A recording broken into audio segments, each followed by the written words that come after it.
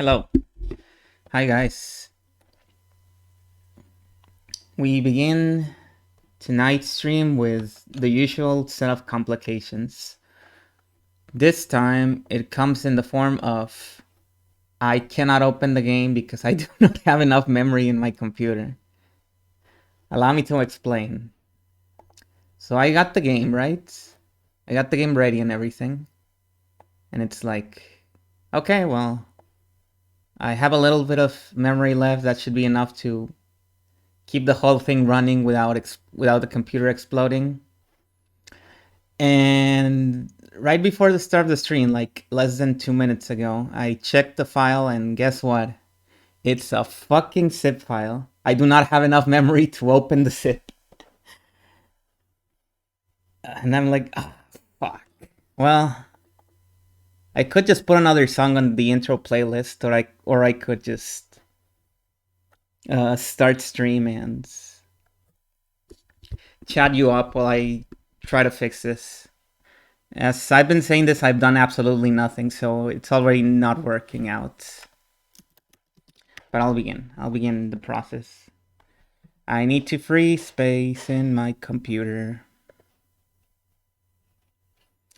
It is a real pain in the ass because I can't just send it all over to the external hard drive. I need to send it to the other computer because this one doesn't want to read the hard drive anymore. Well, it does, but it only reads it. You can't write on the hard drive using this computer.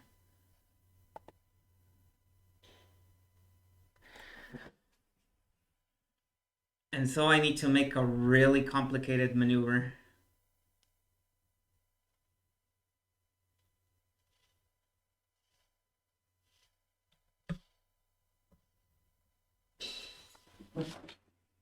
And hello, Croax. Hello, Silver Songbird. Hello, Millie. Welcome, everybody. Hopefully this won't take too long as I get rid of all the bullshit in my computer. No, it's the HC. It's the HC. It's not a RAM issue. It's a hard drive issue. So it's not a big deal.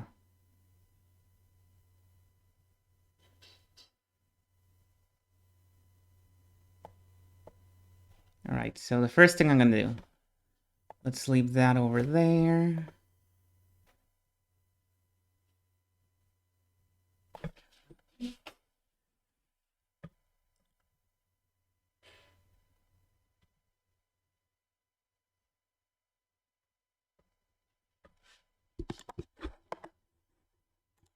Then we need to send this over here.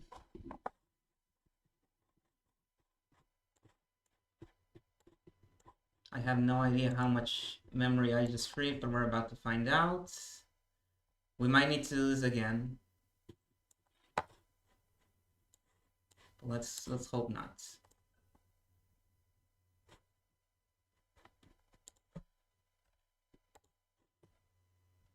Oh, that's not nearly enough. That's not nearly enough.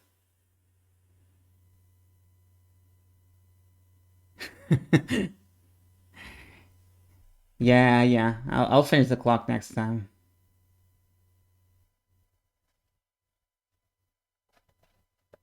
Jesus, man. Why do you gotta put things in a zip file, man? It's only one file. You don't need to.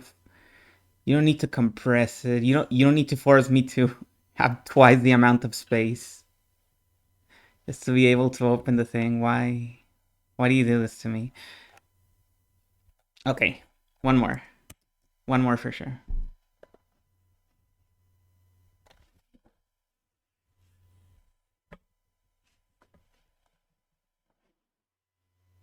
Oh, the request rhythm is still on. Man.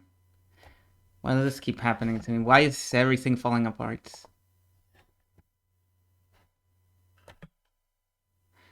Why did I not open the stupid file before starting the stream? Hey, I just had an idea. I just had an idea. And it is a pretty good idea, if I do say so myself. Oh, but wait, I don't think I can pull it off. Because I have the same issue in my other fucking computer. It doesn't have enough memory.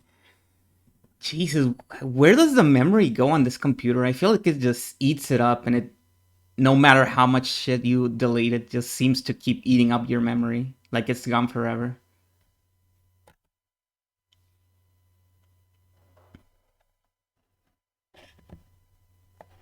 Sometimes I start up my computer and there's like an extra 20 gigabytes that mysteriously appear, and then they leave and they don't show up for like another week, no matter how many times you turn off or restart the system.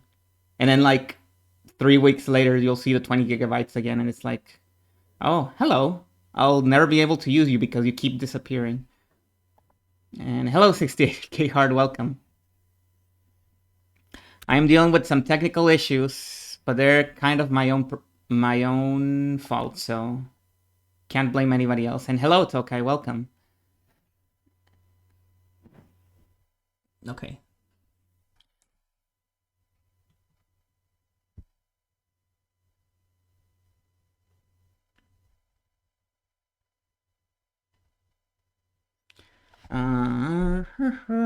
What else can I send?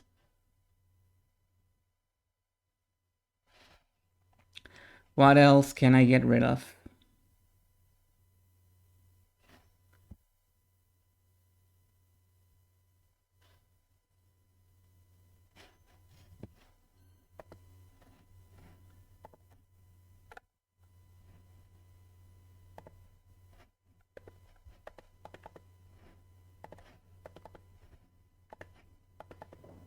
Mm-hmm.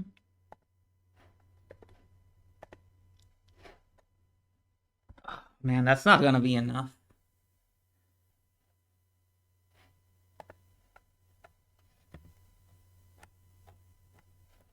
What if I do this? This is probably gonna be enough. A whiz tree. That would be nice. I need to figure out. I need to figure out what's eating up my memory. Because I know something is eating it up, because the memory sometimes returns momentarily and then it leaves again.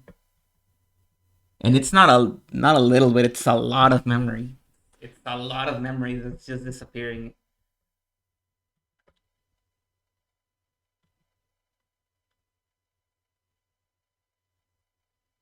Okay.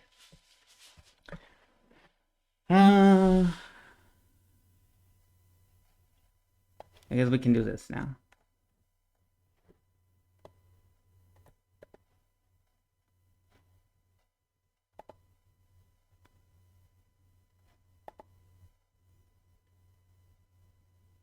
I'm gonna ban myself from playing PS2 or GameCube games from now on, because setting it up is always a pain in the ass because of the memory.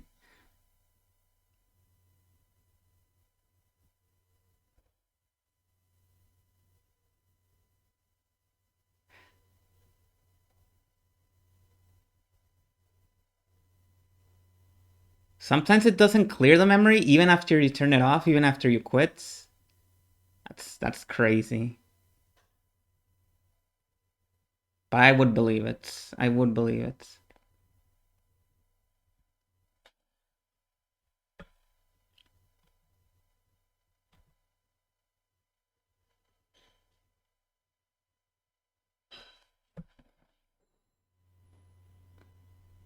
No, we're talking about hard drive. It's hard drive. Uh, Firefox also eats up your hard drive. That is a very famous thing that Firefox and Chrome do. They just eat the shit out of your hard drive.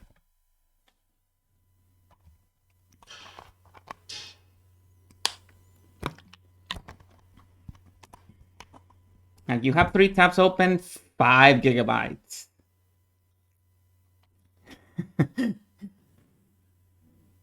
Also, this is a Mac, so things might not apply the same way that it applies to everything else. So the whole temporary files thing, well, I'm not saying it doesn't happen here, because it probably happens in some other capacity. It doesn't happen the same way, and I have no idea how it manages things. The Mac.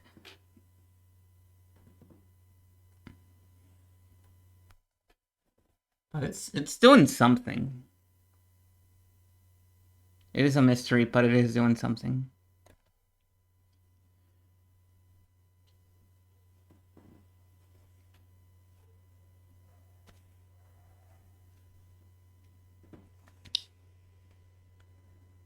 Okay. There. It is so annoying that I don't even need the memory for the whole thing. I just needed to open the zip. Because the moment I open the zip, I can just delete the zip and then I don't need the memory anymore.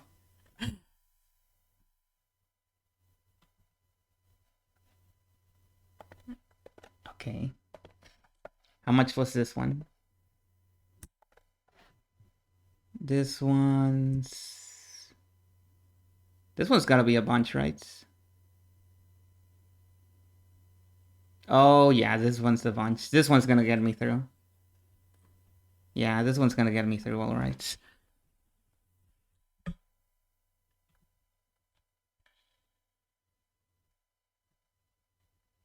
Okay.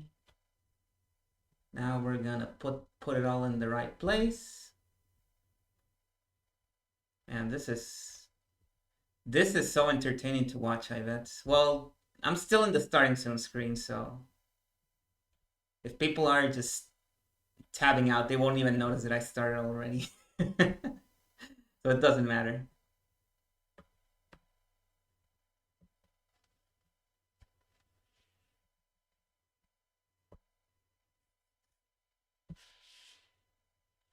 Okay. No, we're not deleting Castellian. Castellian is gonna stay here, buddy. Okay, now open the damn file.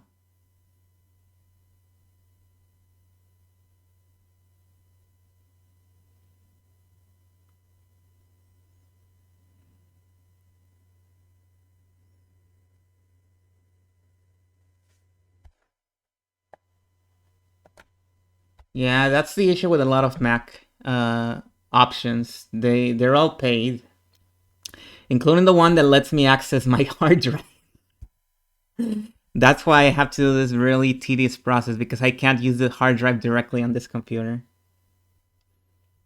I need to send the files to my other computer, which by the way is also a Mac, and I don't know why that one works with the hard drive and this one doesn't. I don't know what they did with this operating system or whatever. I haven't updated, so I don't know what happens. One day it just decided I'm not writing on your hard drive anymore. Your external hard drive, that is. Dude, are you for fucking real? Oh, okay, no, that's an easy. For a second, I thought, did you just open the zip and it gave me another zip that's bigger? No, no, that was my imagination.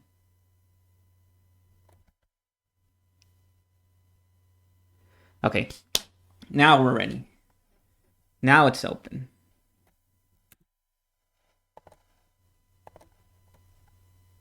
Now get rid of the zip file. Never want to see you again. Get it out of my sights. Fucking hate you. Now, just doing some extra housekeeping on the other computer so we don't have a bunch of garbage there. And there we go. Yeah, I'm not using that shit. I'm not paying for that online cloud. So they can keep trying. I'm not doing it. Okay. Watch, now it's not gonna run. Nope, it's running. But wait, it's still not on screen because I need to know if I need to capture it. I need to capture it. Okay. That's usually how it goes when I play a new game.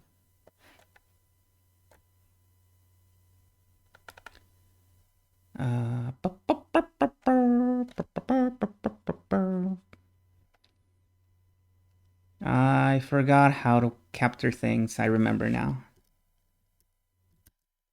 SR2. I should just name them as the game is called because they are separated by game. I don't know why I keep labeling them with dumb names like PlayStation 2 when it's not that all-encompassing. No, that's 0. 56, 55, and there we go. All right, guys. Can we start a prediction that asks if this game is gonna have subtitles or not? I think I know the answer, but I've been wrong before, so who knows? I thought Soul Reaver 1 had subtitles and it didn't. Okay, here we are.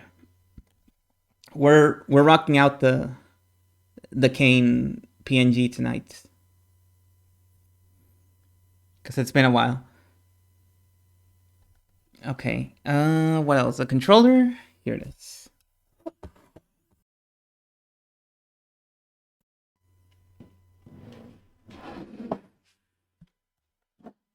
And we're ready. We're ready. Let's go. Let's go.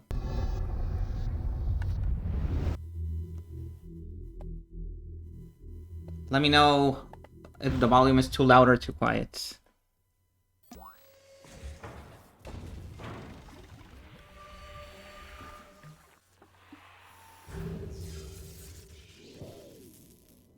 Wow. I do not recognize this Crystal Dynamics logo whatsoever. Did they ever use it again? It's kind of quiet. Okay, hang on. Hang on. Okay. How's that?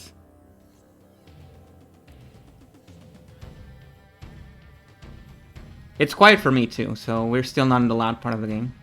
Now let's see. Options.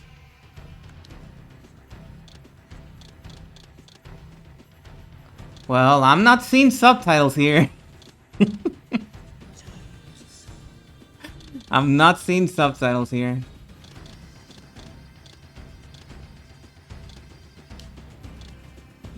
Bonus material.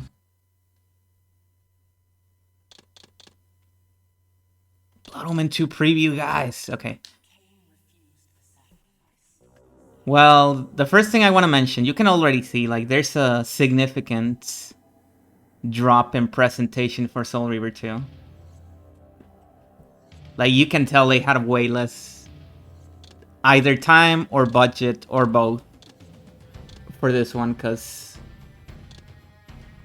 the first game had a really freaking nice, really nice start screen, where it was just like a mural with statues, and it was like a bunch of saints, and sometimes the saints' faces turned into vampires and just turned their faces at the screen, and it was really cool. And here it's like the kind of screen that you'd see on a license game, where it's just a static screen. No fanfare, no elegance, nothing. It's just the image.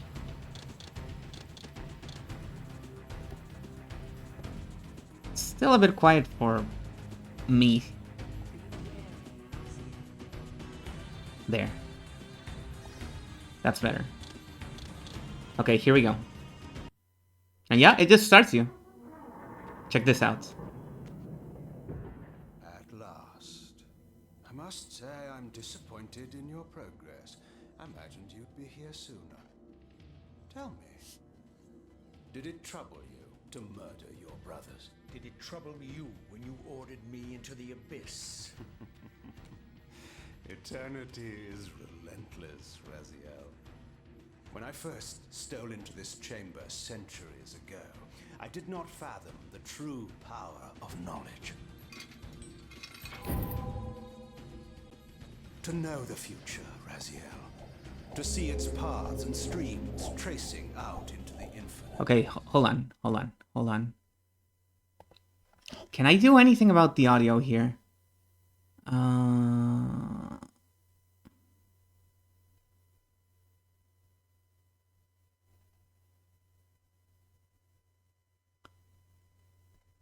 Output latency.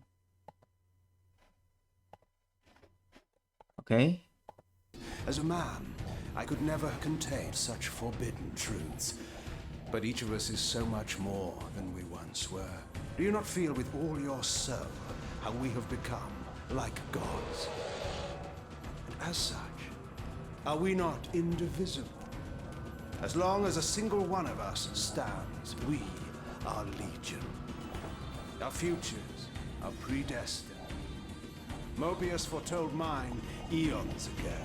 We each play out the parts fate has written for us. Free will is an illusion. I found the tomb of Sarafan, Kane.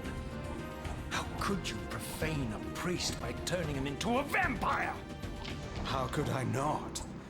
One must keep his friends close, Raziel, and his enemies even closer.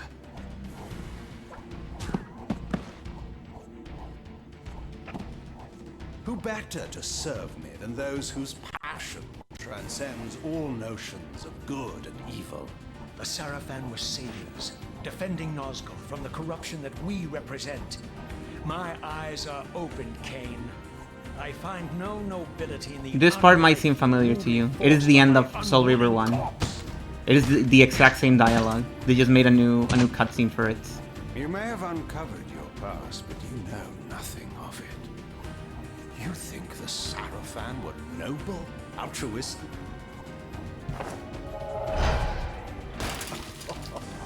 Oh, don't be simple. Their agenda was the same as ours.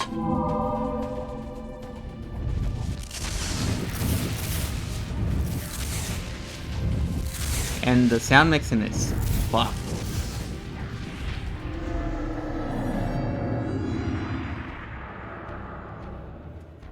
You nearly had me, Raziel.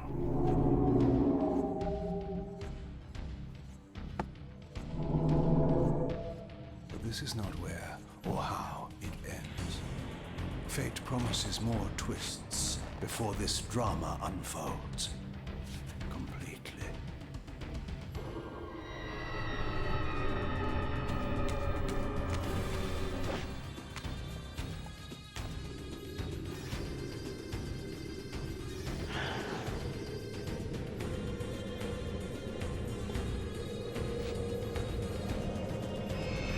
And there you go. In case you missed the ending of Soul Reaver 1, that was it.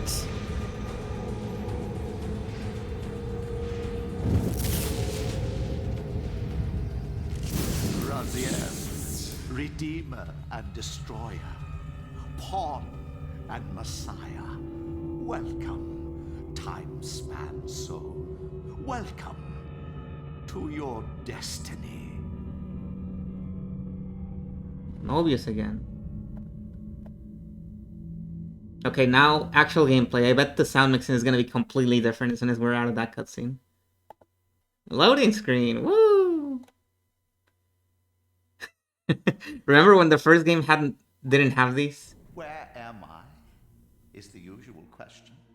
In your case, when might be more apt. Very well, you old snake. If you'd prefer I use my bare hands... Well, this is completely unexpected. This orb disables our vampire enemies, leaving them helpless and incapacitated. Strangely, it seems to have the same effect on that peculiar weapon of yours. But you must believe me. I mean you no harm.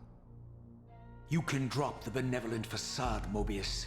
I know who and what you are. I should kill you where you stand. Perhaps you should, my boy. But you don't. Are you so certain of that, Mobius? My role as Time Guardian affords me a certain level of omniscience, Raziel. No, you don't kill me. That honor belongs to your maker, Cain, some 30 years from now. You two are a pair. You're just as fatalistic as he is. Death comes for us all, Raziel. It's just a matter of time. How is it that you know my name? We have never met. On the contrary, Raziel, I know you very well. And it grieves me to see how cruelly Cain has used you. I knew you when you were one of the Sarafan Brotherhood, Raziel. We were even close. Oh, please. Fortunately, you need not love me now to be my ally. Are we within the stronghold of the Sarafan priesthood? Yes, but the glorious days of the Sarafan have long since passed, I'm afraid. This is a more cynical and indecorous age. My mercenary army now inhabits this stronghold. We strive to honor the memory of the Sarafan with our own humble crusade. Is this the vampire Vorador? Yes, the scourge of the Circle, the most depraved and decadent example of his whole degenerate race. He slaughtered 6 of my fellow Guardians as they cowered defenseless in this room. And you somehow survived this massacre? I and 2 others. The Circle was devastated. Only we 3 were spared. How convenient. You'll forgive me if I don't naively devour every scrap of information you toss me. You have a reputation for deceit. And who has slandered me so? Your malefactor, Cain? The one who betrayed and destroyed you? Our common enemy? Consider the source before you judge me too harshly. We'll forget about rekindling our old friendship then. But consider an alliance based on our common ground. We both want Cain dead. I can help you do it. You don't want to meddle in this, old man. I know all about your sordid little schemes, but you're simply out of your depth on this one. You underestimate me, Raziel. Let me show you. Even now, Cain is lying in wait for you, unaware that I've snatched you out of the time stream and brought you here to me. See how he lingers at the very pillars he is destined to destroy, foolishly confident that he has eluded your grasp. The pillars are still standing in this time. Yes, Raziel. They are the embodiment of the divine force which preserves the life of our world.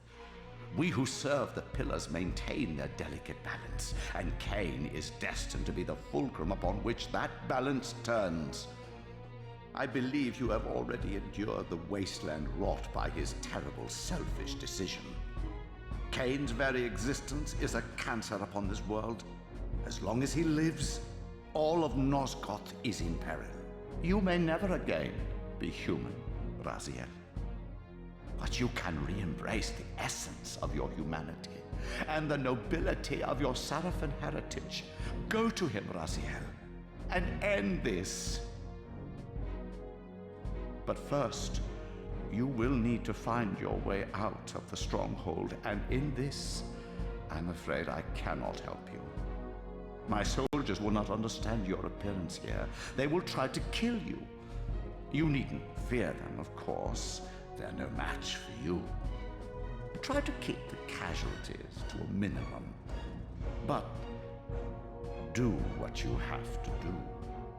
All great movements require a few martyrs.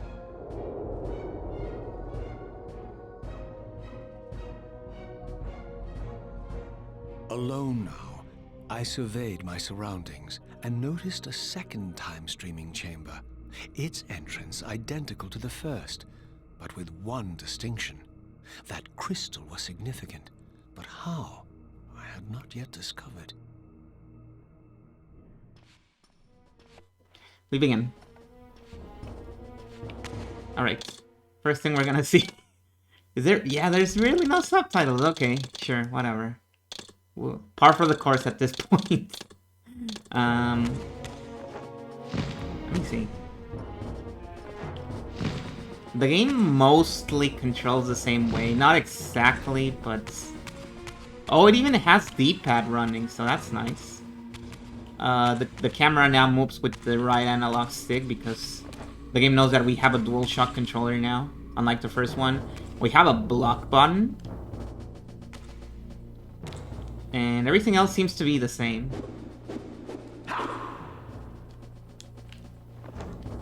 We can still do our little high jump. Circle lets us absorb. Suck some souls. Can we still do our energy blasts? We can. Okay, cool. Okay, the tutorial said to use triangle. I was not using triangle. I used square. And it still worked. What's up with that? Okay. So... You might be wondering, when exactly are we in the timeline right now? We know we went back in time because Mobius is still alive. Well, I'll tell you. And I'll even try to explain it. So, Mobius mentioned he along with other two members of the Circle, are the only survivors left of the massacre done by Cain and Borador. If you recall the first game, Blood Omen, the moment when there was only 3 members left was actually the end game. So it was Mobius, Mortanius, the necromancer who turned out to be the one who turned into a vampire and the final boss of the game. And the other one, I don't remember the other guy's name, but he was the guy that Mortanius kills in like one of the last cutscenes of the game. So we are currently very, very close to the end of Blood Omen 1 in the timeline. But we're not quite at the end. There would still be a little bit of game left. Anyways, here in the murals, you can see some depictions of Borador killing several of the members of the Circle. I wish I could tell you who they are by name, but honestly, I don't remember quite well. This is probably Ariel. This one is probably Ariel. The ghosts that we see in the pillars. If I had to guess. And I also like that they give them the little circles to indicate that they're saints. That's a really nice detail. Oh, look at this one. Oh, and there's some guys staked up. Wow. Wait, does he have a halo too? Borador? He does, a red one. Wow. What about this one? Or maybe this is Ariel? No, I don't think that's Ariel. Maybe she is. But doesn't Ariel have long hair? She does, right? Hello, Hexagon Wix, welcome. Witch, hello, welcome. Yeah, I think this is another girl. I think this is the one that you see in the cutscene at the beginning of the game. The one that screams. And then Borador gets her. And that's all of them. Yeah, this one is Ariel, 100%. This one has to be Ariel.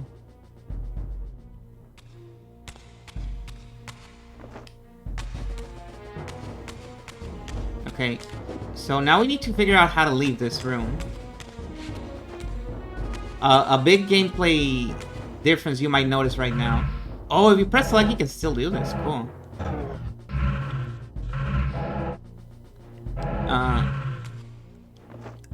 Even though we don't have the Soul Reaver on, our HP isn't draining. That might just be because we technically do have a full HP bar, and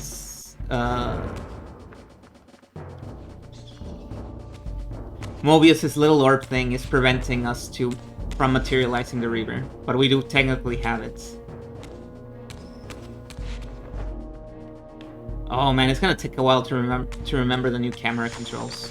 I'm so used to pressing one of the shoulder buttons to recenter the camera. And apparently there's... I don't think this does how you think it does. Oh, it's R1. My bad. Uh-oh, this is not a good place to be in.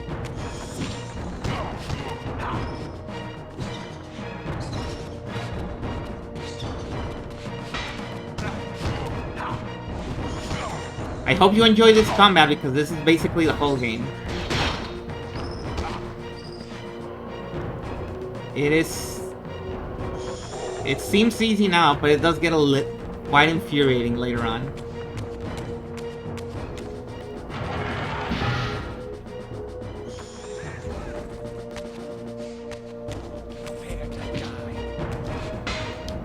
The game basically has everything that the first game has in terms of mechanics and controls, but it rarely uses it, and instead makes you do these combat sections. Wow, we just decapitated that guy. I forgot that happens. No, you still just spam square. They didn't add anything new. There's no combo system or anything. You even had strafing in the first game. Like, they didn't really add anything new. This is all the same combat from the first game. Like, straight up. Same controls, same mechanics, same loop, everything is the same. However, there's way more combat in this game compared to the other one. Way more combats. In the other game, you could just walk past most enemies, so the focus was mostly on the platforming. Here we actually gotta fight. And we gotta fight a lot. A whole lot.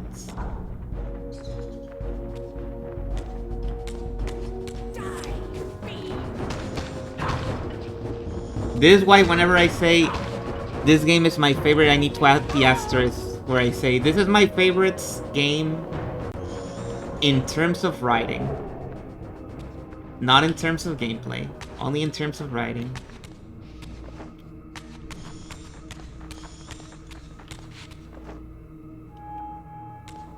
Because as you can see, the dialogue is still really good. Really good.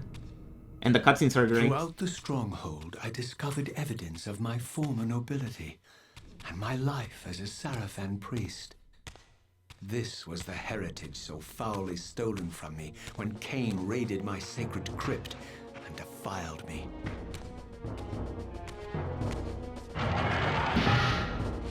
Man, I'm listening to this dialogue and I'm just getting so much joy out of it because it's, well, I'm not gonna say anything. It's gonna be a spoiler. Just remember how indignant Raziel is about the whole thing. About the fact that he was a Seraphan and Cain turned him into a vampire as a form of irony.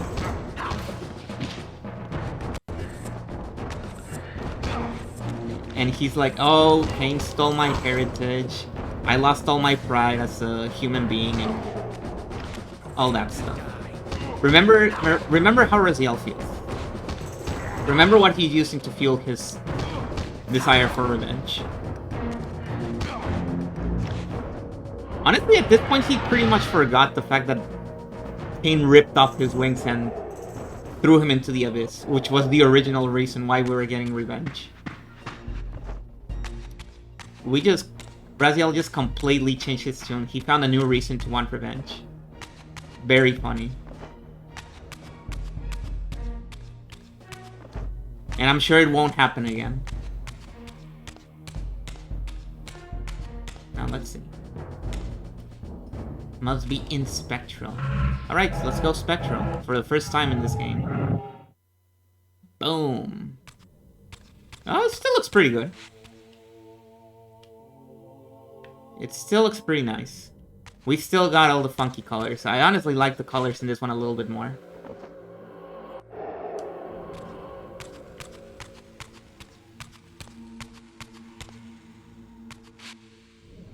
And we still have our abilities from the first game.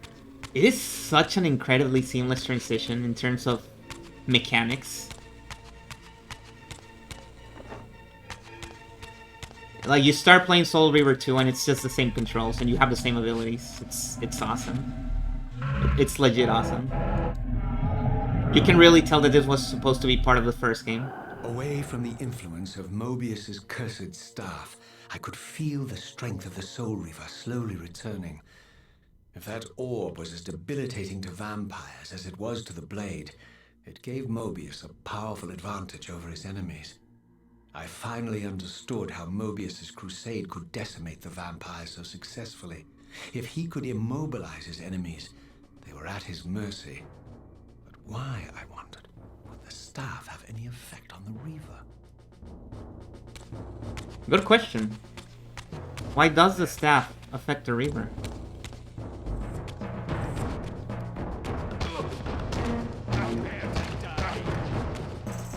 Also, damn, these guys are fucking tanking the Reaver.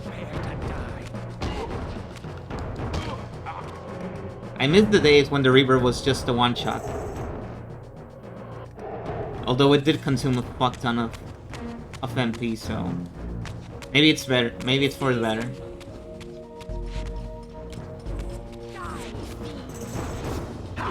Ow. There goes my Reaver.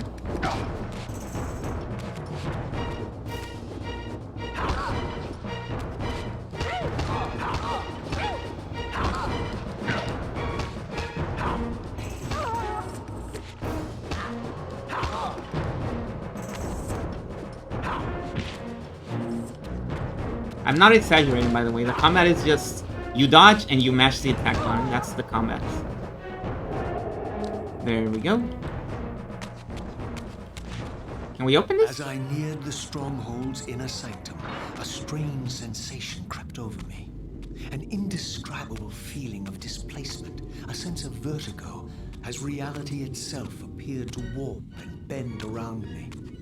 The disturbance seemed to emanate from the sanctuary's furthest chapel.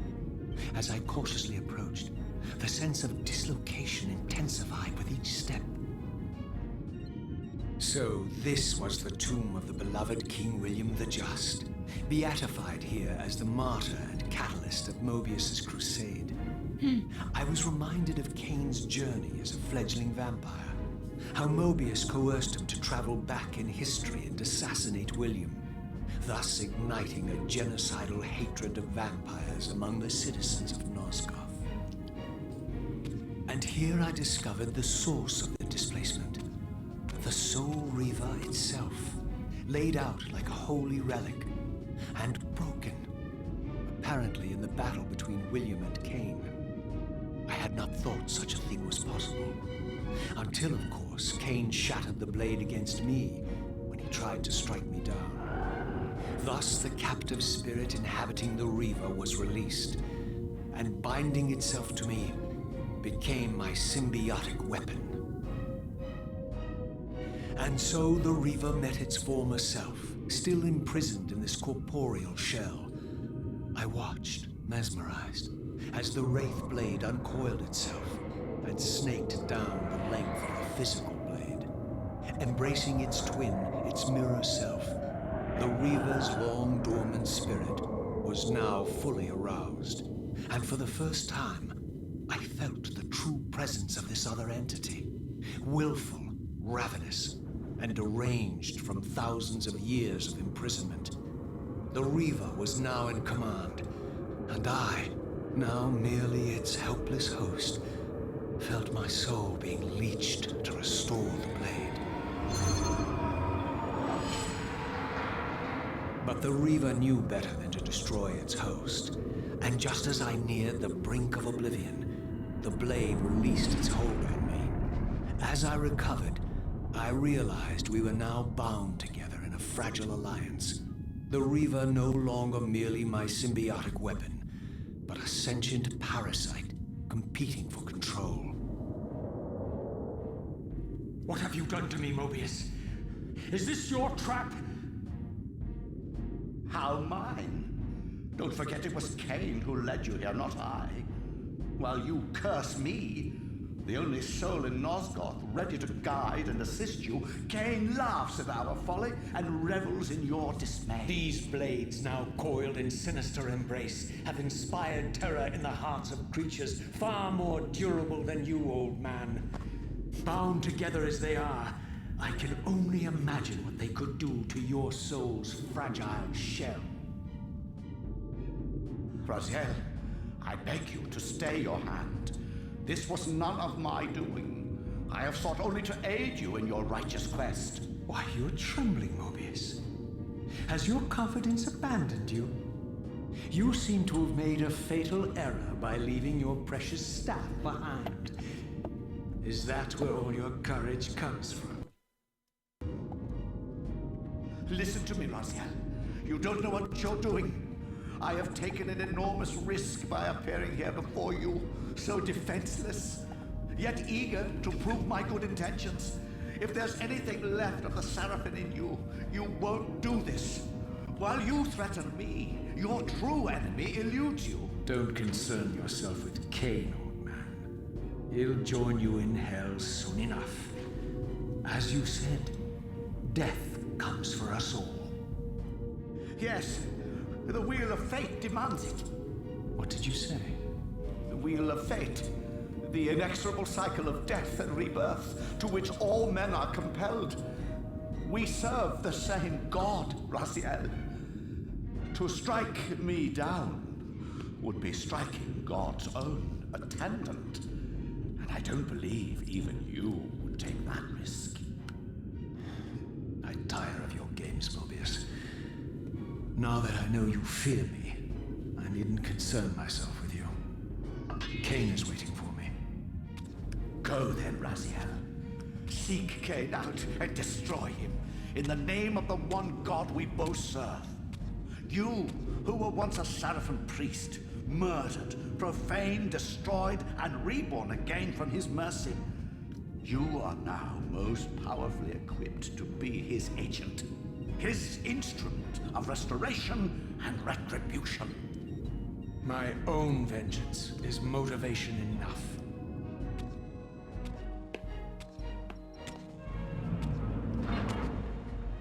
By my soul, you almost had me, my little blue assassin.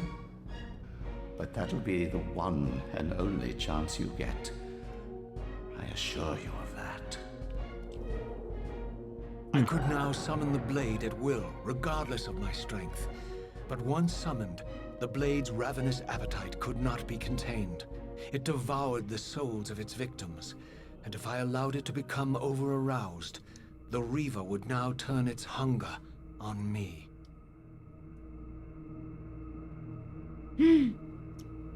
Our HP became small again. No!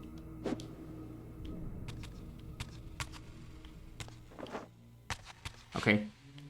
So many things happen in that cutscene. First of all, freaking 10 out of 10 cutscene right there. Incredible cutscene. Everything about it. The voice acting, the direction, the way the background is constantly palpitating to indicate the sense of displacement. You can even still see it. Check this out. You can still see it. The background is still doing it. It's not doing it as much as it was doing it in the cutscene, but it's still doing it. And see. The further away I get from the Soul Reaver, which we did left behind, the physical one at least, the less it shows up. But when we get close, the palpitating, you can see it. It's really cool. But yeah. So this was the legendary Janos Ordrin, reputed to have been the most ancient and diabolical vampire to have ever existed. According to folklore, he lived high in the cliffs of Nosgoth's northern mountains and preyed mercilessly on the defenseless villages below. His reign of terror ended when the Sarafan finally hunted him down and tore his throbbing heart from his still-living body. This relic came to be known as the Heart of Darkness, and was supposedly imbued with the power to restore vampiric unlife. The Sarafan therefore guarded it carefully, lest the heart fall into the hands of their enemies. But I wondered, could Janos Ordrin truly have been as monstrous as depicted here? Or was this merely artistic license by the Sarafan, who sought to lionize themselves by demonizing their darkest enemy? Okay, let's see if he has anything to say about it, the one on the other side, before we start talking. Oh, there's nothing on this side. Okay, so first of all, we can't go back in here. You saw the mural over here, right? I think it's stained glass, actually, where you can see Cain from the way he's depicted in the first Blood Omen, fighting against the Nemesis. We remember that fight. It was kind of a bullshit fight. The guy had the Soul Reaver and he had a bunch of ads, and it was really difficult, and I basically had to nickel and dime him until he died.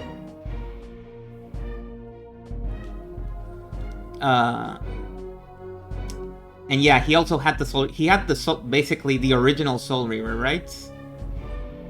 And then over time he just left it behind. It ended up in the Avernus Cathedral. Cain found it, and the rest is history, right? And that's why when you go back in the past, he's fighting the Nemesis with the Soul Reaver, while he also has the Soul Reaver. So there's two Soul Reavers at that point. By the way, the Soul Reaver that's here in the tomb of William the Just, aka the Nemesis, that was the Soul Reaver that the Nemesis had, not the one that Cain has. The one that Cain has is still broken, shattered into multiple pieces, and its soul ended up inside Raziel. Then we came here. We had a very heartwarming reunion between the spirit of the Soul Reaver that Raziel has and the Reaver that was formerly the Nemesis' one. It was very sexual, very sexually charged. They merged, and now the Soul Reaver works differently from how it worked before.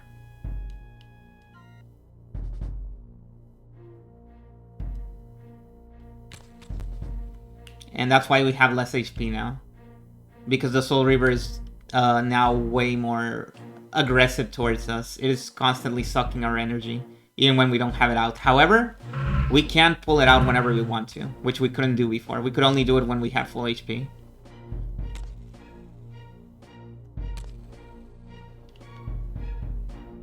Yes, not as sexually charged as Galarians, but yeah, in a more niche kind of way, it was perverted. And so that's basically the whole thing going on there.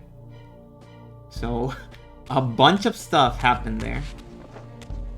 And then we came here and Raziel dumped a whole bunch of extra lore on us.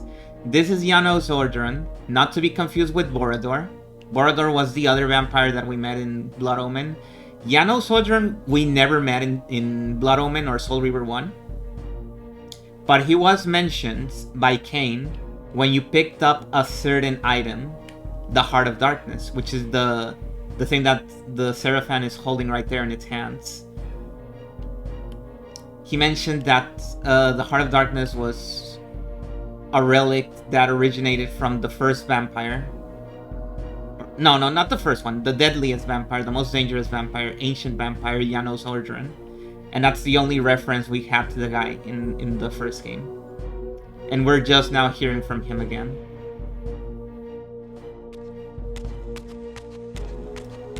I don't know about you guys, but I was definitely pointing at the screen when Raziel said the Heart of Darkness right now.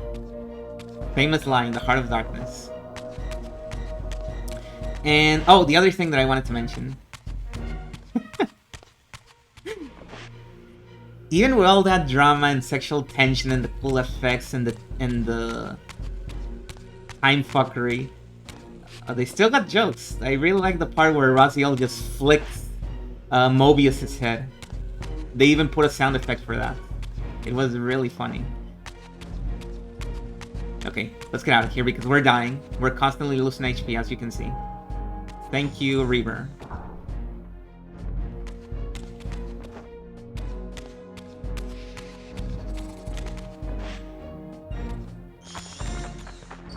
Also, Mobius was saying some shit.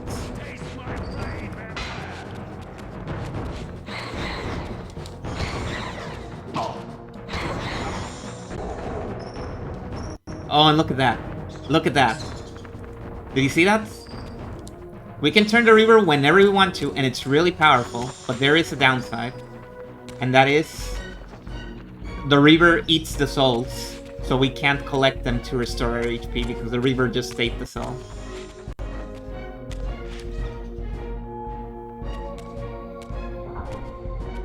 So you gotta be careful whenever you wanna use your Reaver because you're not gonna be able to restore your HP if you use it. Strange how my history came full circle.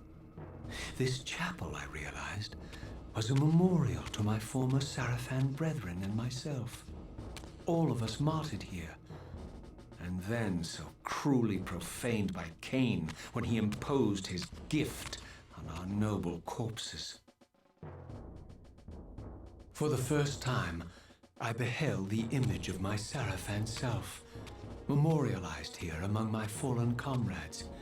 It tortured me to see how noble and pure I had been, and what a vile phantasm I had become. And a profound sense of injury, of loss and betrayal welled up in me, so overwhelming I could barely contain it. All I wanted at this moment was to find Cain and destroy him.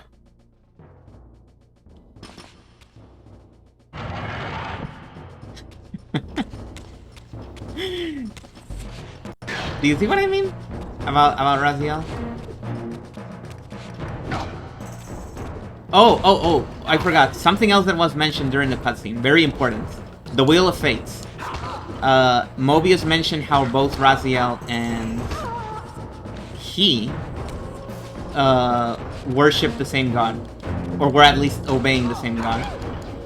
And you probably don't remember, but in the first game, at the very beginning, when we're in the Abyss, you remember how the first room, one of the first rooms in the Abyss, had tentacles in it? Which was the place where we talked to our little tutorial guy. Well, little in quotes. That was the god that he's referring to. The guy that talked to us and told us about the Wheel of Fate. He told us how to use our Wraith powers. And whenever you're lost in Soul River 1, he gives you advice on where to go next. The game simply refers to that guy as the Elder God. And I feel like that's very self-explanatory as to why there's tentacles in that room.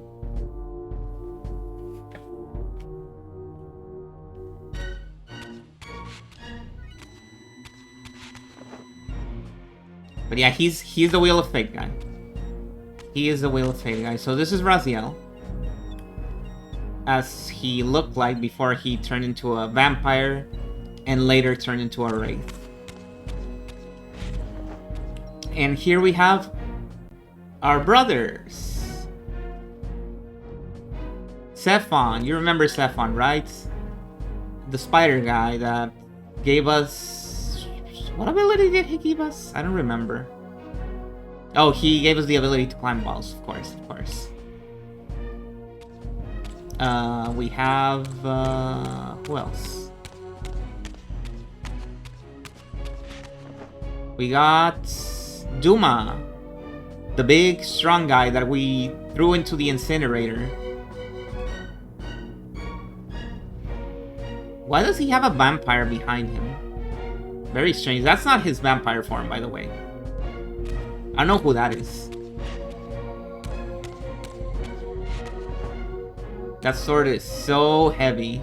Well, it is, but remember, it might not look at it, but Raziel is really fucking strong. Remember those blocks that he can push and lift.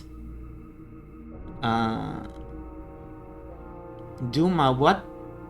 What did Duma give us? I don't remember.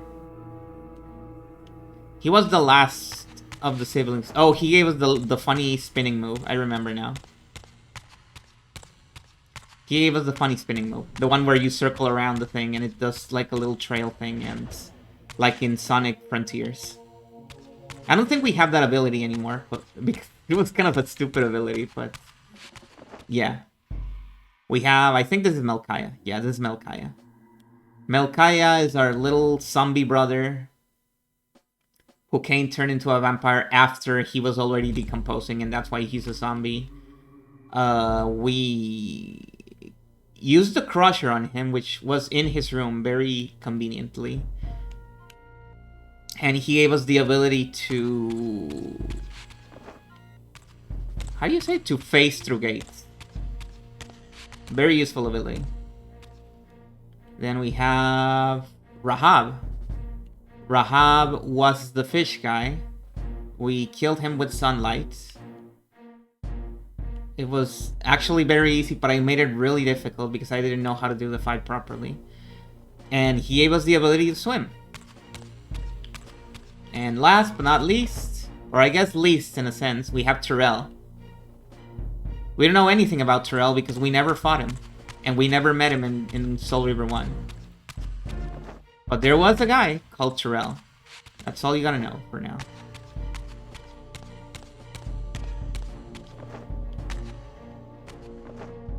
Let's see. Where do we go next? Good question. I think that's where we came from, and we need to go this way.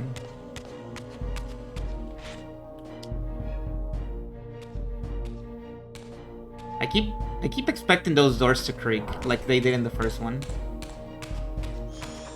But they're not wooden doors.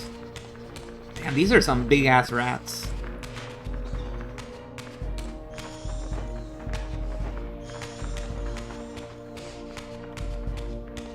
Oh, there's nobody here? Okay. Am I going back? I might be going back. I'm going back. Darn it! Well, it's a good thing enemies don't respawn like in Blood Omen 1 every time you leave a room.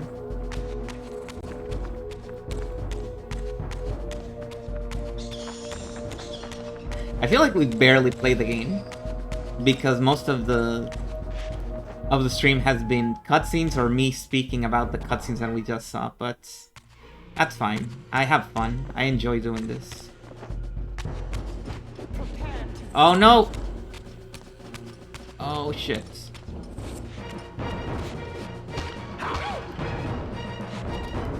In case you're wondering, no, there's no parry.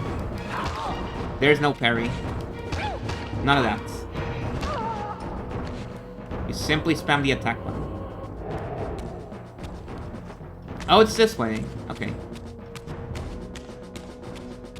Do weapons not wear out? Oh, I guess they didn't in the first game either, now that I think about it. Only the torches did.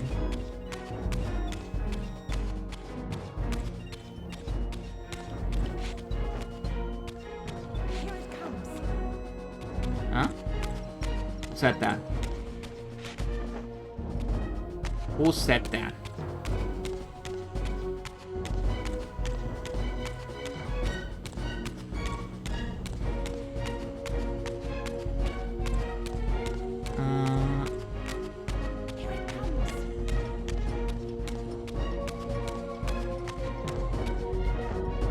Okay.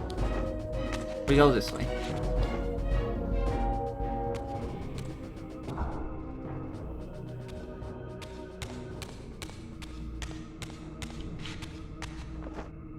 I'm so used to running with the D-pad that I haven't been using the analog stick. I think the best choice for my fingers is to alternate between both. That's the most ergonomic thing I could do. Ooh.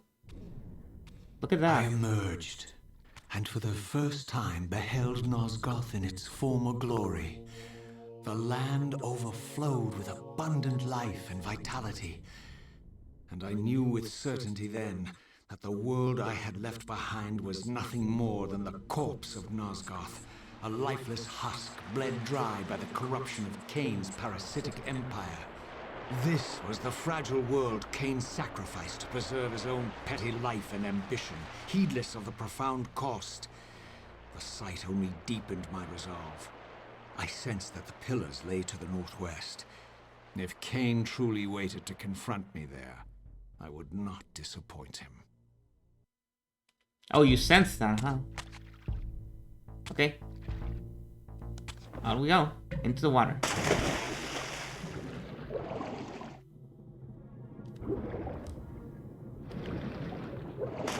Okay, this still works. I was really scared that they fucked the swimming controls, but no. They still work the same way. The surfacing is the most important part. That's the part that they didn't want to fuck up, and they didn't fuck it up. So it's all As I good. passed this arcane landmark, a wisp of the reaver's energy was drawn into the ring, illuminating it. This created a beacon of sorts in the spirit world. If ever I found myself depleted in the spectral realm, and my soul tossed on the ethereal winds, these beacons would draw me back to safety and restore me. That's right, baby. We have diegetic checkpoints. You might notice there's no save game option. That's because this game autosaves. Whenever you touch one of these, the game autosaves.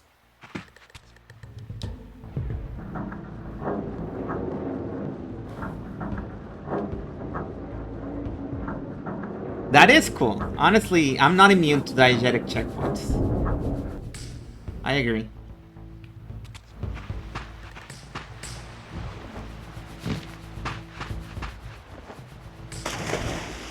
Okay, now we go down here. The FOB is a little bit fucked here, though. It's hard to see.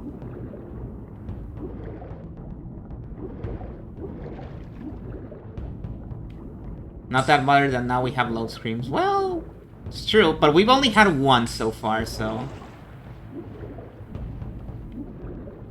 Oh, I think this is timed, isn't it? I need to haul ass.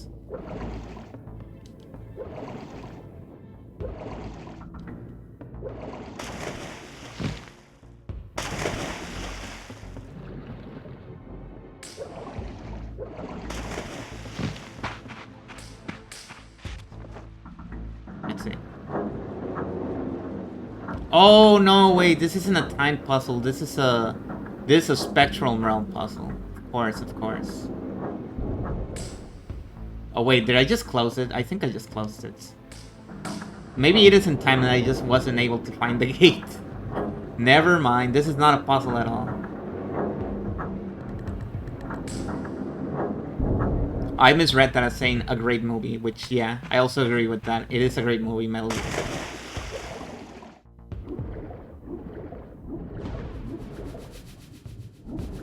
Is this it? I cannot tell. It's so dark.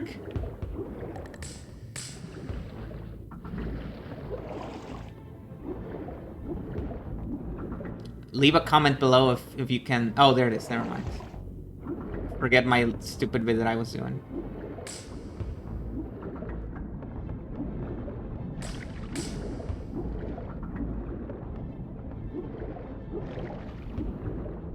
I mean, this is the true experience of going underwater. It is really hard to see what's in front of you if the water is really, really dirty and dense and stuff. These ancient obelisks were mysteriously attuned to my spiritual essence. By simply touching the symbol, I could safely preserve an imprint of my soul, and thus create a milestone to which I could return when weary, and from which I could resume my journey. Okay, never mind. These are the save points. Wow, that was amazing. Incredible narration right there for the save points.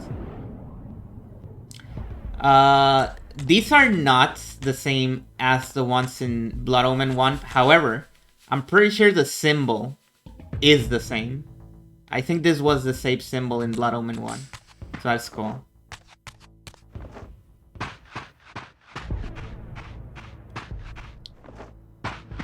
Now the game is teaching me to high jump.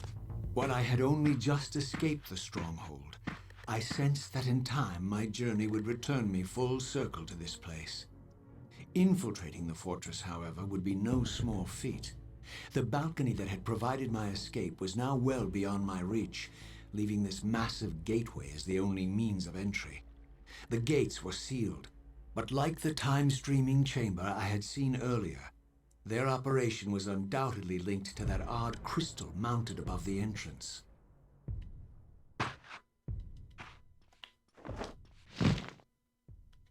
This is like the only game where I don't get pissed off that the game is just spelling out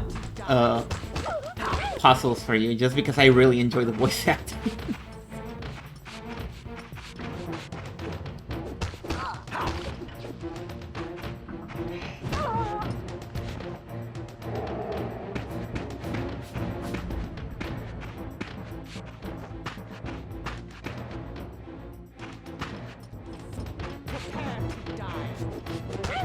This game is a little bit like Wind Waker.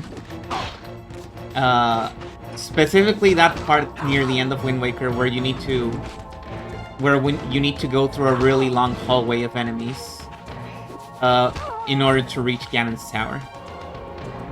You know what I mean, right? The little field, that's actually a straight path. That's the space between Hyrule Castle and Ganon's tower. That's basically this game, but it's the whole game. There's one.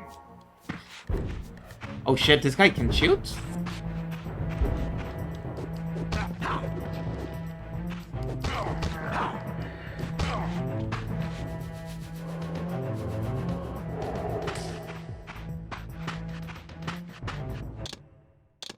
Hang on, can I do anything about the... No, okay, I guess the game is just dark.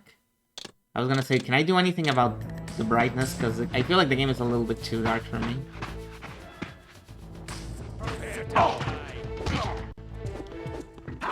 They seem to be waiting their turn. Very polite of them. You can tell this game is nothing like Dark Souls because the enemies are not attacking you both at the same time. They're waiting for their friend to be done. See? I was wide open for the other guy to stab me in the back and he didn't do anything. He's polite. He's quite noble like that.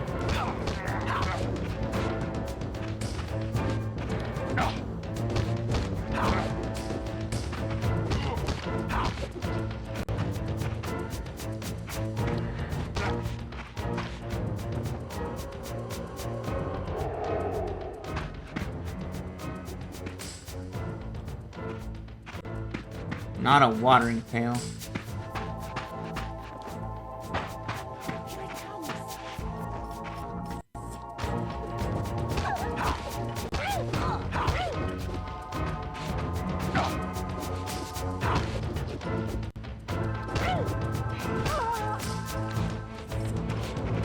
I suppose this game is also a little bit like Drakengard in how much you have to fight enemies. And most of the combat is just mashing the attack button. Okay.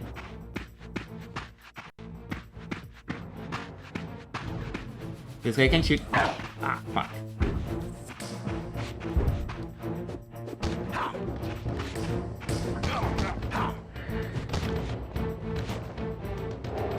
There we go. Huh? Green bird? What's up with that? Will it come back if... No? It seems to be gone forever. Interesting. Green bird.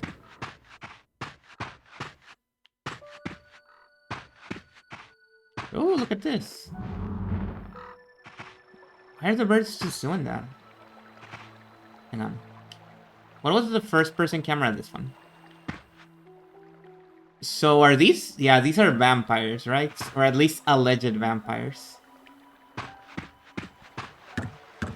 And the Seraphim are hunting them down. Also, this... Even though I said this is right before the endgame of Blood Omen 1, You might remember that there was some time fuckery even in the first game.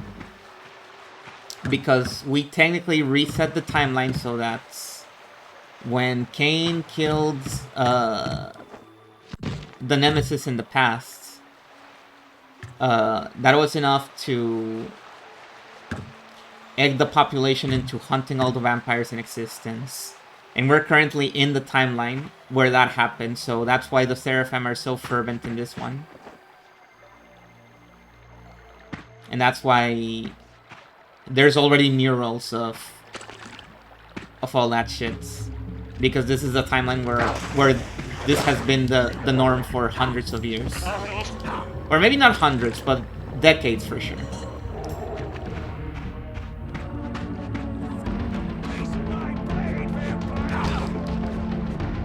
You love his machete? Pretty good. It's a pretty good weapon. I don't know if there's any difference between the weapons. But I don't see any reason to change, since this one's been pretty good to me. Oh, what are you looking at? He seems to be looking at something. Oh, they're shooting at me. Yep, somebody's shooting at me from up there.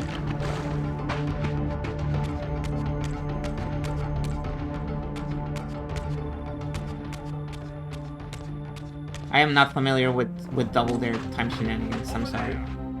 I did get the impression that that's what you were saying, but I'm not familiar to be able to tell you. Yeah, we're traveling in a previously treaded timeline by another time traveler. It's interesting like that.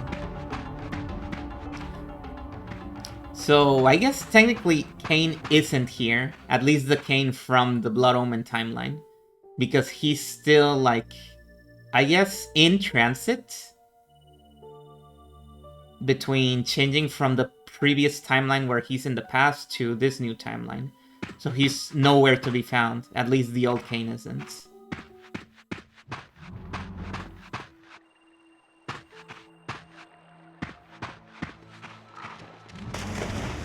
Oh shit, dogs? Is that a dog? That doesn't even look like a dog. What the hell are you, man?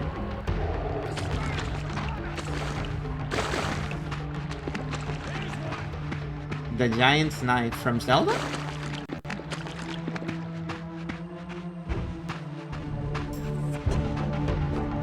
Oh, you're gonna see a lot of nested timelines, let me tell you. Consider the fact that there's two Soul Reavers. Technically 3, if you count the one Raziel has. Well, no, I guess there's only 2 of them right now, because the one that Cain had is already broken. So, there's 2 Soul Reavers right now. You need to remember this. It is very important that you remember there's 2 Soul Reavers. Oh, the German weapon. There's a German weapon? Called the Giant's Knife? That's awesome. Also, it makes perfect sense, because I think Nosgoth is kind of a fictional medieval Germany, because all the villages were had German names, in case you remember, in the first game. So it does make sense that it would be a Giant's Knife, the German weapon. You're totally right.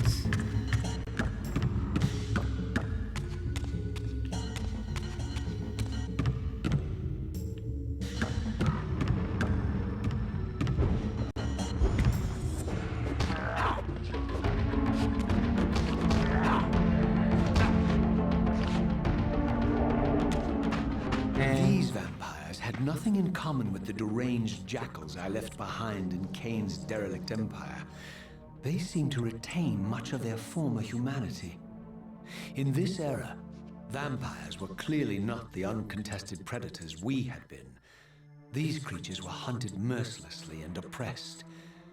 And while I still believed that vampirism was a plague and had to be wiped out, there was nothing noble or righteous in this crusade.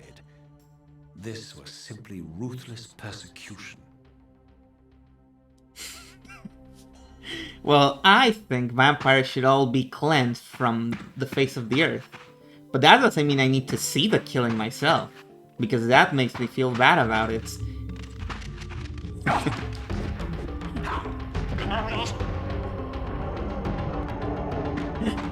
This game is so awesome.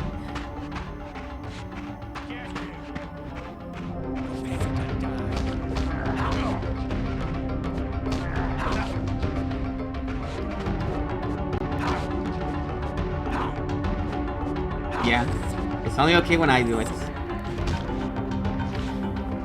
This second game is really bringing to light the differences in personality between Raziel and Cain.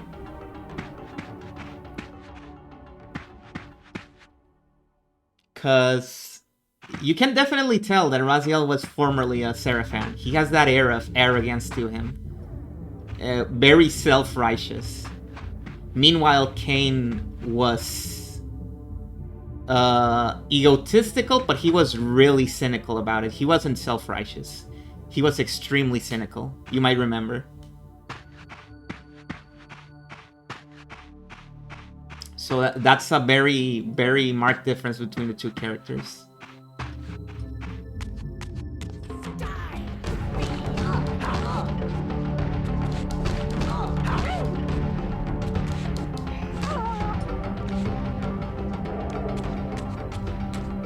Okay. Operate the lever. Oh, you need to hold it. Okay. It's weird. I've never seen a lever that works by being held. Look at that. He can open that with his bare hands. He just kicked that shit open. He's so strong. The pillars of Nosgoth. Pristine, whole, and uncorrupted. I had never beheld them in this undefiled state. Yet something profound and indelible resonated within me at the sight. And there, waiting at the very heart of the pillars, was the canker that was destined to destroy them.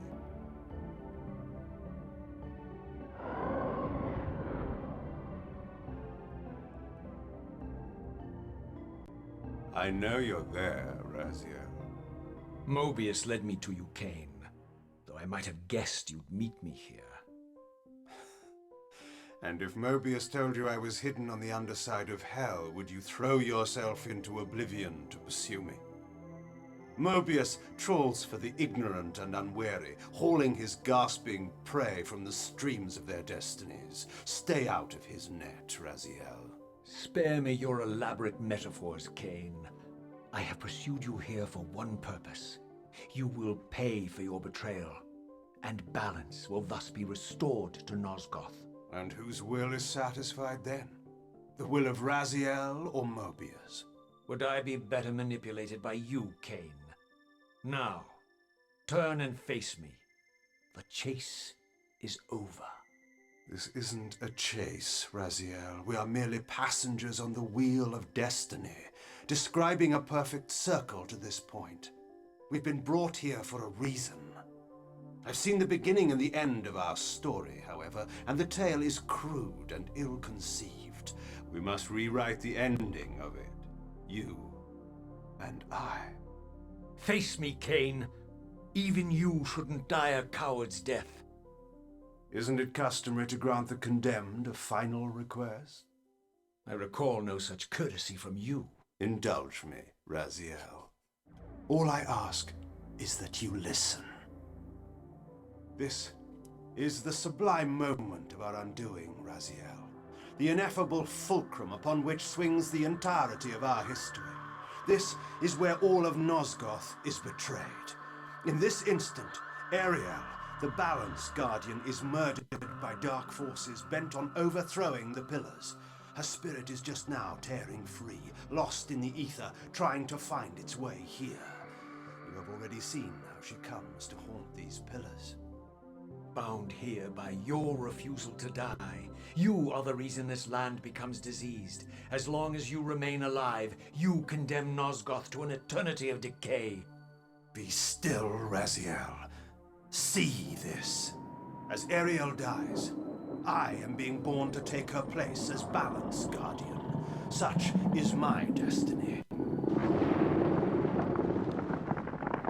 My God.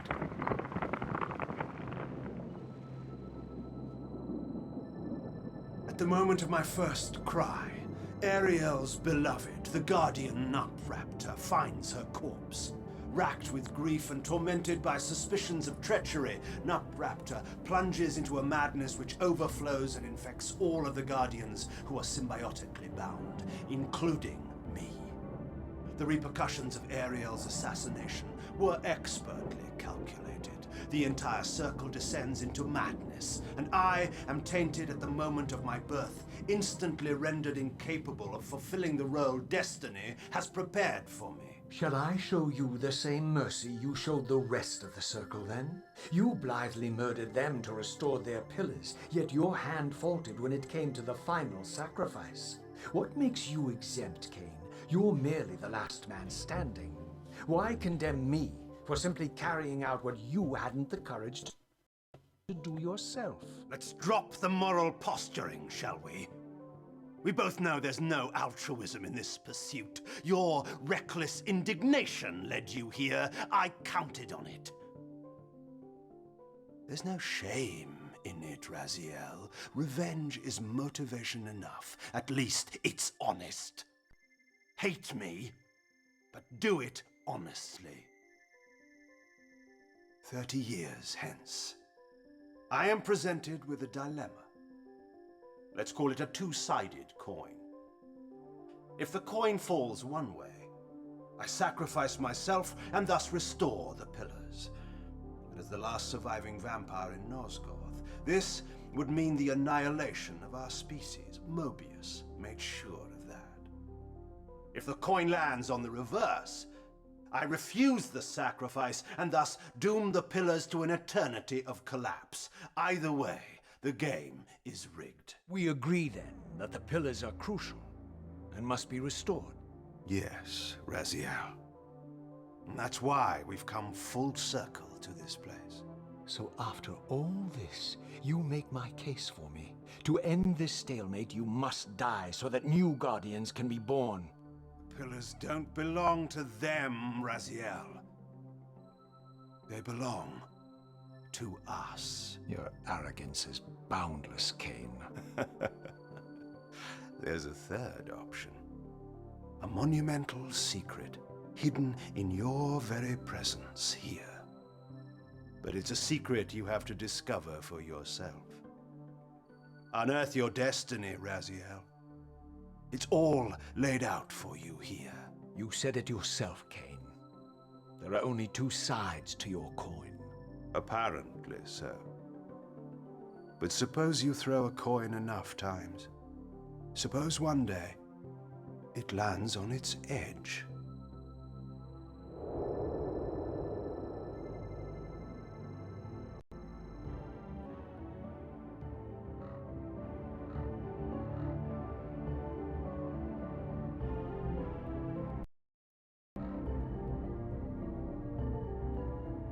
Amazing cutscene as usual. Incredible stuff. Okay. So, I don't feel like I need to explain anything about that one. That one was pretty self-explanatory. Kane did a pretty good job of explaining everything to us. However, I will mention something.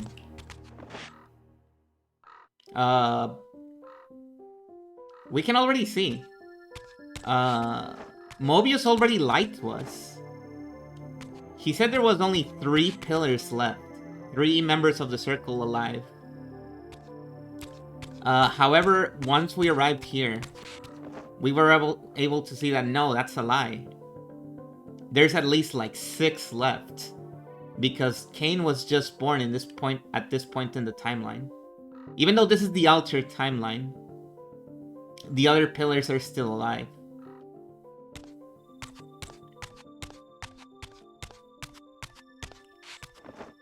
Cain hasn't gone to kill them yet. That will happen 30 years in the future.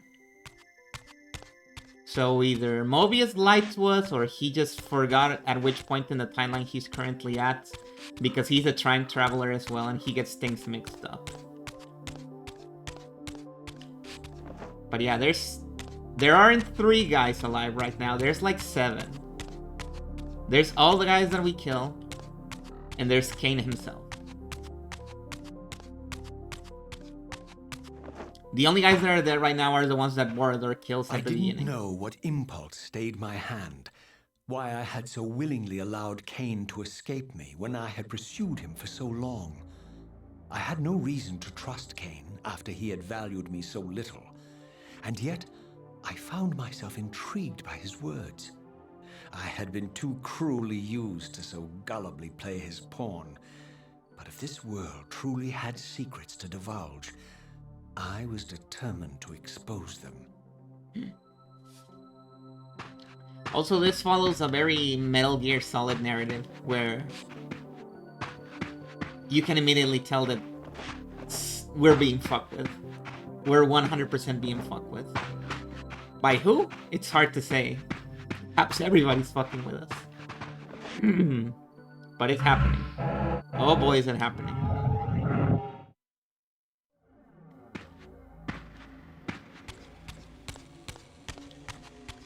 Raziel is a hapless pawn in everybody's game. Also, you know how Cain mentioned that one of the bad outcomes for his coin metaphor, aside from the one where what actually happened, where he doomed the future by not restoring the balance. The other one where he says, well, if I die, I'll be the last vampire, and the whole race will extinguish because Mobius killed all the other vampires when he reset the timeline. And you might wonder, well, why exactly is that a bad thing, Cain? Why is it bad that all the vampires go extinct? And I guess we're going to find out. We're going to find out. We're gonna find out, guys. He's not just saying shit. There's something else to it. He might be cooking.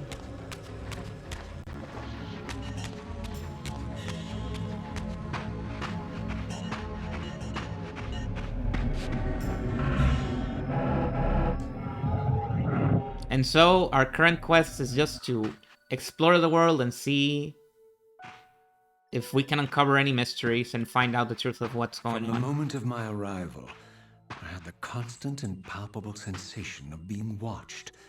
Someone, it seemed, was keenly interested in my presence here.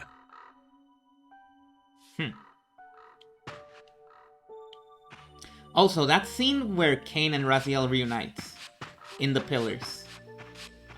We saw that in the first game when we were looking at the time portals and seeing, like, getting little glimpses of the future. One of those scenes was us meeting with Cain in the pillars. And Raziel even comments, does Cain await me moments from now or in some century yet to come? And the answer is technically the first one, but also technically neither. Because yes, we reunited with Cain very shortly after, but we're actually in the past. So we reunite from him in the past, not in the future.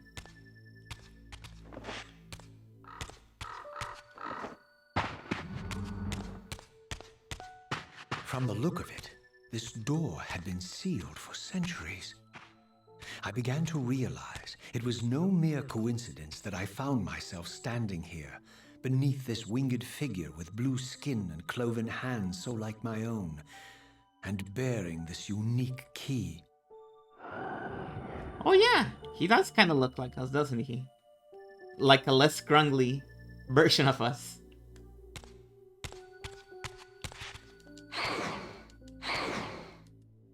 Oh, and the game even pulls out the reaver for us to tell us, yeah, you need to use a reaver here, buddy. And so it was with a sense of gravity and trepidation that I unsealed that ancient door and crossed the threshold. What could this be?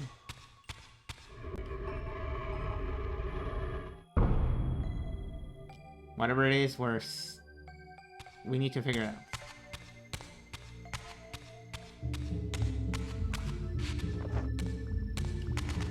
What are those? Hang on, buddy. Whoa, whoa, whoa, whoa, whoa, whoa, whoa. Hell down. I don't want to fight. I don't want any trouble. Oh fuck, there's so many of them. Can I even hurt them? I think I...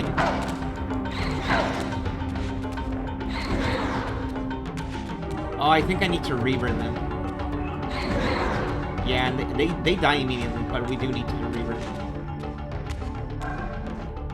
I think I remember how the mechanic works. See how there's like a little circle bar filling up whenever we use a reaver? If it goes to full, I think it kills you or it starts streaming your health. One or the other. So you don't want it to fill up. That means the reaver is going berserk.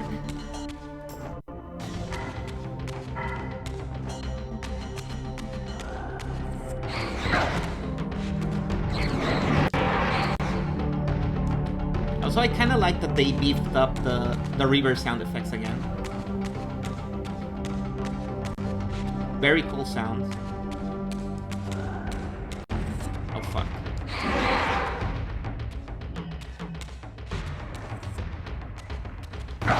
Ow. Ow.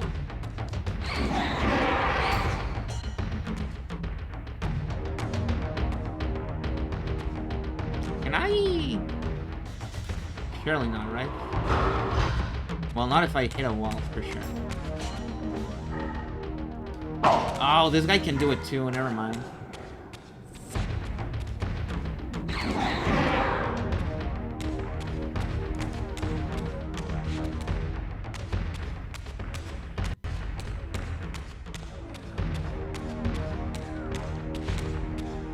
Down we go. Down we go.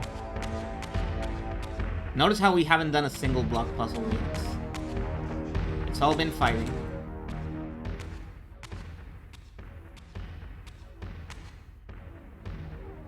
As I entered the chamber, I sensed that it had been sealed for hundreds, perhaps thousands of years.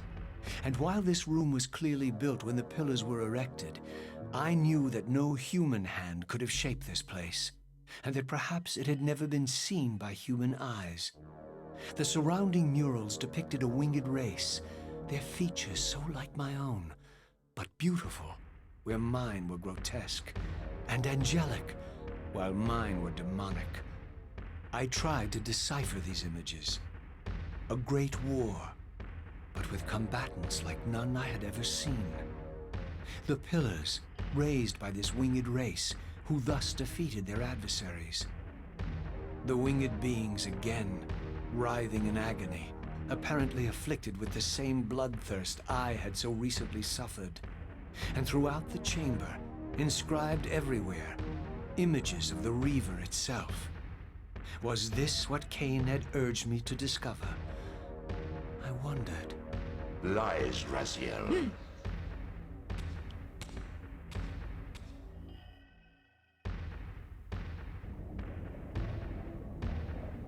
Oh.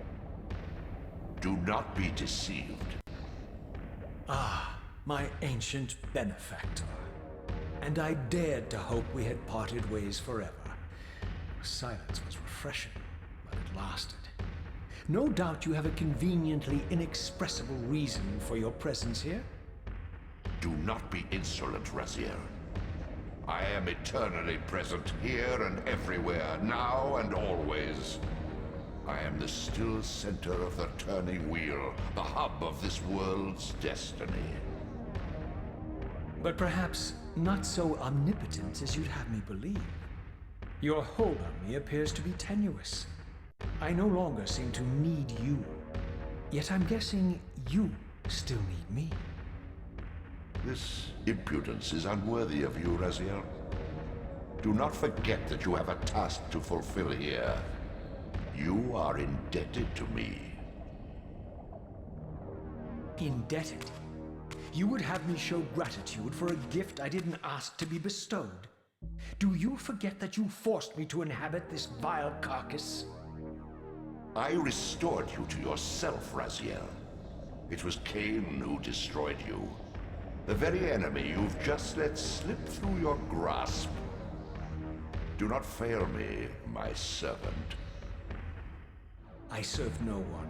Not you, not Kane, and not your lackey Mobius. Mobius is my good servant.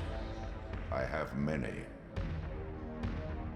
And if I tell Mobius that he's worshipping a giant squid, do you think his faith will falter? You have grown willful, Raziel. But beware.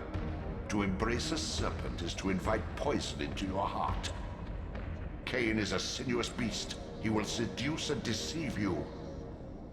You pride yourself on your free will, yet you let that degenerate deter your resolve.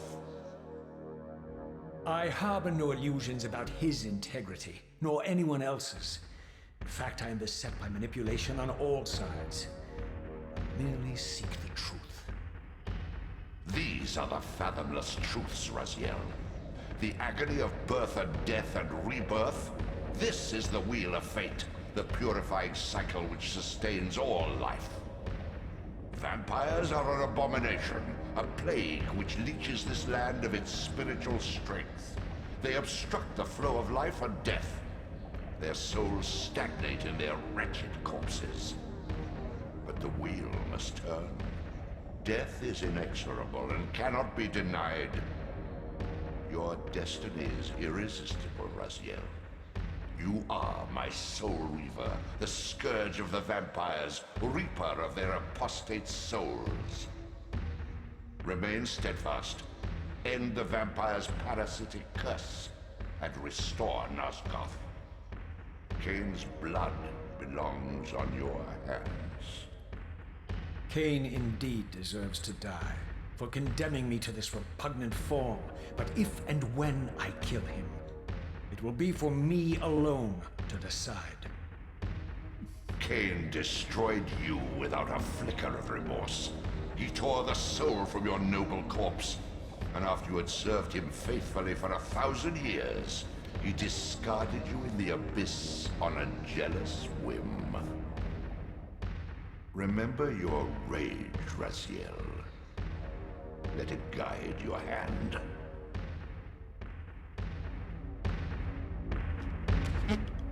Sorry.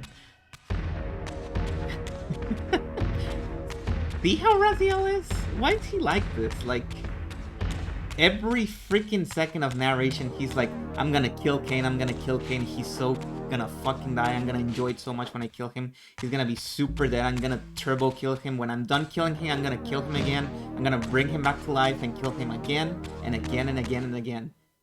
Somebody else shows up. Hey Raziel, are you gonna kill Kane? I don't know. What's in it for me?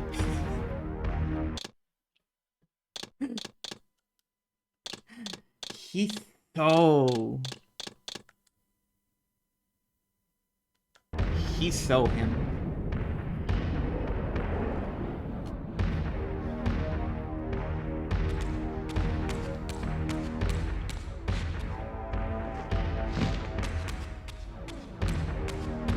He just likes being a contrarian. He doesn't wanna... Yeah, he just wants to be a contrarian is the thing. Anyways, a lot of interesting stuff here. We can say this is the bottom section. Is Raziel better off? Oh, you did mention the thing about the nose. Yeah. I don't know. Back when I first played this game, this was probably my favorite Raziel model, and I still really like it. I still really like the model from Soul Reaver 2. But especially how much his eyes emote. He has very, very expressive eyes, which I really, really like about this model, especially in the cutscenes. But I do miss the scrungliness of the first Raziel from Soul Reaver 1. You mentioned the nose. You can even see the outline of a chin in this model, which is very strange because we know for a fact he has no chin. He doesn't have a jaw. You can see right here, there's no jaw.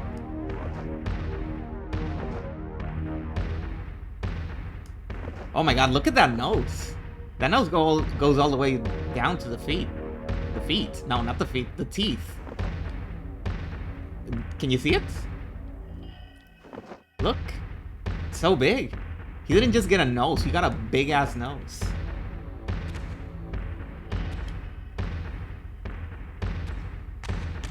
Okay,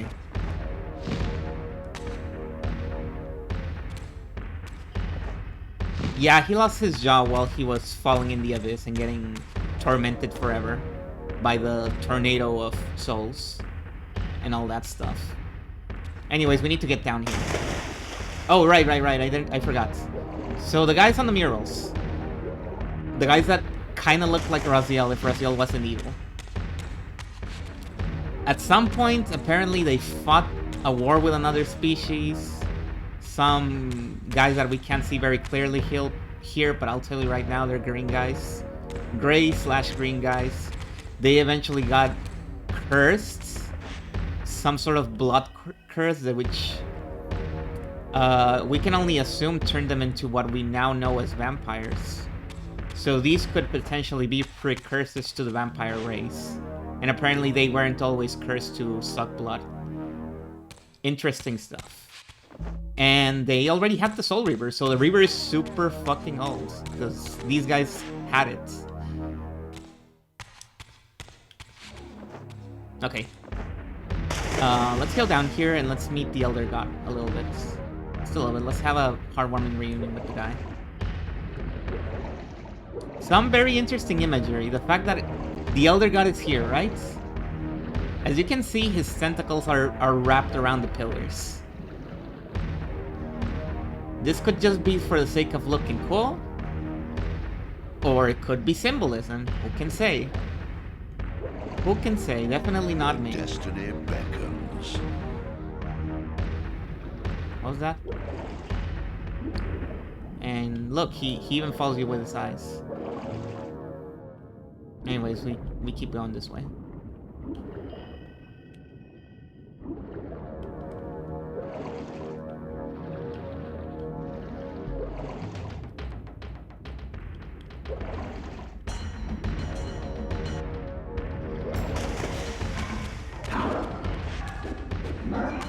I like the versatility of this game of... Oh, fuck. That was not the button I wanted to press. I like the versatility of this game of... Oh, these guys exist in both realms. Fuck! That's not good. They're gonna kill my ass. Oh shit, this freaking wretch is cracked.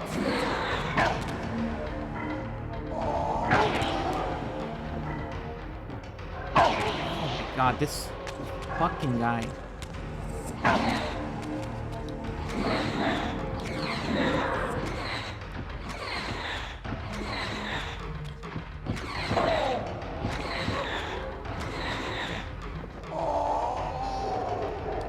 The only reason I went Spectral is because I was dying. I was losing a lot of health.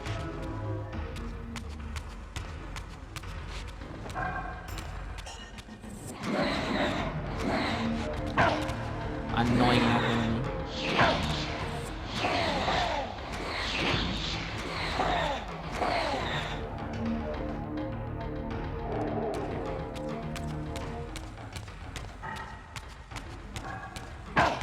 It's fucked that these guys are also in the Spectral world. Even here you can't run away from them. Oh, and they just escaped. Okay. I guess you need your Reaver to eat them up. Huh? What does this lead to? Oh, we can't actually. I forgot, you need a portal to do that. I already forgot the main mechanic of the previous game.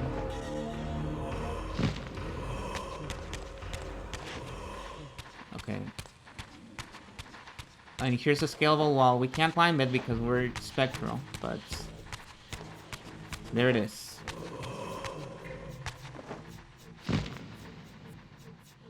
Oh, what's this? What's all this nonsense?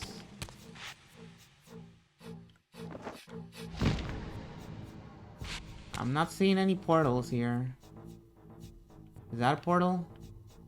That might be a portal.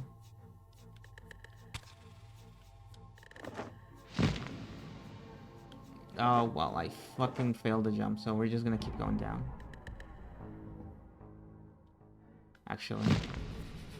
What's this? Oh, I thought it was a portal. It's not a portal.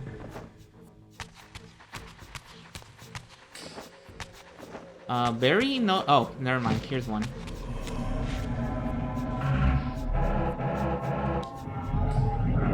Okay, we're here. Oh, right. This is underwater.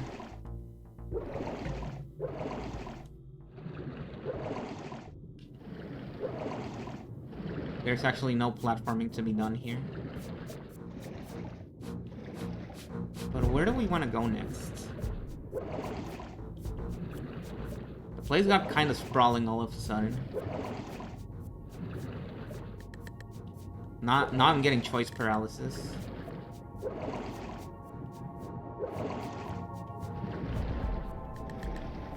I see a pathway down there.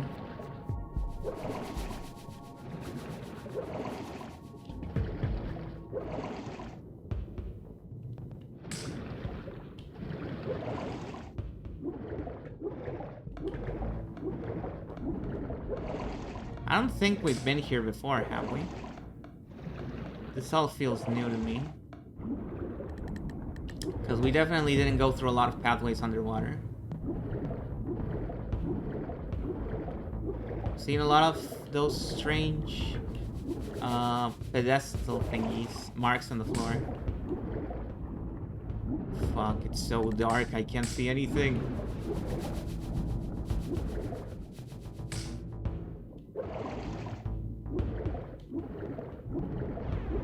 Wait, there's a path upwards here.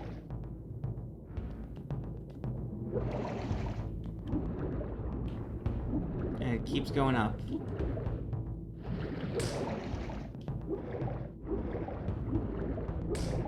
Here's a climbable... There's a lot of climbable walls here, even though we're underwater.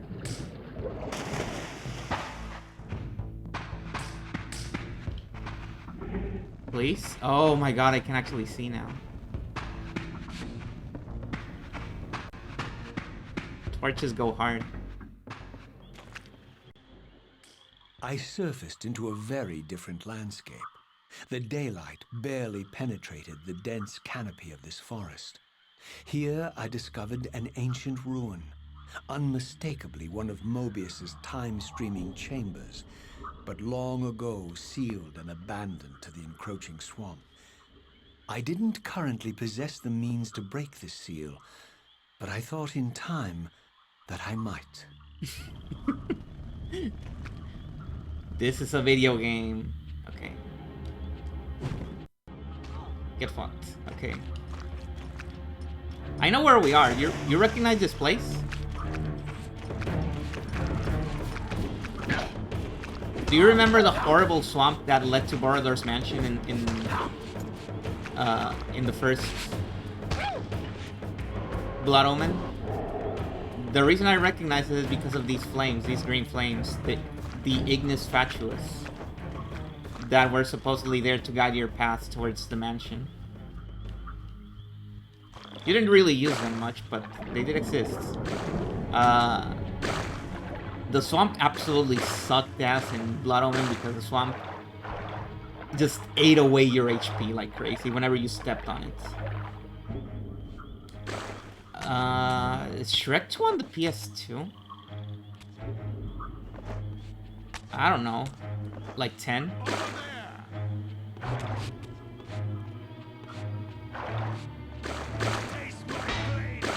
Not that many. You don't need to twist my arm that much, only a little bit.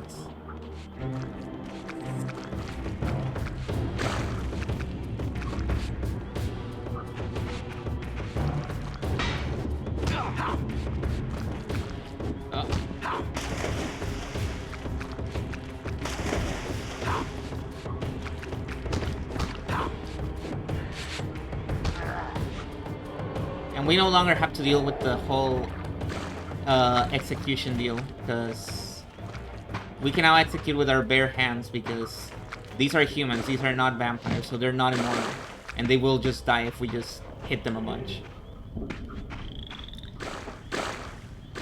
It's I mean, it makes battles easier, but it also removes a little bit of the flavor to the gameplay.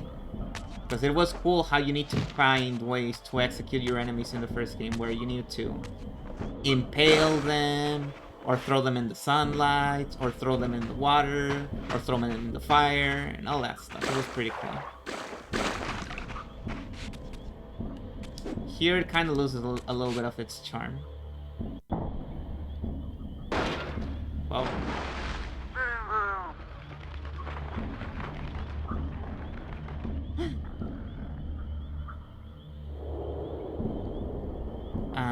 So, my lurking observer was exposed. The creature vanished when he realized he was discovered, but I caught a glimpse of him, and his features were distinctive enough. This was the vampire Vorador, the monstrous assassin depicted in the stronghold.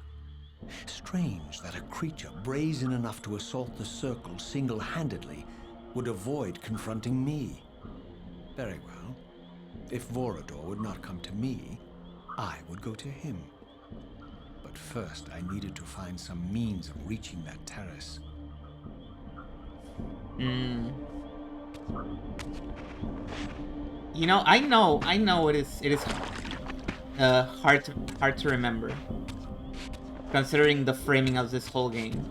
But to me, it makes sense that Vorador would be wary of Raziel, because I think even Raziel forgets he's really fucking strong. Like, really strong. And nearly unkillable. So, can you blame Vorador for being wary of him? And he has the Soul Reaver too, so there's that. Oh, and you saw the particle effect that he did when he disappeared? That was the same particle effect that the birds were doing. So that confirms that the green birds were actually Vorador's spies.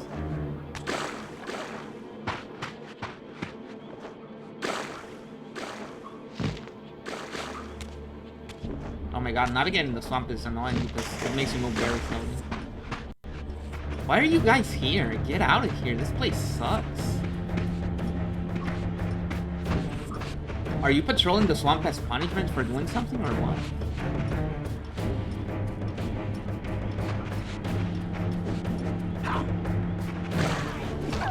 Oh, it's freaking Dark Souls rules. Where actually the high ground is worse.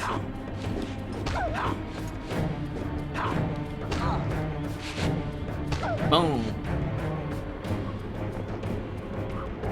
And you yourself. Bread and butter. Same old, same old.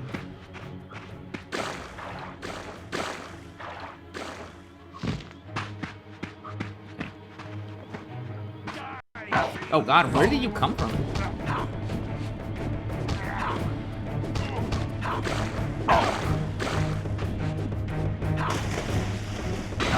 Ow. Okay, come over here. Come on. Get out of the swamp.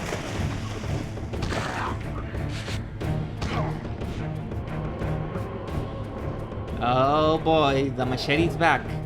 We're back in business. We're back in business, buddies.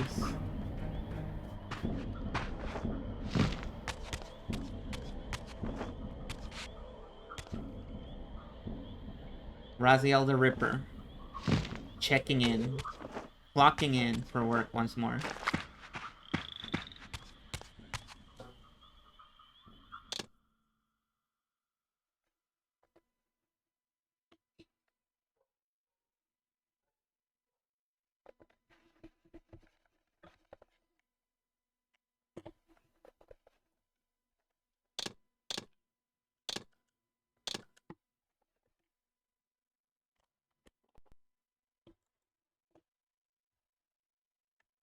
Okay.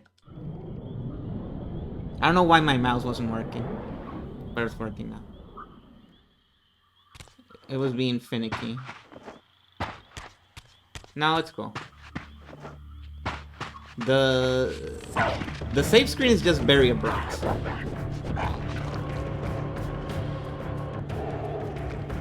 Like I said, a lot of those parts of the game are very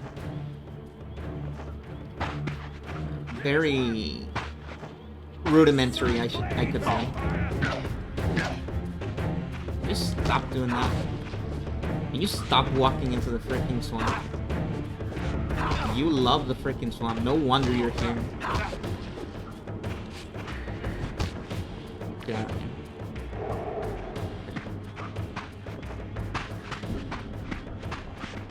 What's this? Banana. Oh, fuck. Okay, no, I understand the emote now. I've parsed it. It's very good.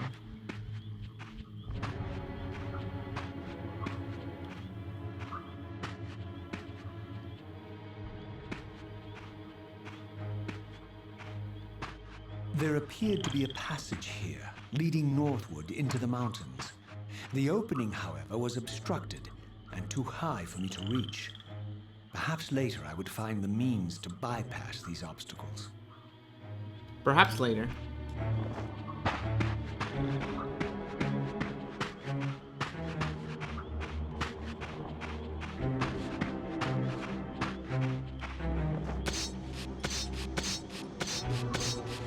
Oh, it still feels exactly the same as it did in Soul Reaver 1, baby. Hell yeah. You know, the reason I'm mentioning these things, this was actually the very first Legacy of Kain game I played. And I only saw playthroughs of the first 2 games. So when I streamed Blood Omen, that was the first time ever that I played it. And in the case of Soul Reaver, I had played it before. But I hadn't played it. But I played it after I played Soul Reaver 2. So I didn't get to experience the transition between the first and the second game in terms of gameplay.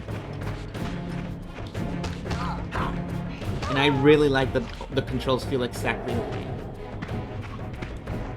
Even the character feels the same. You don't feel like the physics are any different. I feel like I'm controlling the exact same guy, but he has an HD code on him.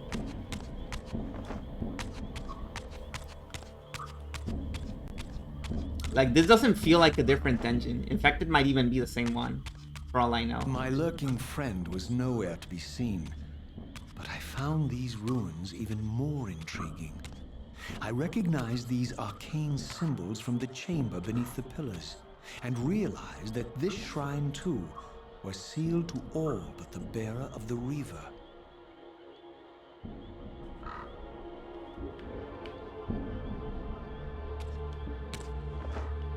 And checkpoint. And reaver time. Oh, we need to... I think we need to get rid of this. Goodbye, machete. Whoop. We need to throw you away to open this door. It's less than imaginative, you're right. It's that. Okay, here we go. Jesus Christ, man, it's so... Hang on. Can I really do nothing about that? Because I swear, this game wasn't this dark.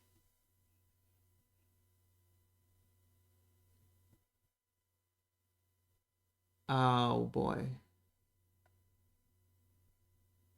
Well, if I can do anything about it, I absolutely do not understand this menu. It's too advanced for me.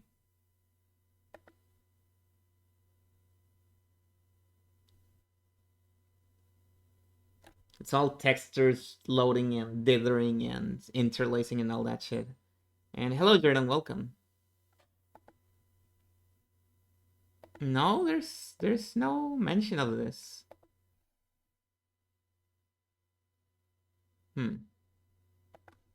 Well, it hasn't been an issue yet. But man. Okay. Now, continue.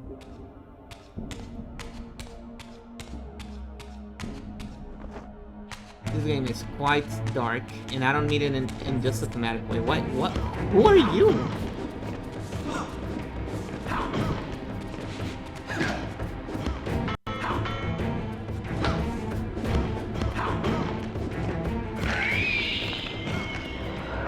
Oh! That was not a human. I don't know what that was. It had a soul. Meow.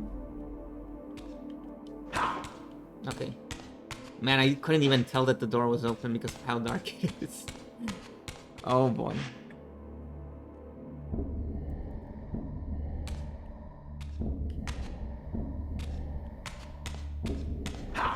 Oh, I think we need to face through this.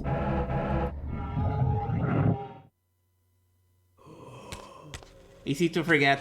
There's still some puzzles here. Yep. Cat-to-cat communication. I don't do it much, but every once in a while, you get to enjoy it. Watch out.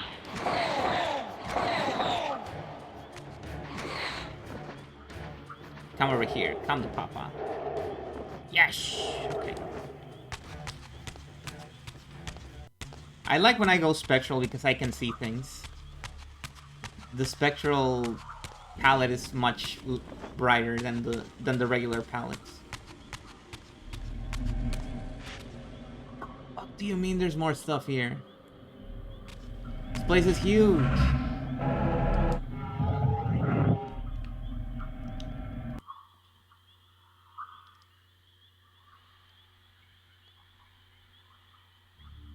Oh?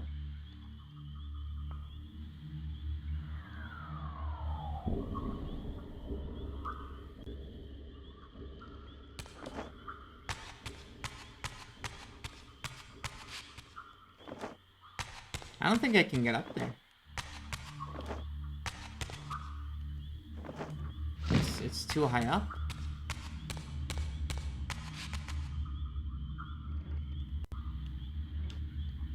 I see a hole up there.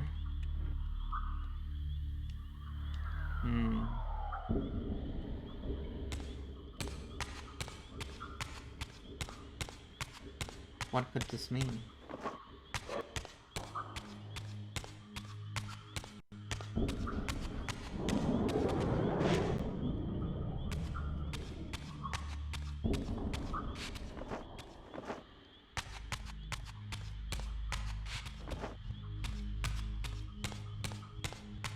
Huh?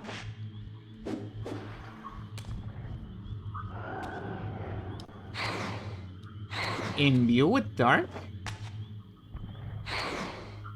I don't think I have that ability yet. Game. I think you're getting ahead of yourself.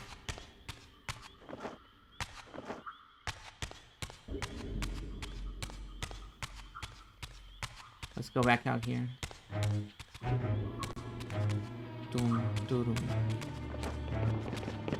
These guys don't have anything we need, so we're just gonna ignore them.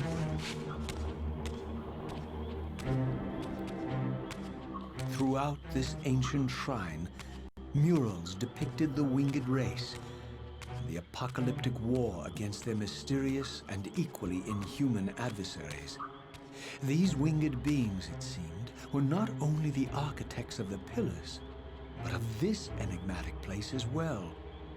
And just as in the pillar's chamber, this shrine was adorned throughout with imagery of the reaver, depicted with the reverence of a holy icon.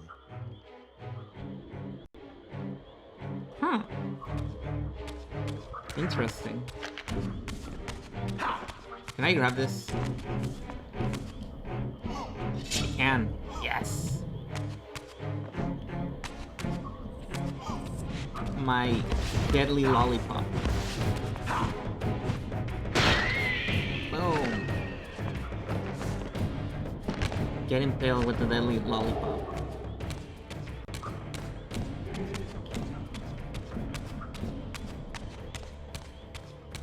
Anything else to say about this one? No, I think it's the same one. They just put the same one on both sides. Yeah. Oh yeah, these guys respawn unless you... Yeah, these guys operate by vampire rules, I think. These enemies. You need to leave them impaled if you don't want them to respawn.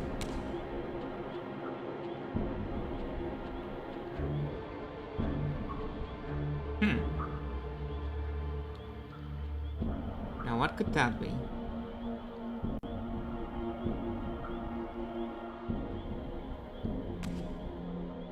Can I... Can I do this? Well, I can't, but it didn't do anything. Cool. I just lost my lollipop.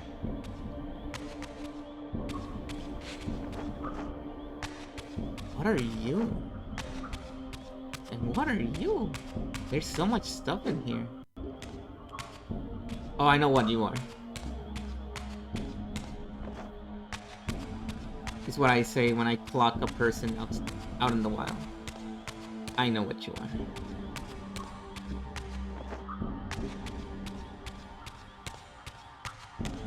Huh.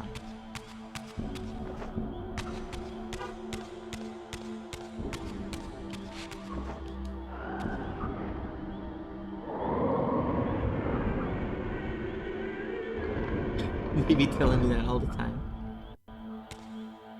Me too, but they're always wrong, so...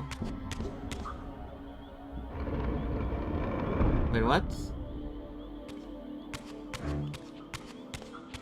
That just closed back up.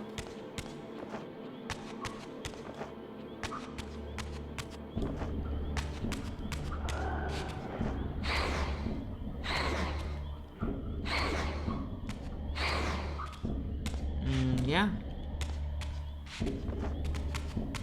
Whatever it is that I do here, it's still not available to me. Can I... That's the entrance.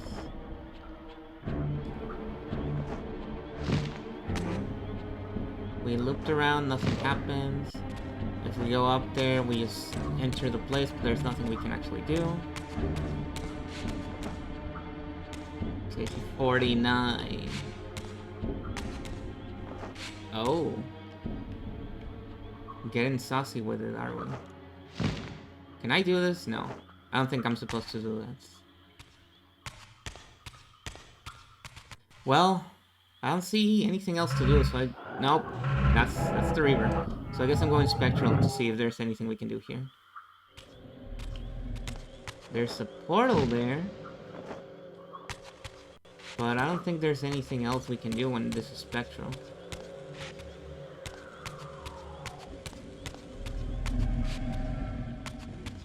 Also, we need souls now.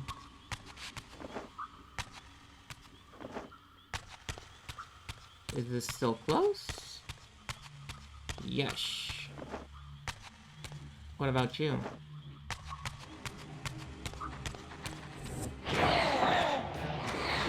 Mean go-kart racing. I've never raced a go-kart in my life. But I think I could be mean.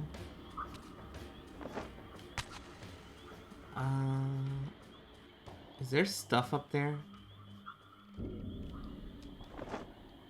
Well, I don't think there's anything we can do on spectral. For sure.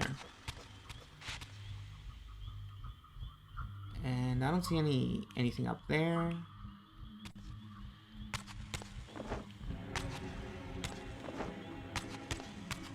So I guess we don't need to go spectral. It's really disorienting that the first option now is the reaver instead of the warping thing.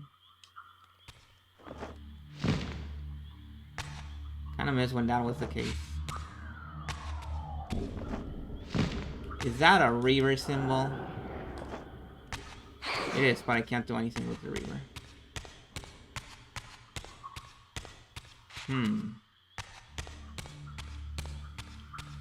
How do you get up there?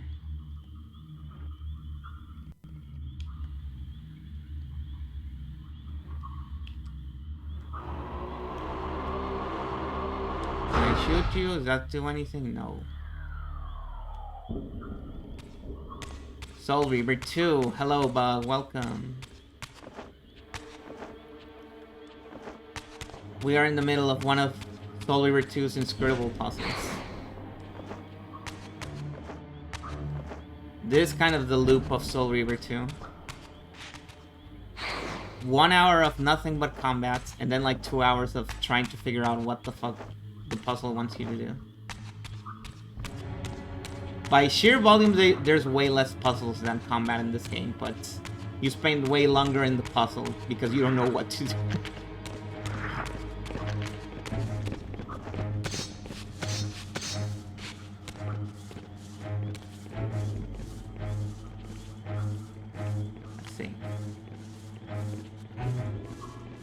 here, there's nothing.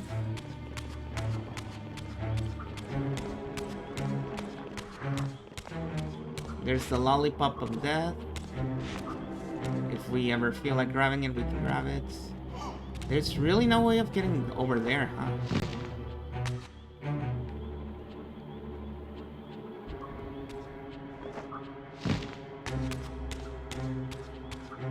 I knew this was gonna be the case when I started playing this, because when I first played this game, I got stumped so many times by the puzzles. Just trying to figure out what the fuck I need to do. And I remember none of it, let me tell you. Not one bit. Oh, that thing reflects light. I thought I needed something else to reflect the light. Well, silly me. See? It just goes to show, you need to interact with everything. Even if you think it's not gonna do something, you should do it. Okay, so we passed through here, but we're spectral. How do we unspectral ourselves?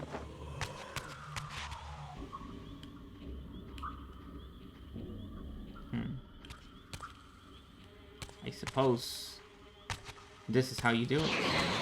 Is this a new room?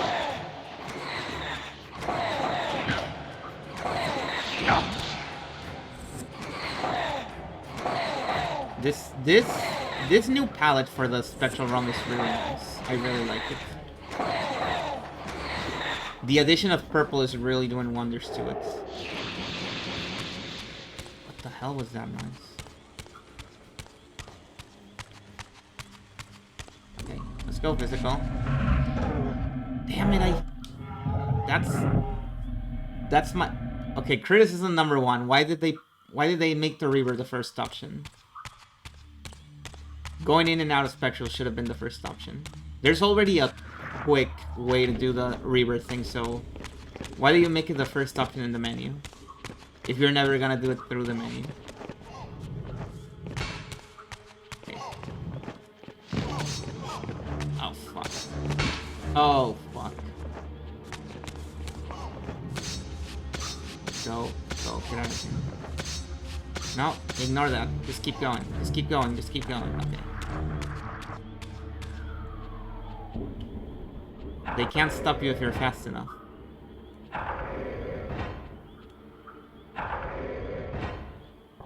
Just interact with everything. It drives your nuts? Yeah, I can agree with that. Oh, there's something up there.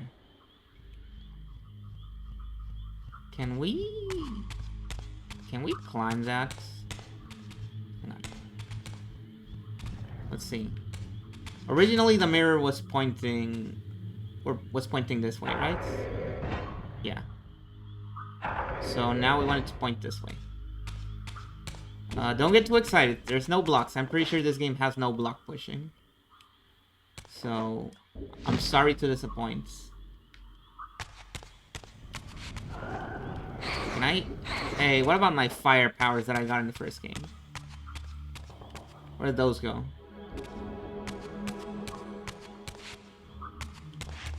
Okay. No. No blocks. I'm sorry, no block.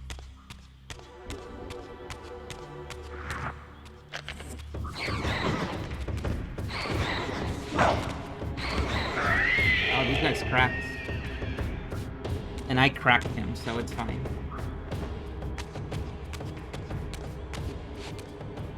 I'm sorry, no blocks. You gotta be kidding. I'm sorry you had to learn this way. There's no blocks. Holy shit, I killed the fuck out of that guy. The fact that there's very little sound to the executions make them feel more brutal, you know? Like just the thud when their bodies hit the floor.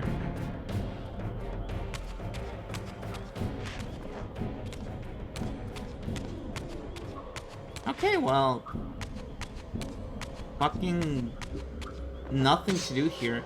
I suppose there was another door I could have opened with my mirror thingy, so let's go over there. Give me a soul.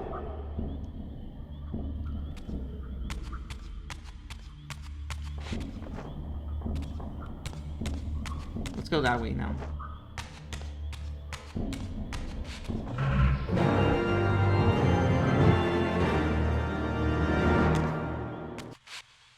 Leaving my weapon behind.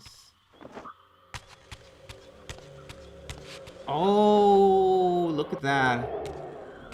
The game is doing the thing that happened whenever you died in Soul Reaver 1. It takes a little pip of health away from you every single time that you go spectral. The first game didn't do that. It only did that when you died. A bit of a shame. They removed the QOL feature.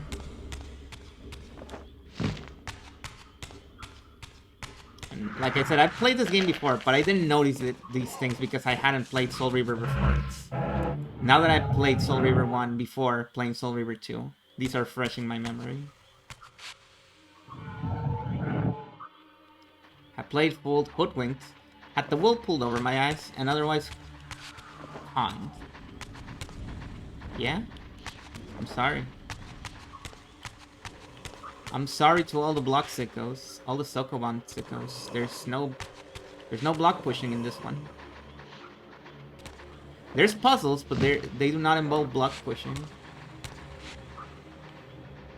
And you know, you're not alone. You're not alone in your disappointments. So, let it be known.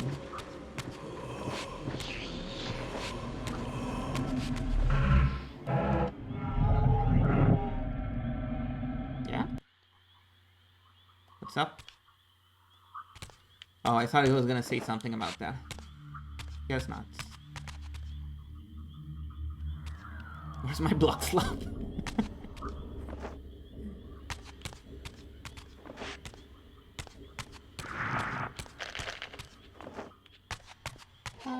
No! No, stop barfing at me. Stop it. Stop doing this. It's a good thing they don't know to aim where I'm gonna be. Instead, they're aiming where I am. I think both lead to the same place, so now I need to go spectral? Yep. Because now I can reach this.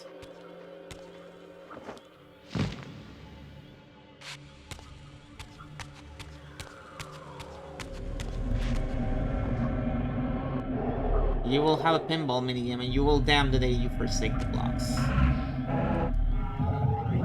Has that happened to you? Are you speaking from experience? Which game did that to you? Oh no, I have no fucking weapons. I might just reaver it up, honestly. Fuck you. Yeah. Yeah, I didn't want to deal with that guy. Oh. Wow. I'm sorry. Whoop. See, even this is like diegetic. The rooms where you need to kill the enemies to proceed. Why do you need to kill the enemies? Because the enemy has a shield, and the shield is used to open the door. Everything is diegetic. They love their diegetic shit. This is true diegetic slop. Okay.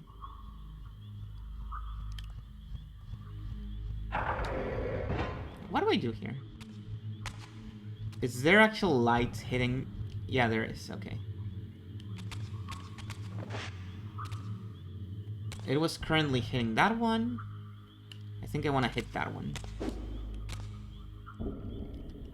Whoop. Not that one. This one. Oh, it's not doing anything. Okay. Okay. What if I light you up with a torch? Nope, that doesn't do anything. Okay. Huh. can climb this. What for? Shoot projectiles at puzzle targets. Wow! Game, I feel like you're breaking the kayfabe a little bit by calling them puzzles.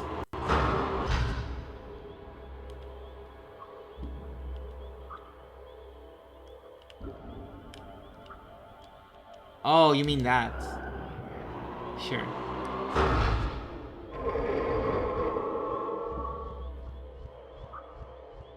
Oh, is that what I had to do in the other room? Probably. Well, things are happening now. I'm figuring things out.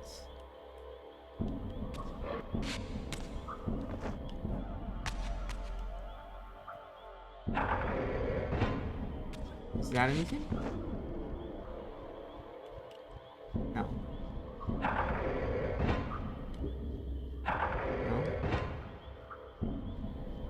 No? No?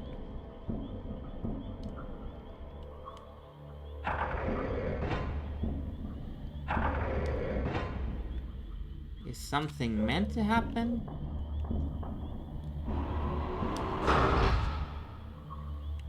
If it is, I cannot tell.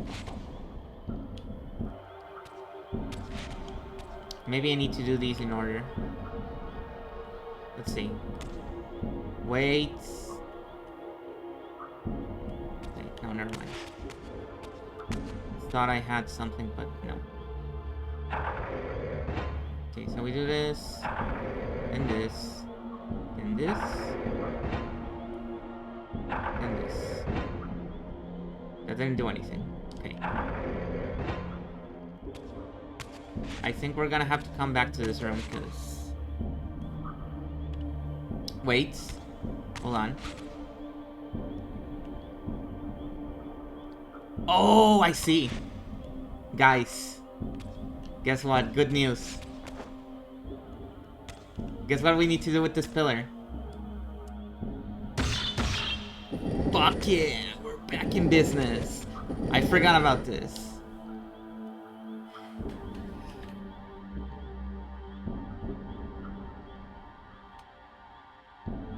Alright. Puzzle solved. What was the puzzle? Well, you might see that in this pillar, there is a picture of the pillar itself covering this thing that's behind it. So that's the puzzle. You need to turn this image into our reality.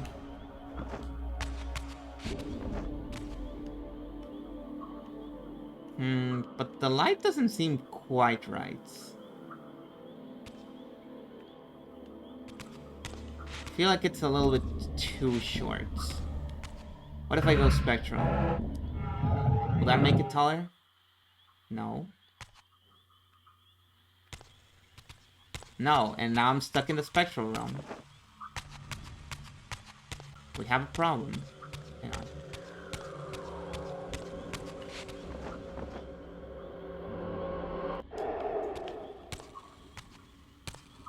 Okay, the problem has been dealt with.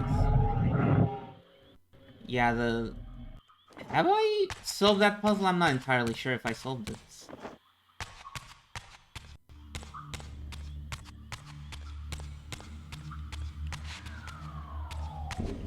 Oh, wait, I think I can push all of these. Can I? No, I can't. I can only move that one.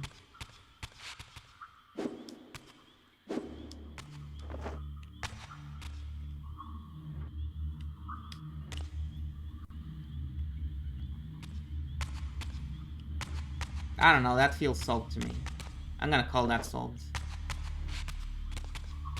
There's a very definitive thing about what I did just there. What if I move it around? Does that unsolve the puzzle? Probably, yeah. Yeah, and you only get the cutscene when you do this, so... Yeah, this is definitely a puzzle solved. Oh, wait!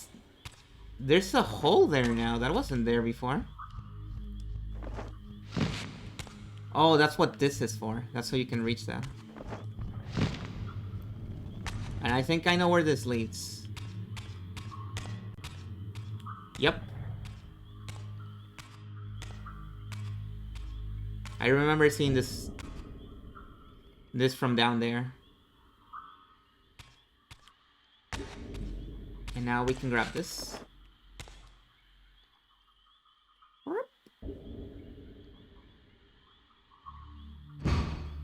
Wow. Very gentle.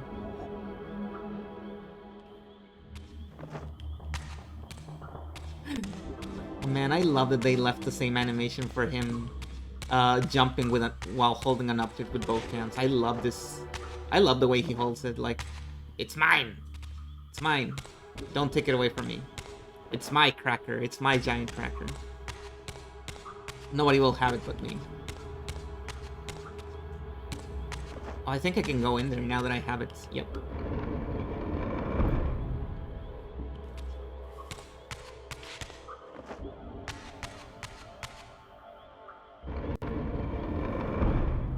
It's happening. It's all happening now. My big cookie. Now I'm gonna place it over here.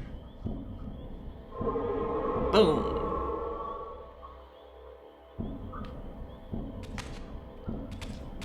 Wait. Is there a... No. Okay. I was wondering if there was a... Oh, okay. Yeah. Okay. It's all coming together for me. I'm figuring out this puzzle.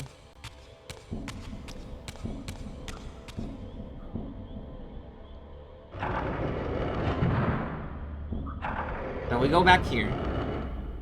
To that one place that I couldn't figure out earlier, because now I know what I need to do.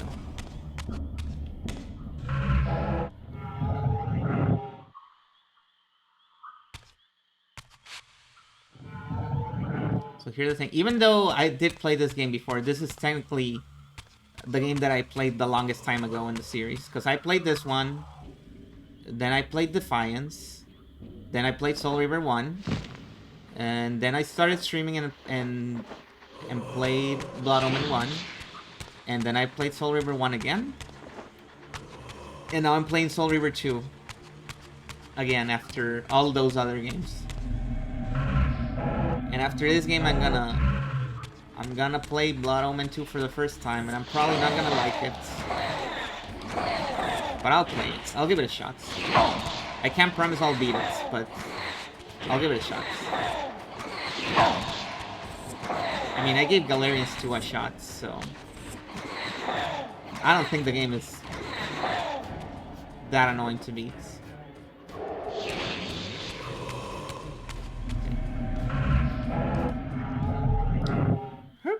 The reason I haven't played Blood Omen 2 is because I don't like the story of Blood Omen 2. I think it's kind of crappy. Sorry, guys.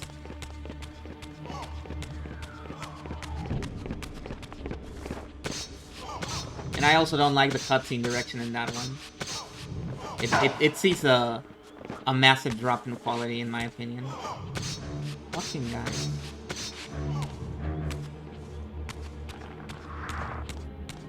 The goo monsters are fine. I like those. The ones that are in the spectral room. I don't like the guys with the broken swords. Fuck those guys. They can go to hell. Okay, anyways, what I wanted to do. Check this out. We had to shoot the targets. Did that even... Can that even reach from here, or am I too far away? Nope. That hits. Okay. Okay, but it's not facing the right way. It's not facing the right way.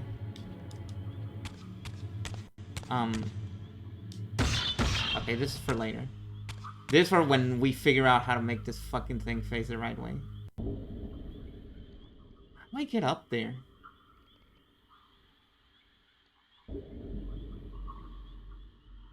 I don't really see a way of getting up there.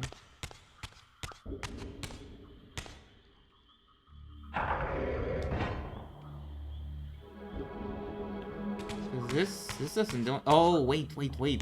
Maybe I need to do it with this one, not with the other one. Yeah, okay.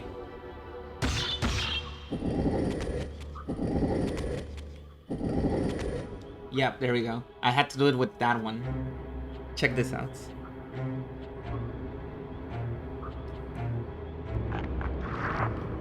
I just made myself an impossible bridge.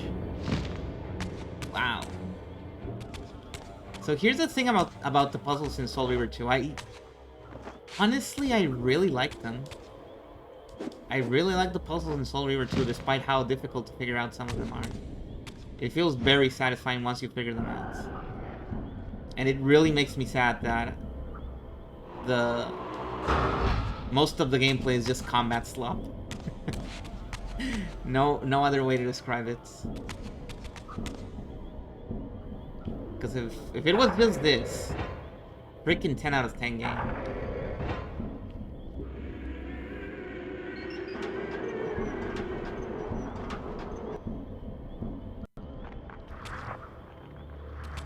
To me, this is the soul, pun intended, of Soul Reaver 2. Soul Reaver, the series in general. Oh shit. Oh, for a second I thought they were gonna make me do my funny move that I learned in the first game. No. Oh fuck. Oh fuck, I fell. That was an accident. I didn't mean to fall off. God damn it. Now I need to get up there. I need to do the whole loop again. You know the drill. Spectral Realm.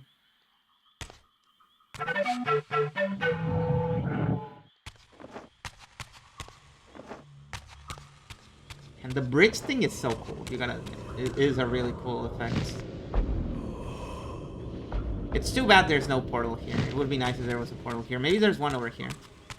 Maybe they were kind enough to put a portal in here. Well, there's these little wretch guys, but no portal. I do need to use the one in the bottom, sadly. So I do need to climb the room again. When you say do need to face with the guy spitting on me once more. Hate those guys. Hate those guys so much. These guys are cool, but those guys suck.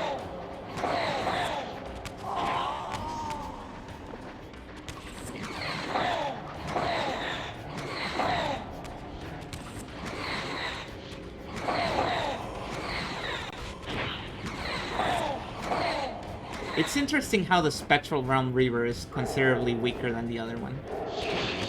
The Physical Realm Reaver is the real strong one. The one in the Spectral Realm, less so. Let's grab our little lollipop. See if we can kill at least one of these guys. So they don't all gang up on me.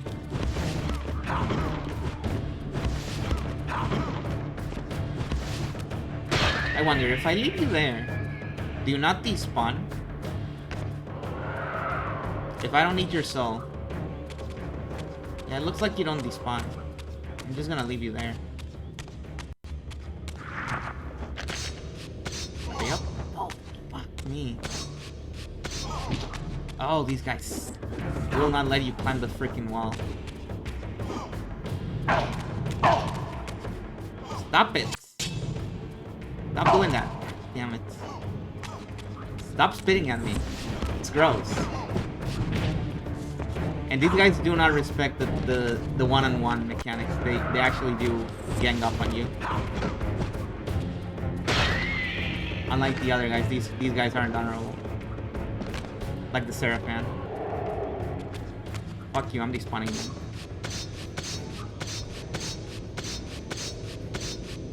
Well, the cookies and lollipops, yeah. What is his dinner, though? Souls, I suppose. Well, he can never get enough of those. He's always taking damage. Okay, this time we do not fall into the hole immediately and force ourselves to go all the way around again. Let's see.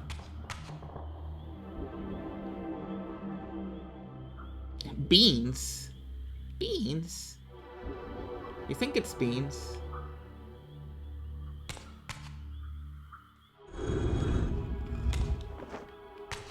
I don't think that's what I need to do.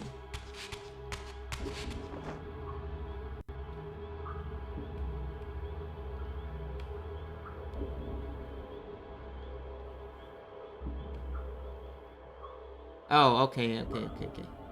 So we first need the moon with the 2 dots, which is this one. And that moves the thing to the moon with the 2 dots. Yes? Yes. Then we need the one with the swirly thing, which doesn't appear to be here. Oh, no, it is. It's right there, actually.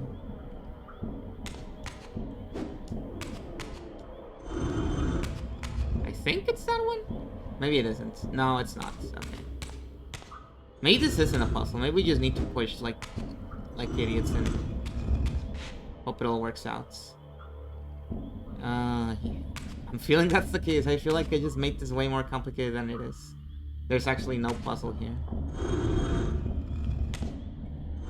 Yep, there's no puzzle here. You just have to push it all the way there. Cool.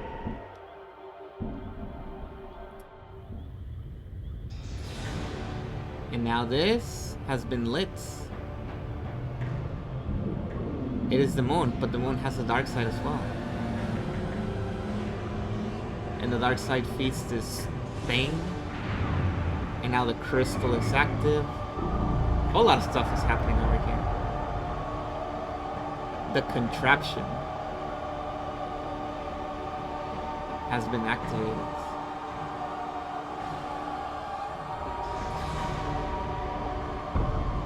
And that has been closed. Okay, now we can fall down.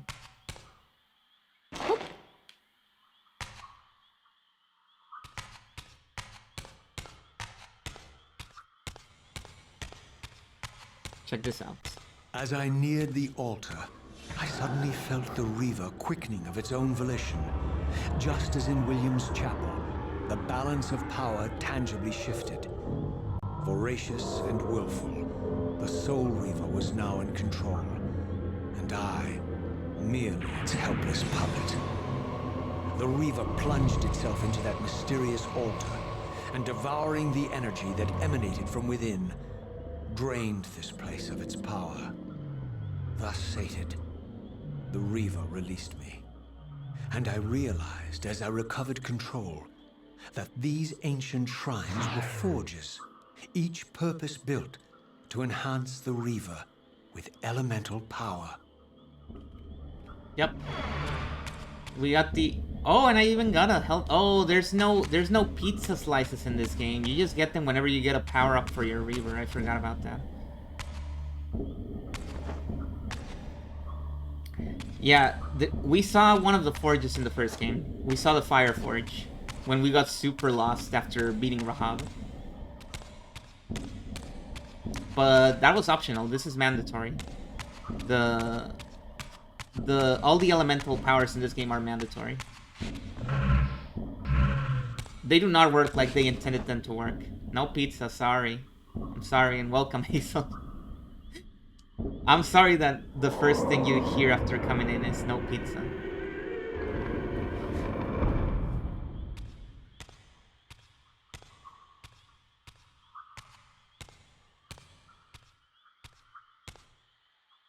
Now I understood the purpose of the mysterious basins I had seen throughout my journey. They were elemental fonts, each attuned to a fundamental essence. When I forged the blade, every font in Nosgoth with the same elemental attunement was simultaneously quickened.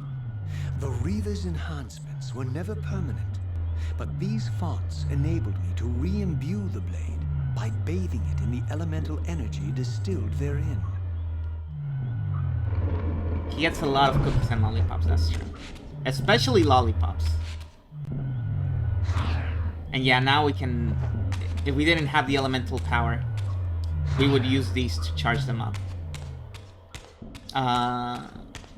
So he just used the word quicken to refer to these things activating. I don't think I've ever heard the word quickening like that. Or ever outside of the context of Highlander. This is my first time ever hearing somebody use that word. Concentric circles, one eclipsing the other. I recognize this symbol from the door sealing that other ancient shrine, the one I had seen in the lake outside the Sarafan stronghold. Perhaps now, armed as I was with the elemental power of darkness, I could return and gain entry. Perhaps. So now the other big thing about this game, the other big element of this game will bear its fangs very soon. If I can actually leave the place without too much trouble.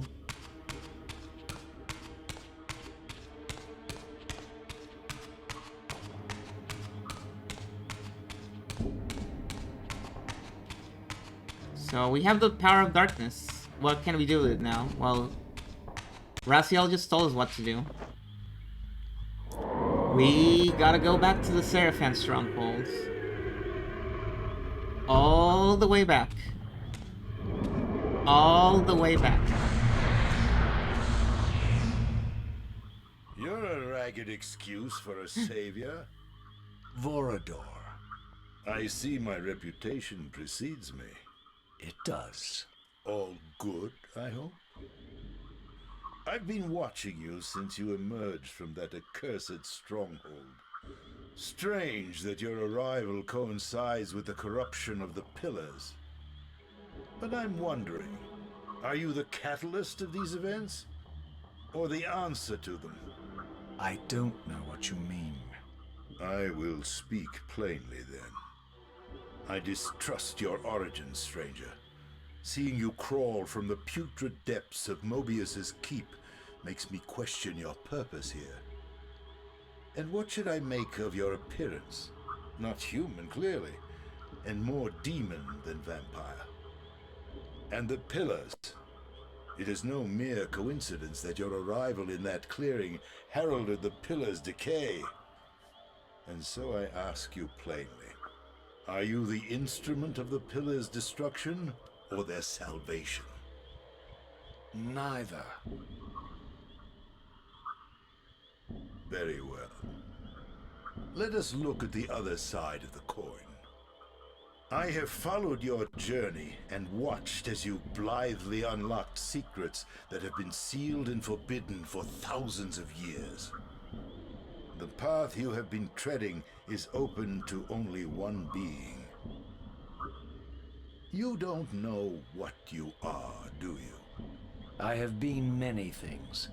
If you find me ignorant, enlighten me. What's the point? This world is beyond redemption. Let the human cattle have it. I would expect better than meek capitulation from you. Centuries of persecution have taught me well. 500 years ago, our race was nearly exterminated by the fanatical crusades of the Sarafan. And now the same sick drama unfolds again. In merely a decade, Mobius's cutthroat citizen army has nearly accomplished what the Sarafan could not. Vampires meddling in the affairs of men. Look where it's brought us. What am I to make of these secrets I've uncovered, then? The depictions of the winged race, the Pillars, and the Reaver. Fairy tales, boy. The delusions of an ancient culture clinging to hope long after the world had discarded them. Their bloodline trickled away until only one of the ancients remained, sustained solely by obligation and his unfaltering faith in the old prophecies. But you see, even if you are who you appear to be, it no longer matters. You're simply too late. Janos Audron, the Reaver Guardian, the last of the ancients, and my maker, was murdered by the Sarafan nearly 5 centuries ago. He alone would have the answers you seek, but his secrets died with him. I don't know how you've come even this far without his guidance, or without the Reaver. stolen these 500 years ago by the Seraphan. I'm afraid, my friend, that you and all of us are out of luck. I had no less reason to trust Vorador than anyone else I had met. In fact, the ancient vampire was the most forthright being I had encountered thus far. If Janos Ordrin was the key to all this, then I would find him, and Mobius's time-streaming device would provide me passage. But first, I had to find a way back into the stronghold, and I suspected I would find the means within the lake's mysterious shrine. Hello, Ridra. Good evening. Ah, man. I did the streaming device. That's right.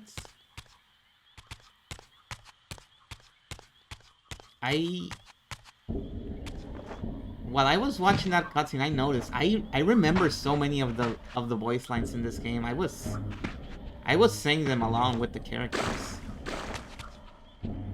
So much of this game's dialogue is ingrained into my head, even though I've only basically played this game twice, if you count the playthrough that I watched. So this would be the third time. But I think I did see the cutscenes several times, because I really liked them.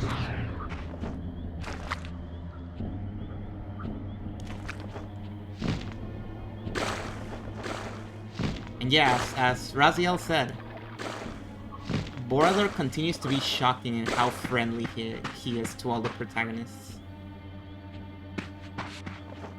Oh, you're kidding me. He's the voice of Big Boss? He doesn't sound like him at all. Well, I guess I haven't heard Big Boss from MGS4 in a while, so...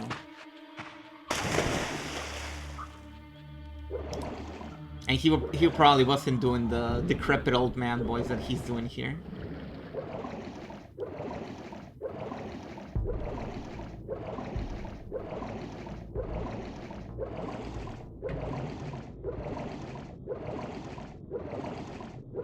He's also the voice from the Fury. Well, I absolutely do not remember a single line that the Fury says. So... you'll have to forgive me for that one. I pretty much don't remember a single one of the Cobra unit's voices aside from... the boss herself. Yeah, you can swim now. That's because of... In Soul Reaver 1, you get a power that lets you swim after you kill your brother Rahab, who was the swimming vampire. And that just carried over to the second game.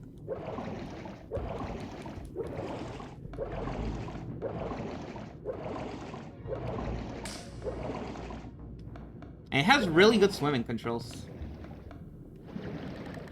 Okay.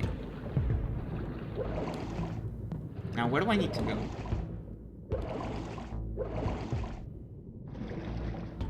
Yeah, it was towards the end. I was gonna say the final stream, but I think Soul Reaver was beaten in like 2 streams, so... yeah. It would be the second one. Maybe 3 streams? I'm not sure. Maybe.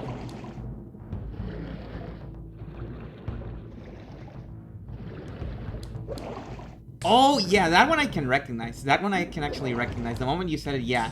I can definitely recognize that voice. That is 100% Polo. And he's doing the same like, cadence and tone and everything. Except he has the distortion on now.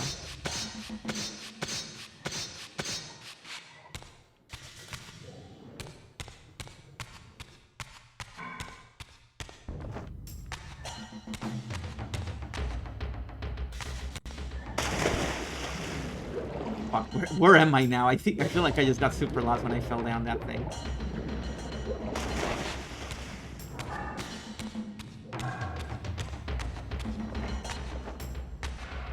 Oh god. Oh god. Oh god, where am I? I have no idea where I am. Okay, so I climbed this wall. I went through here.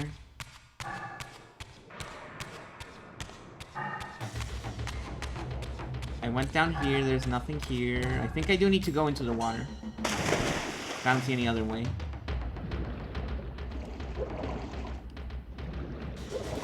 But yeah, I mentioned in Soul Reaver 1, the swimming controls, the thing that makes them really good, especially compared to the ones in Wait. I'm probably gonna talk to this guy now.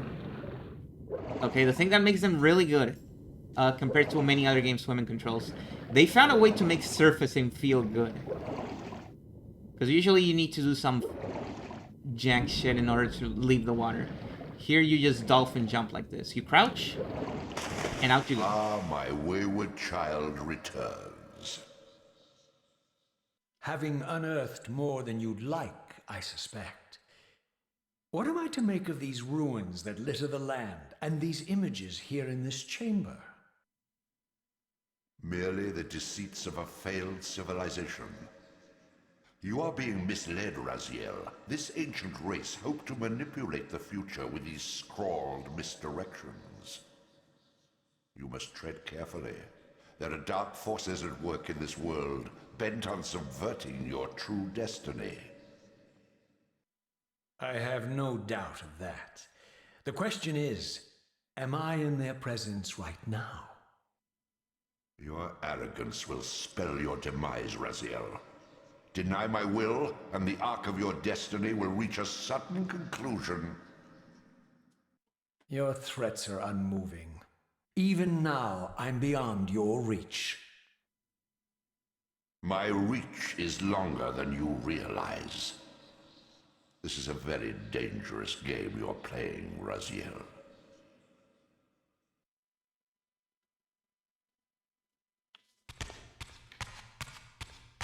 Do I still have my... Yeah, okay. Pulling it away doesn't remove the dark attribute. Cool. Yeah, he's so contrarian about everything. He's so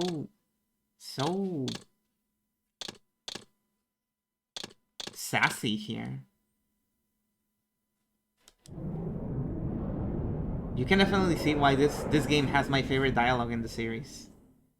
He has much more attitude in this one compared to the first one.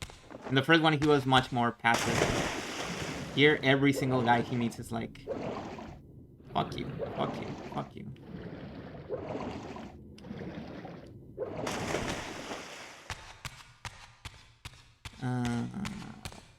Where do I go from here? Over there.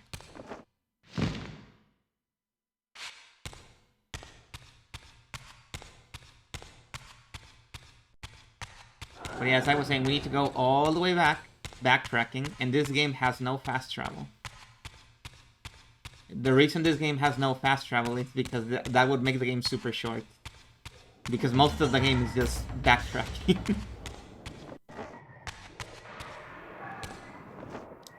The neat puzzle areas, the forges, are by far the best part of the game. But they're only like 30% of the game, sadly.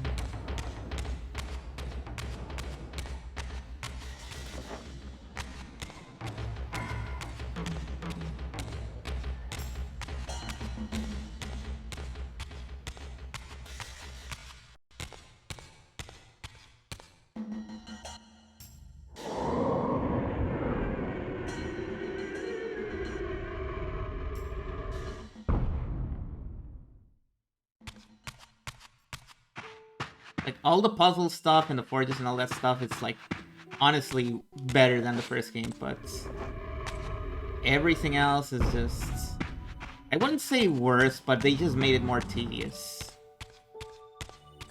It doesn't feel bad to play, but it does get kind of monotonous.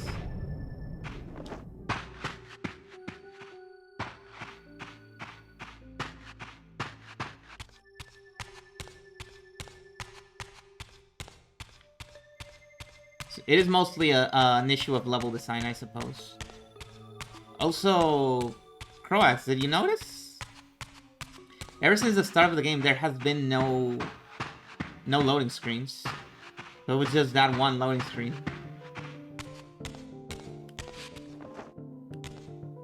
Maybe the game uses the long-ass cutscenes as loading screens. Who knows? Oh, is Ariel here now? No, she's not. Not just yet.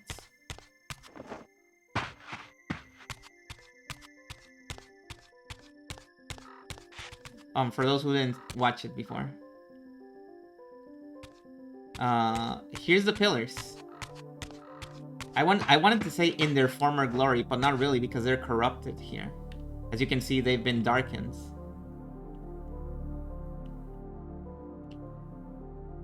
But yeah, you couldn't really appreciate this in the first game as much. The pillars just keep going. They just keep going. They just keep going forever. Here you can see it better because we're in a 3D environment. Look.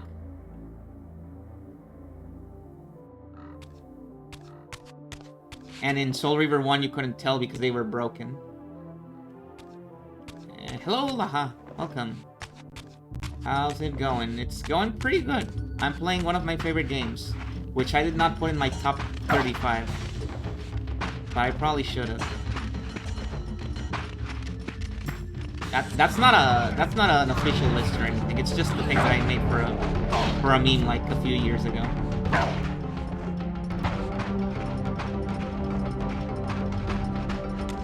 Still subject to change. I am not conceited enough to be doing top lists in my current states. The baby streamer.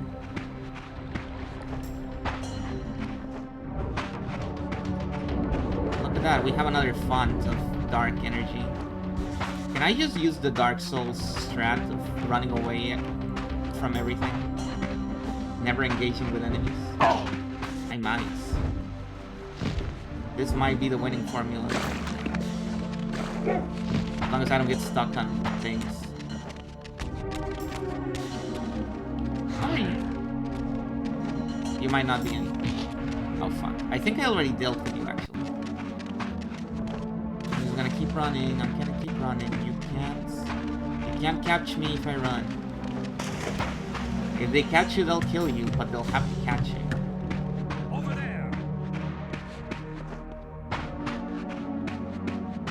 Oh yeah, baby, it's happening. We're just running away from everything. This is the Dark Souls life. This is what I like about video games. I love to not engage things. Just keep going. Hit the bricks. No! No, stop shooting at me. Come on, guys. I know I look like the most evil creature alive. And I'm not even alive. But you gotta trust me. I'm just a little guy. Just a little guy, come on. Leave me alone.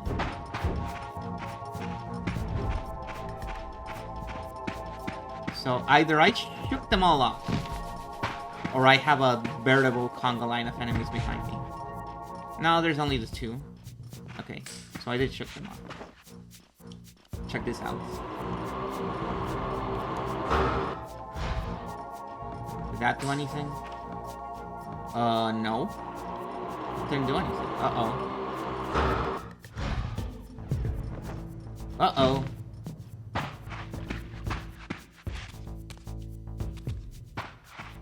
I think I need to find another forge.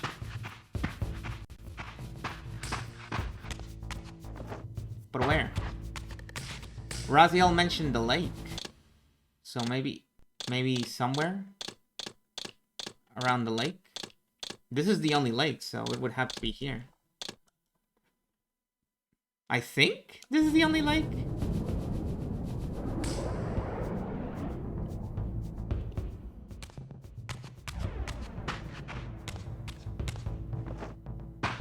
Let me see. There's something on the other side. I guess I could go there.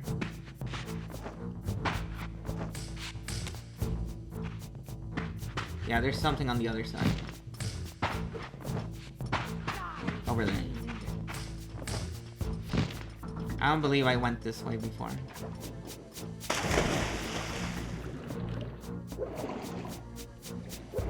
There's one. No, there isn't one. Shut up. That's not true. You're lying. Don't trust her. She's a liar. I see another font, but I don't think I can activate it.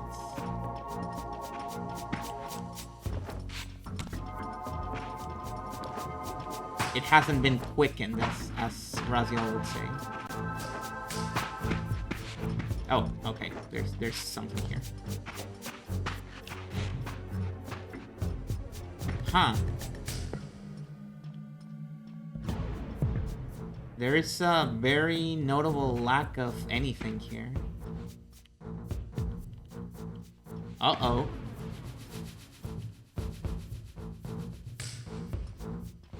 It begins. Truly it begins. Because we can't load this up with anything. That's another element.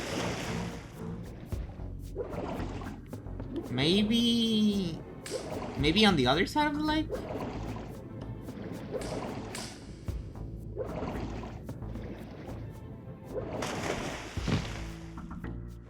Yeah, because that's another element that we can't use.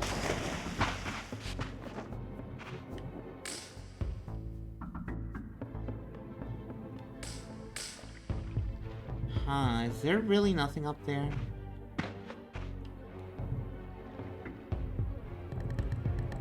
No, I guess not.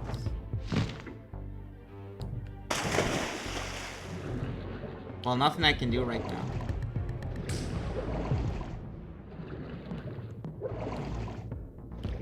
The most normal looking outside you've seen. Yeah, we're supposed to be really far back in the past right now. And that's why things look less fucked up than they did before.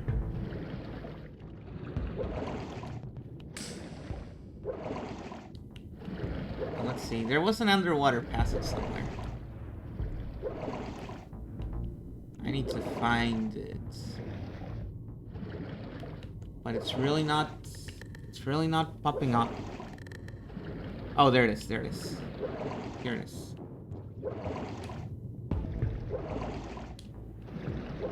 Okay. Is that anything? No. Ah, there we go. That looks promising. Yep, that looks like something that requires the dark. Check this out. Crouch, jump. So good. It feels so good to surface from the water in this game. And in Soul Reaver 1.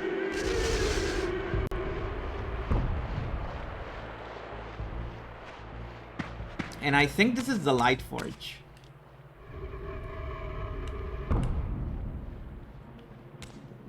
I think this is the Light Forge. So already we're doing another forge. Uh-oh.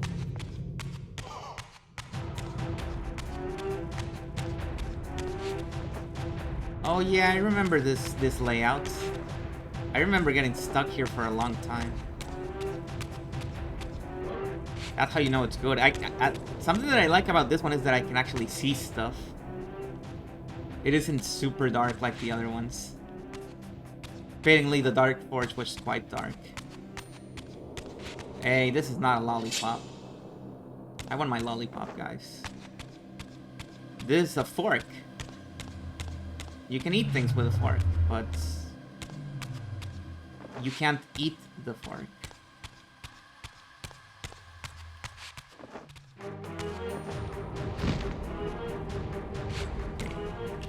Trolley this? Whoa. My fork disappeared.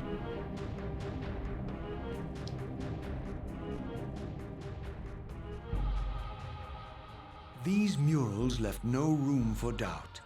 These winged creatures were indeed the architects of the pillars.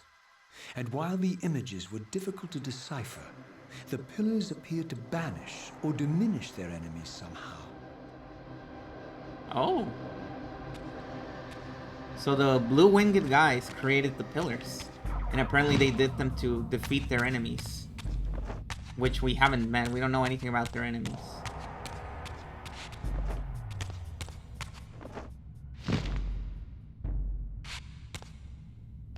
I need to throw this away. Get out of here.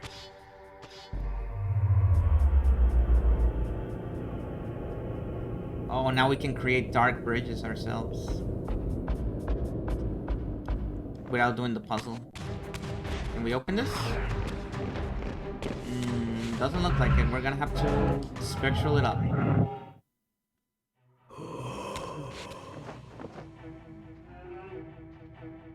I would appreciate some souls, thank you. Oh, they don't want to give me the souls. Oh, I was worried that they weren't letting me go through that one because of the ornament in front of it, but it's fine.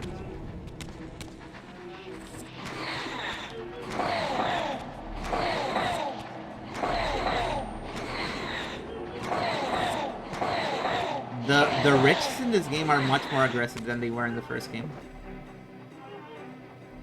In the first game, you just smack them once and they just run away from you. They're like, okay, fuck this. And they leave. Uh-oh. Uh-oh. Now what's this?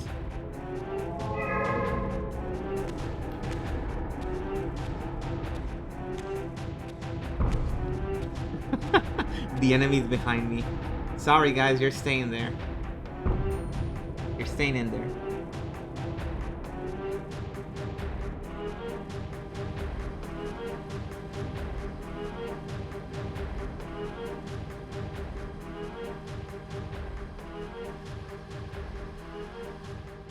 Look at all the stuff.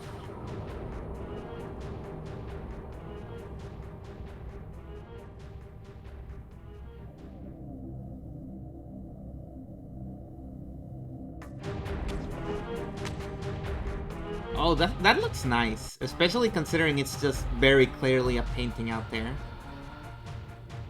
Extremely billboarded background, but the lighting looks very nice anyways.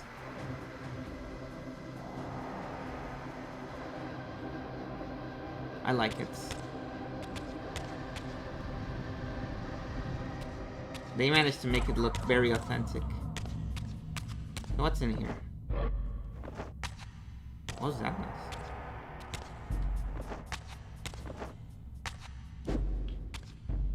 Okay, we can't interact with it directly.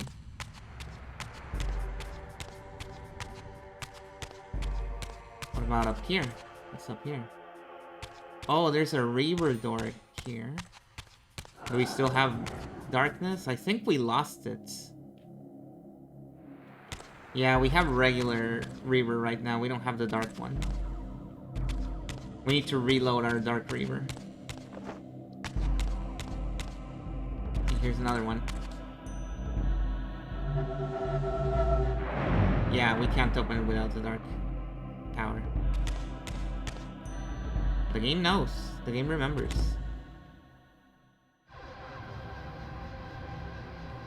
Look at that. It looks very cool, I gotta say. All the forges in this game are incredibly good. Very good looking. Okay. Like I said, the game really shines when it's doing the forges.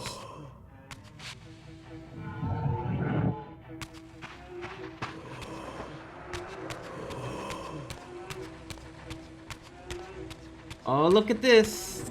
Some very suspicious gaps on the floor.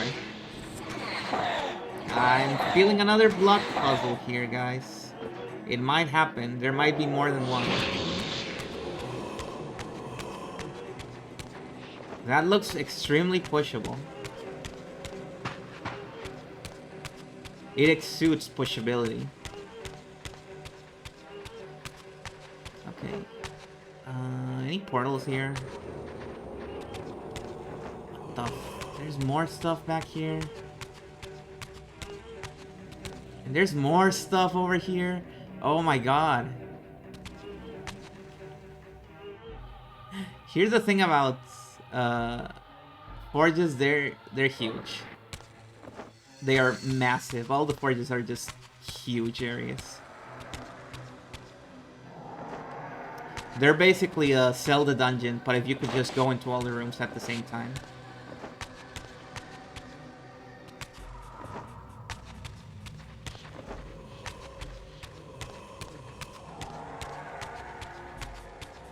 So you're just left to figure it out by yourself. Like, this looks fake. This almost looks like a painted thing, but no, it's real. You can go in here. This is the fakest looking corridor. And then you walk in and oh my god, it's real.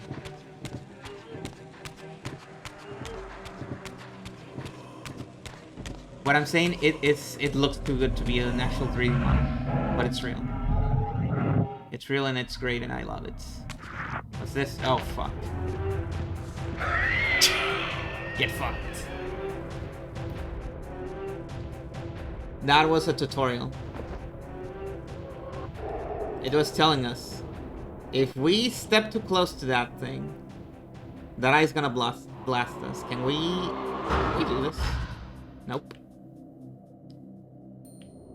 What if we do this?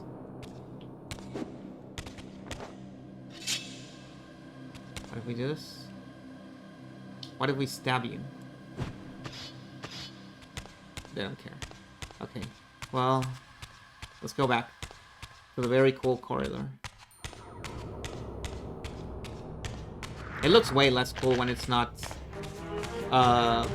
twisty like in the spectral version.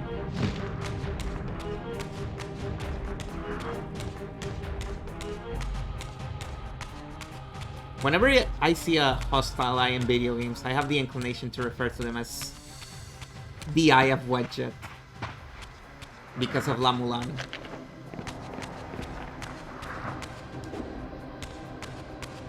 But not all the eyes are the Eye of Wedgets. Only some of them are.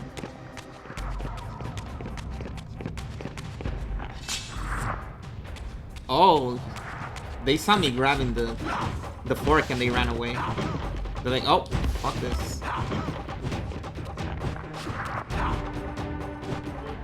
Their gaslight plans to sneak into a roller coaster and get fucking wrecked. Good luck. Good luck, Hurricane.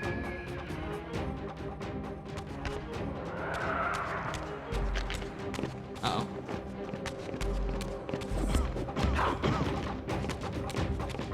I think my theory that these guys work by vampire rules is correct. Let me see if I find another fork or lollipop or really anything that could help me kill it.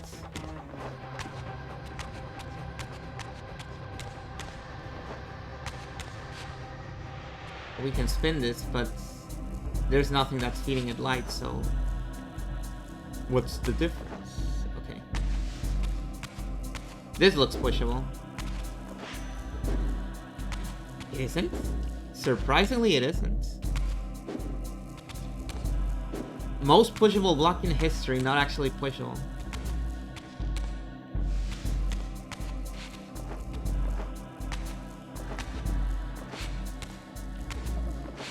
Everyone is shocked. Everyone is devastated. Okay.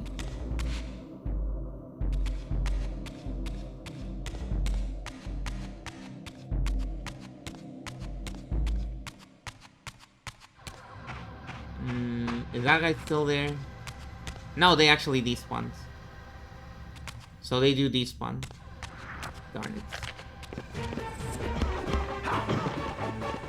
Well, at least I don't have to worry about finding more weapons. I can just kill them like this. Give me your song.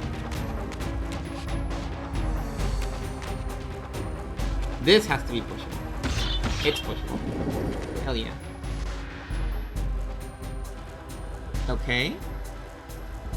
There is a very noticeable lack of something over there.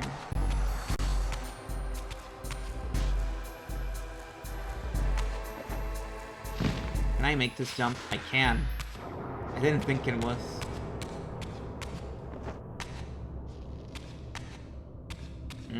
Okay. I need something to put here. As things stand, we're... And this one you can't spin. So we know it's supposed to be pointing in that direction.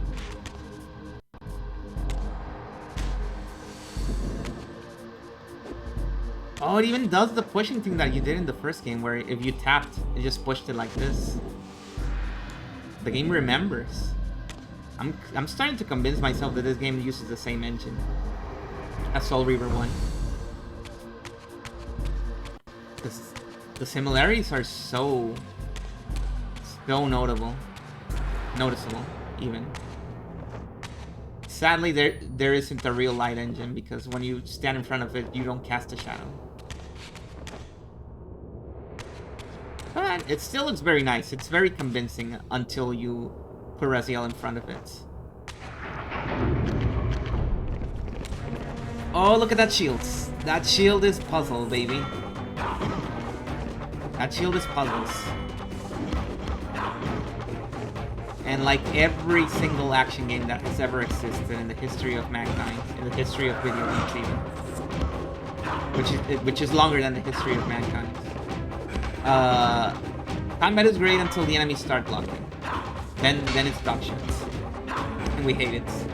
There hasn't been a single video game that has gotten blocking for enemies' rights that doesn't feel like bullshit. And isn't super annoying. Well, it's not bullshit, it's just really, really, really bullshit is not the right word. Oh wait, I need to throw this away, don't I? There we go. Cookie time. We don't have lollipops, but we have cookies. Okay. Don't worry about it. No, it didn't glitch. I just needed to get rid of my weapon.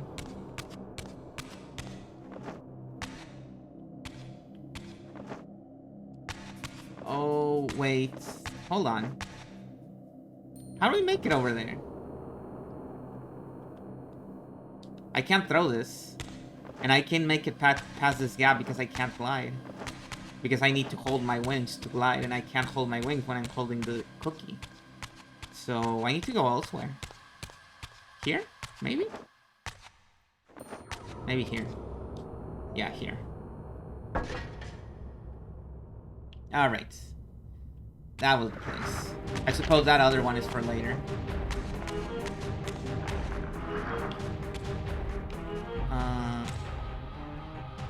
That one is a dark one. We don't have the darkness power right now.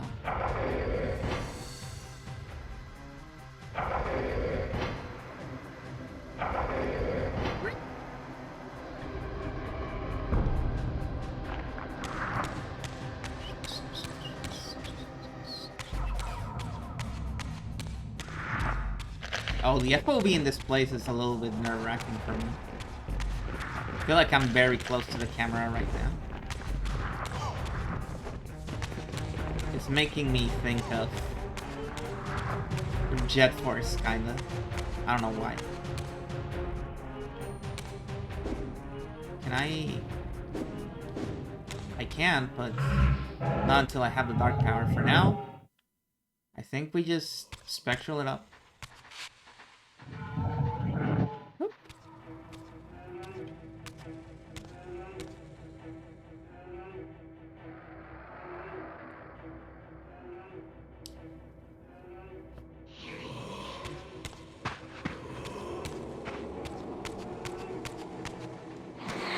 Very interesting wall here.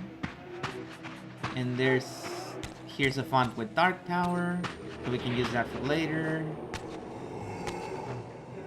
We got some platforming going on here we probably need it in order to reach the portal.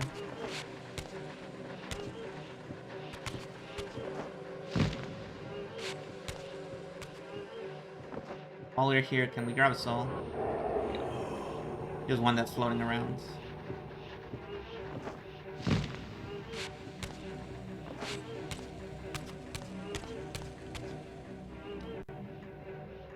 Look at Spectral Noskoth. Doesn't look too bad. Kinda looks like a pride flag, but I couldn't tell you which one. Just a nondescript pride flag, I suppose.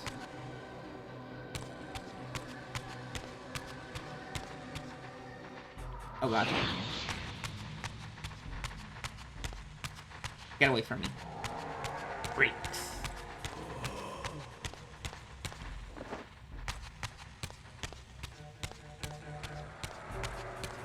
And here's the portal. We found it.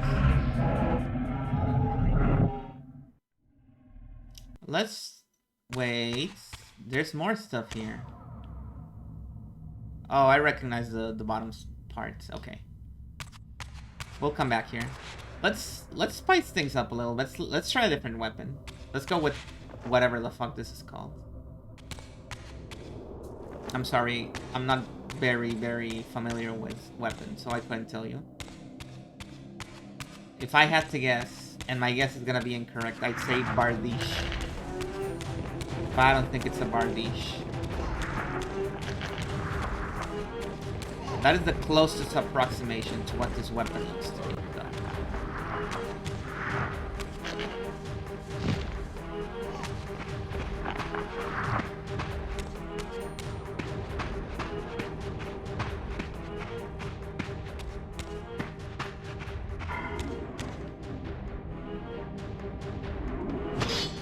Hey, cut it out. Cut it the fuck out. Oh, they go in there after you kill them, so they're elementals, I think.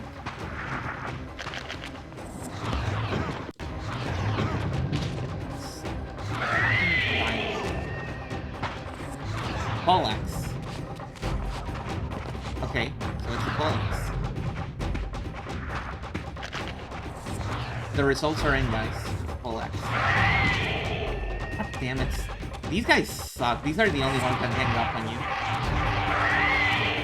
And they even throw projectiles at you. Okay, what are you? What is your deal? Can I move you in any other direction? Nope. I can only move you like this. So you're probably a stepping stone. You are a stepping stone. You're there, so I don't have to do the platforming over there. Okay.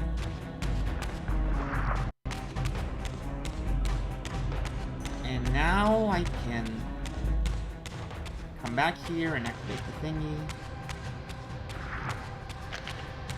Watch out.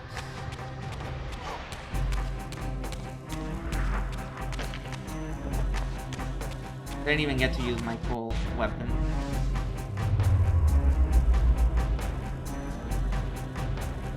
And the bridge has been activated.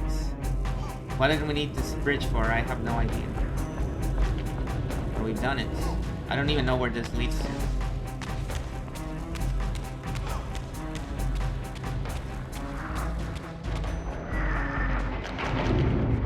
Oh, it leads to another one of these guys. No. No weapons here, huh? Okay. Reaver it up. Reaver it is. Wait. Now we have a weapon. Not a very good one, though. It's a broken sword. Stop doing that. Oh, this guy tried to get me with a freaking heavy attack. Do you see that? Wait. I forgot I have heavy attacks too. Kind of not great, but I do have them. You can freaking launch enemy? That's crazy. That's crazy. Why would you ever want to do that? And out of here. Give me the cookie.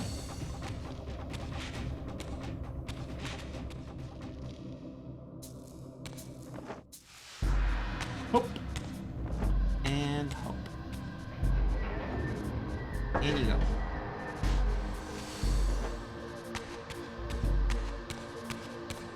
Where am I right now?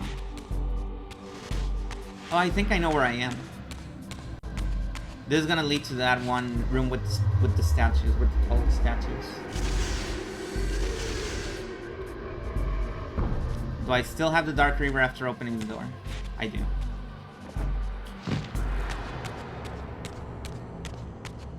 So let's open the other door.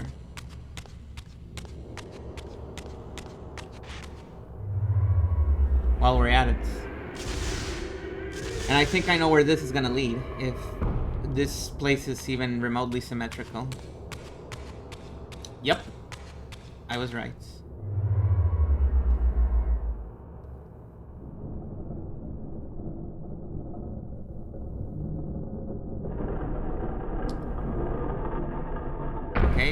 So the light is no longer being blocked. Which means we can spin this over here.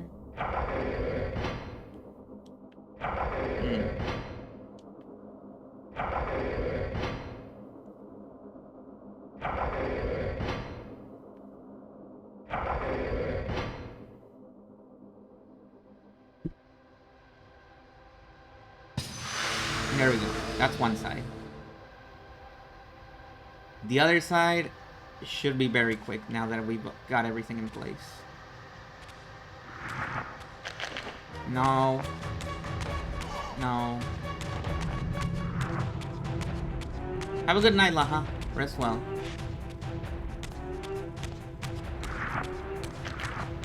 Don't let the... I don't know. The raid steal your soul. Okay.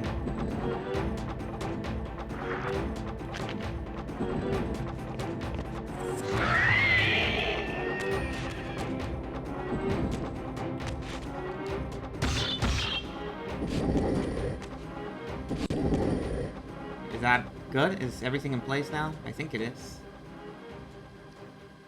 Oh yeah, baby. That's light force right there.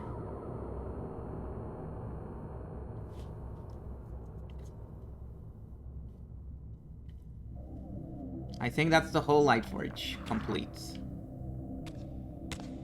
I was gonna go around, but I can just go this way, can't I? Yeah.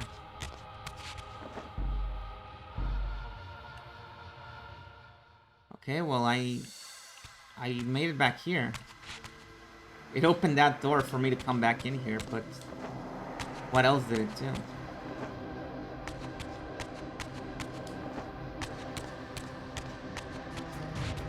We came through that way. I almost forgot.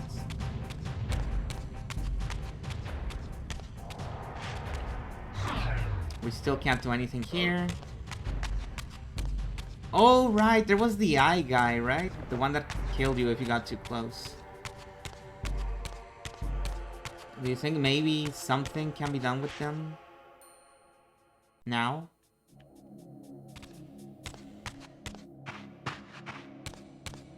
That there's a path that's been cleared all the way up here? Maybe. It was this way, right?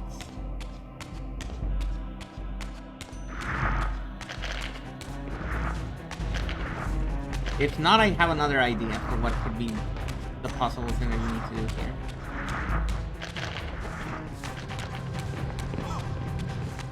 Oh, this freaking room sucks. I hope they don't follow me all the way here. I had a feeling. I was right. Stop it. Leave me alone. B.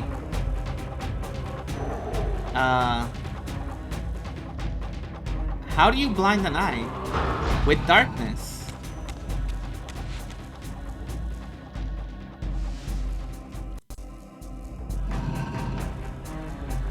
Well, we have it now. Goodbye. So we only needed the dark power to solve that puzzle. Why didn't we need to do everything else? Well, even if you can solve that puzzle, where can you take this to if the gate over here isn't open? Because as I mentioned before, you cannot go around because you can't glide when you're holding stuff. So you need a clear path all the way back here. That's why we needed to open the doors. And now we're back here.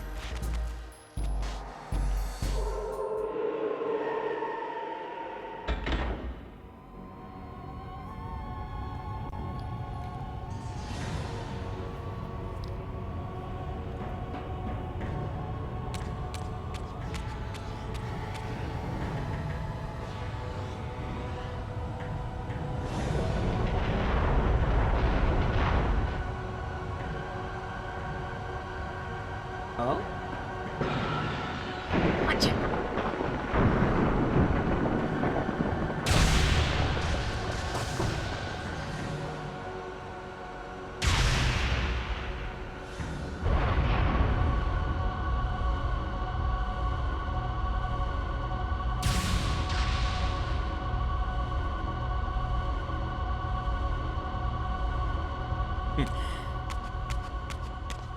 Okay. Give us the new power. New element. Unlocked.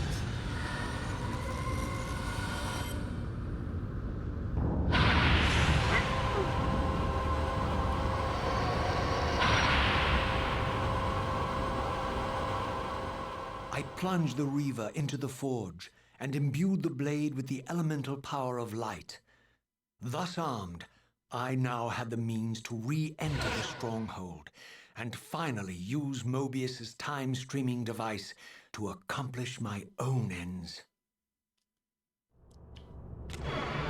Your own ends, huh? We'll see about that. And another health extension. Very nice. Oh, that's really cool. Look at how the Light Reaver actually has a lighting effect. That's really cool. Look at that. It's awesome.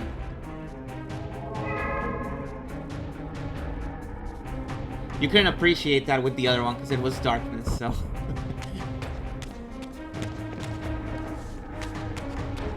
But yeah, it really illuminates the path. No, we're not fighting you, actually. I guess we're fighting you, because I don't know how to leave this place.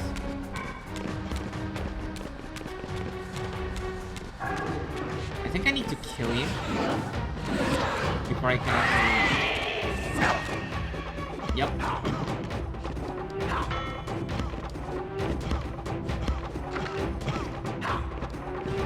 The launch mechanic is so silly. It's crazy that they put that in the game. Get that out of here. Oh yeah, that's what those guys do. So you can't actually use a lot of elemental switches when there's one of those guys around. You need to kill them first. Because they're like powering the thing up. It's weird. Our shadow bridge is gone. I suppose that's only temporary. We could light it up again if we wanted to, but that would be really stupid, because then we would have to go back and rejuice our... Hey, look! It even works like a flashlight if you use it like this. Awesome.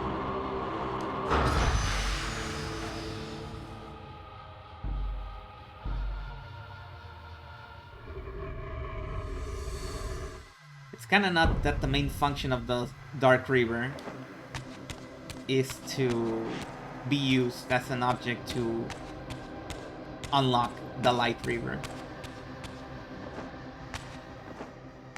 That's how it goes sometimes.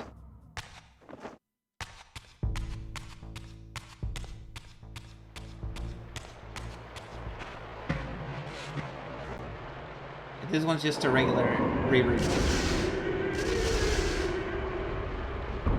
The chanting whenever you open that door is so memorable. We're gonna use it a lot. Okay, we're back here. Good luck killing Kane. Thank you. Thank you. We're probably gonna go for another... What is it? Hour or so? Not too much. Usually I would be ending stream here, but since I started so late... And then I had the technical difficulties at the start. I want to go for a little longer.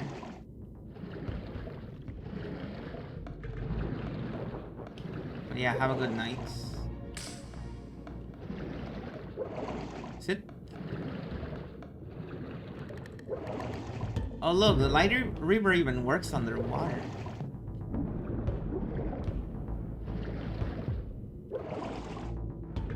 I am once again getting lost and not being able to find wherever the pathway is. Do I need to open it again? Maybe I need to open it again.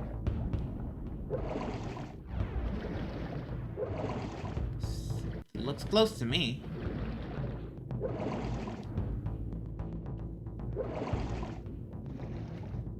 Maybe somebody closed it up.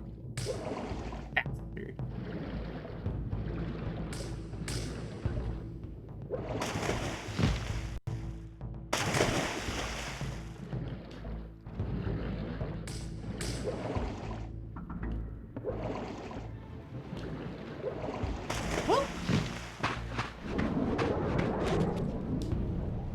Let's see. Is it open or is it closed?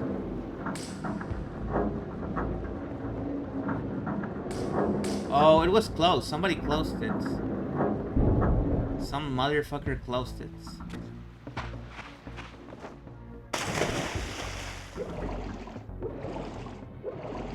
While I was away.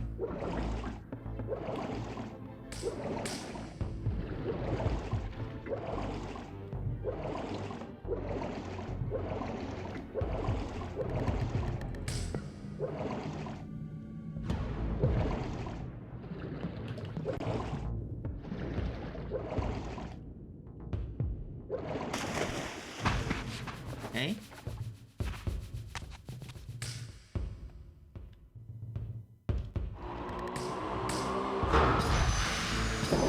Now we can actually open this and go into the stronghold again. That was a lot of legwork just to get back into the place we were at the beginning of the game. That's Soul Reaver 2 for you.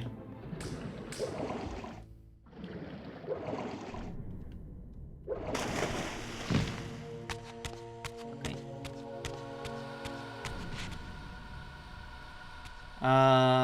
Time size. What do you have in mind? Usually I don't have a limit for that. Whenever I have a really long song, I skip it because it's not really that long. It's just an extended version that they looped so that it just keeps going for half an hour. If the song is actually 40 minutes and it's not just a bunch of loops of the same song, then it's good. It's fine.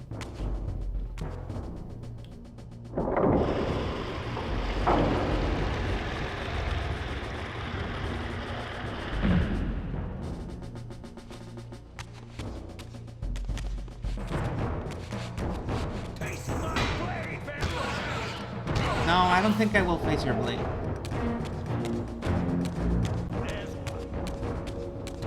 Can I just go? Can I just go? I can just go. Okay, cool. Okay, I don't think I can go here. I actually need to fight these guys. Can I use this? I don't think I can use that. Get? Okay. Give me my mission.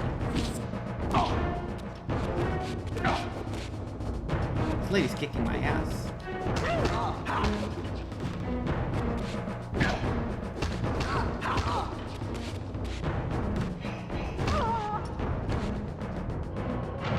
Yeah, go ahead. Just send it over my way. Etrian Odyssey. Woo. Into the playlist it will go. Okay, we're back in the big room with the cool like palpitating effects. But we need to be on the other side for the cool palpitating effect. Let's see, where do we need to go from here? I honestly don't remember.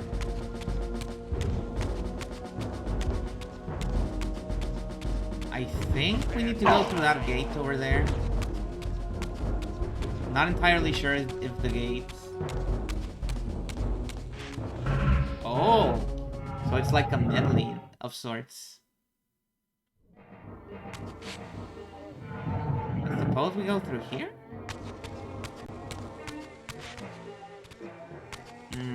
No, there's nothing here.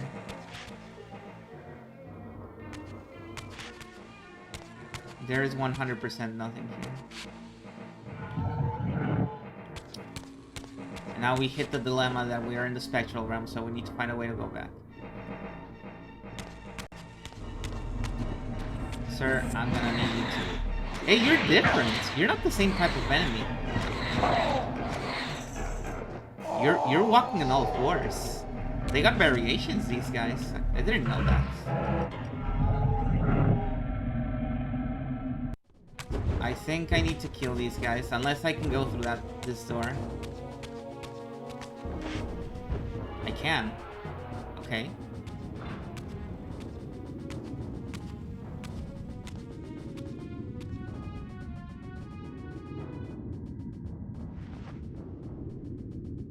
What?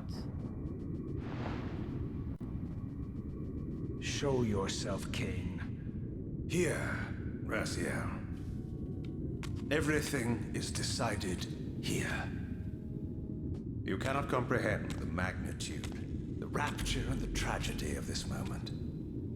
And yet you must, if Nosgoth is to be dragged from the wreckage of its damnation. I understand only this, Cain. That you and Mobius have impelled me to this moment simply means I can trust neither of you. I don't know who's pulling the strings, but it no longer matters, because I'm cutting them. I set my own course from here. If it were only that simple. Your fatalism is tiresome, Cain. And profoundly ingrained, Raziel. You must understand, our presence here doesn't alter history. You and I meet here because we are compelled to. We have always met here. History is irredeemable. Drop a stone into a rushing river, the current simply courses around it and flows on as if the obstruction were never there. You and I are pebbles, Raziel, and have even less hope of disrupting the time stream. The continuum of history is simply too strong, too resilient. Except, then how do we explain William here? The beloved boy king turned tyrant. In my youth, I witnessed William's rise to power and his transformation into the nemesis who laid waste to Nosgoth. Keep your distance, Cain. Years later, I stumble upon a chance to journey back in history, unaware that the entire affair has been carefully orchestrated by Mobius. In my wisdom, I seize this opportunity to murder the young king before he can ravage Nosgoth, and thereby provide the catalyst Mobius needs to ignite a genocidal war against our race. I warn you, no further. This one reckless act unravels the skein of history. The nemesis never becomes the nemesis. William dies a martyred saint. I, the vampire assassin, become the author of my own species' extinction, and Mobius profits from it all. I destroyed a tyrant only to create one far worse. But how can it be so? How, if history is immutable? The answer is here in this room, Raziel. Mobius propelled William and me together, but ensured first that we were both armed with the Soul Reaver. Oh. The Reaver is the key. Two incarnations of the blade meet in time and space. A paradox is created, a temporal distortion powerful enough to derail history. Is this your sorcery? Not mine, Raziel. Yours. You have nothing to fear from me, Raziel. You hold all of the cards.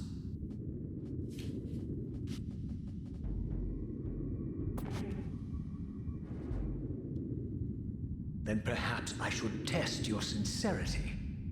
If what you say is true, you should be terrified. I could kill you here and now. And so you do, Raziel.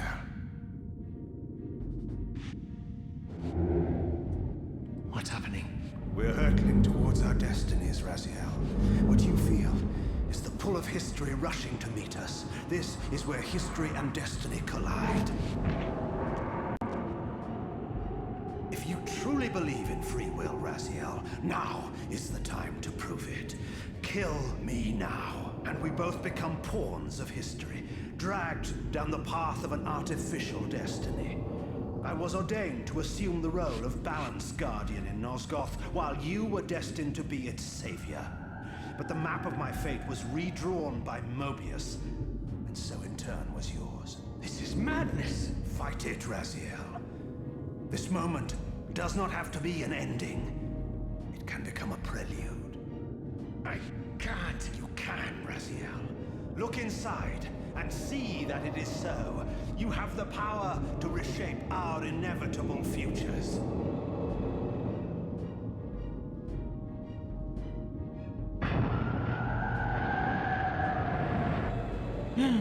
He did it.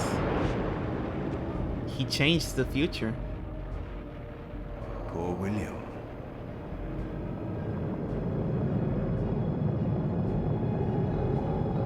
What is this?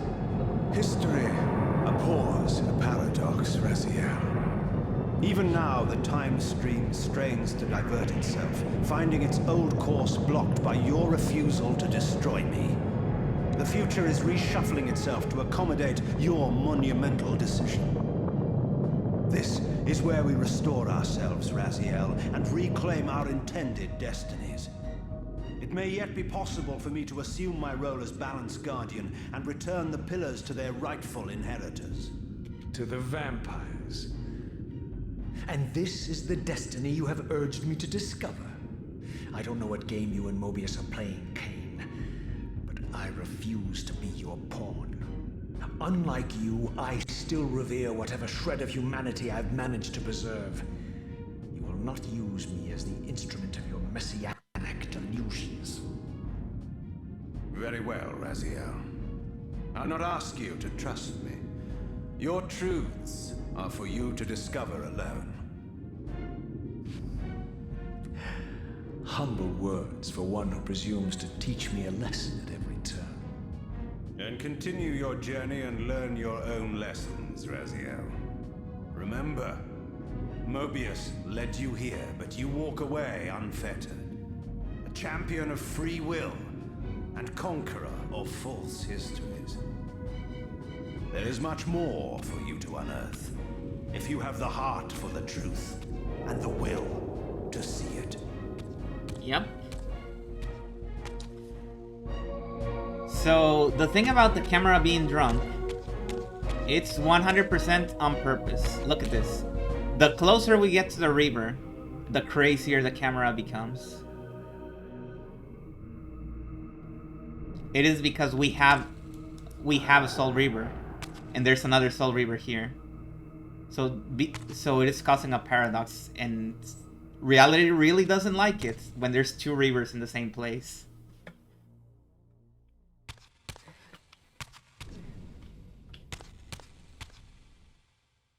Yeah, there was a cutscene earlier where we see this Reaver here in the tomb of William the Just, aka the Nemesis, and we know it's his tomb because of the stained glass where we see him fighting Kane back when Kane fought him in Blood Omen 1. And as you can see, it was Reaver against Reaver. And whenever there's two Reavers in the same place, a time paradox occurs, and that actually allows you to change the past. And that is the only condition in which you can change the past. If you try changing anything without having a paradox going on, it doesn't happen. History simply readjusts course, and whatever change you did just undoes itself, and it's like it never happens. So basically, the big thing about this game, the big theory is, the problem with a lot of time travel stories, or time travel mechanics in general, is that it leaves the option that, well, if there's time travel and there's time loops, doesn't that mean that everything is set in stone and there's nothing we can do to change it? And yeah, that is what the game is saying. True. There's nothing you can do about it. Unless you have a fucking paradox going on. Then for a brief moment you can actually change things.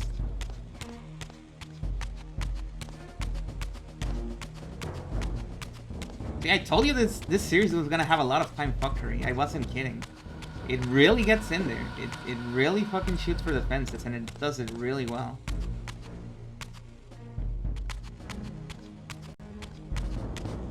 Now, where do I need to go? Right now I have the Dark Reaver. I think? No, I don't. I need to get my Dark Reaver.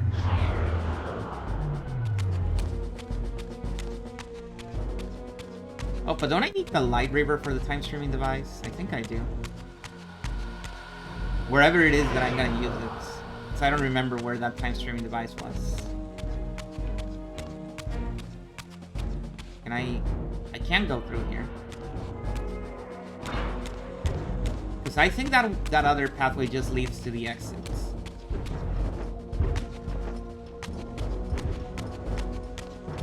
And we don't want to go to the exits.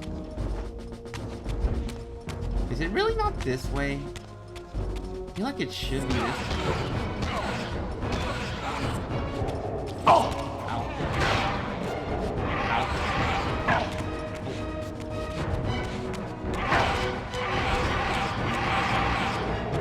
Okay, I'm getting dangerously close to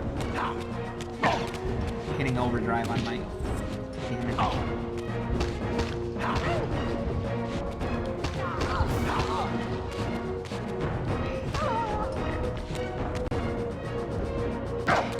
Oh. You little shits. Okay.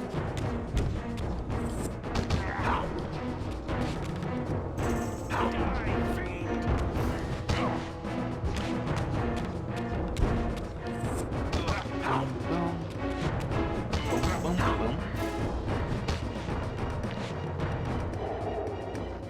And as you can see, Fate really wants Raziel to kill Cain. And by not killing Cain, we've changed history.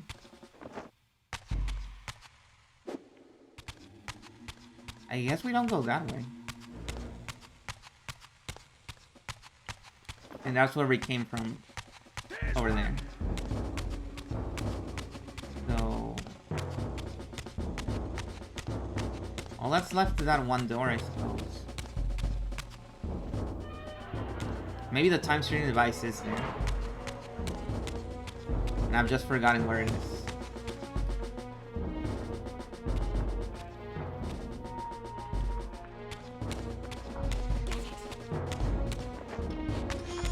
I don't think there's anything preventing me from just leaving. Nope, we just go. I'm already seeing the enemy right next to me. There's my statue again. That's Raziel's statue. And here's all our brothers. Is it this? Oh my god! Everybody's coming at me. I don't think this is the right way. I think what I'm looking for is down, actually. Well, at least I baited everybody out here.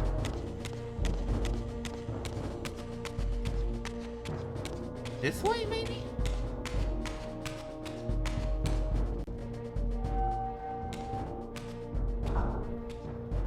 Man, navigating this place backwards is so difficult.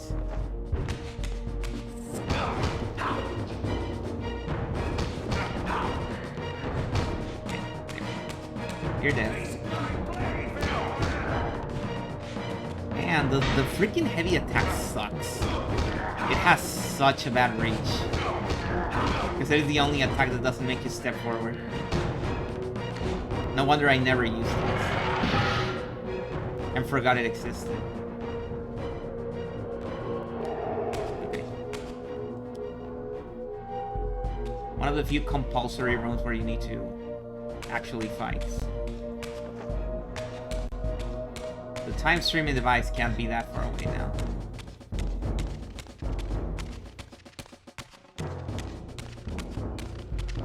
Oh god. Oh god. Oh god, there's so many of them. Oh my god. Here it comes. Wait. I found the door. Get me out of here. What are those things? I still don't know what they are. Seize him. I guess they're dogs, but they're really fucked up looking dogs. They don't even have tails.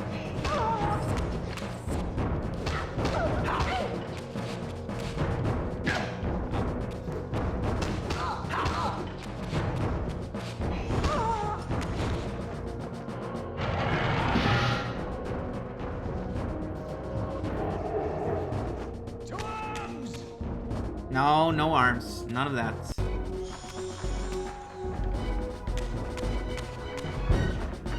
This room is also needed. I need to fight the guys. For a second I was like, I need to fight the bats. No, the bat is not an enemy. They look like enemies, but they're not. They won't hurt you. Unlike every other bat in every other video game.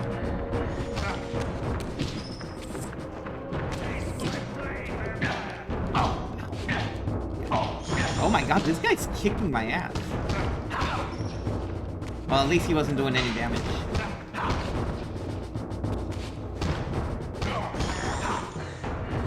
There. That guy was cracked. Best in the class for sure. Wait, it's closed. It didn't open up. Oh, there's another door here. I didn't even notice it. Oh, this is where I came from. See, I'm getting lost again. This place is so difficult to navigate, I swear to God.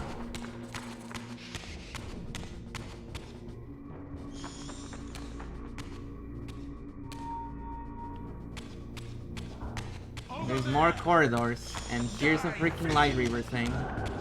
I don't need it because I already have my light reaver. Can I just go in? I can just go in. I think this is it. Yeah. Oh my god, I'm back. Here we are. This is where we start the game. After a very, very long cutscene, this is where we start the game. Okay.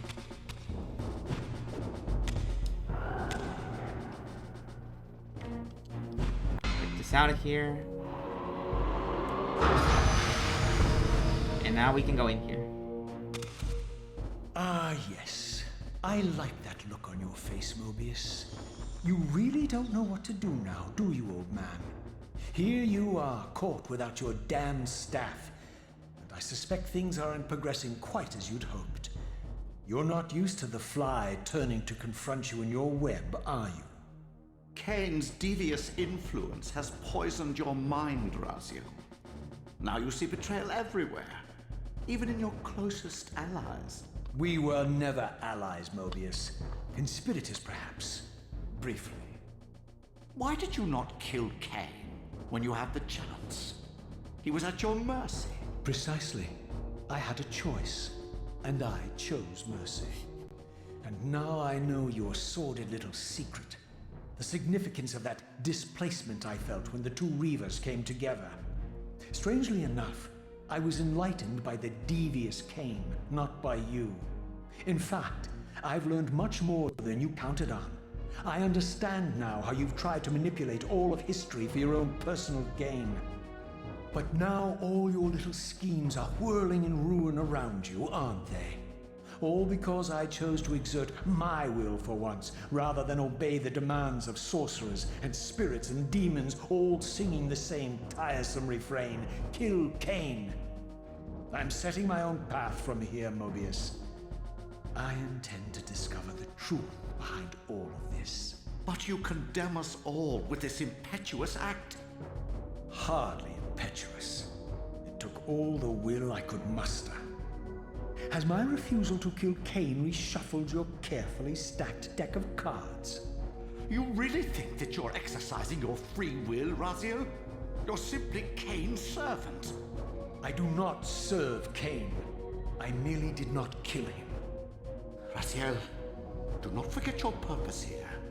You are destined to be the savior of Nosgoth. Oh, I'm sick of hearing that particular phrase. As for saving Nosgoth, so far I see precious little reason to bother. And I'll choose my own purpose from here on out, Time Streamer. Right now, I choose to manipulate you for a change. Go. In there. What are you doing? Come now, Mobius. You're a cunning serpent. You'll piece it together, I imagine.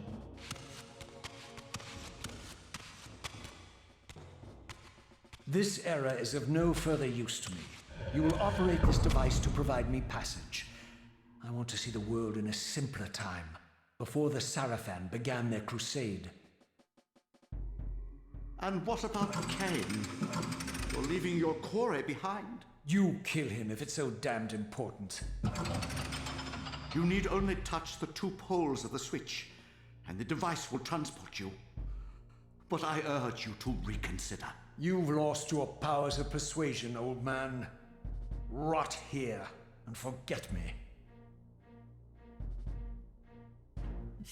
Motherfucker.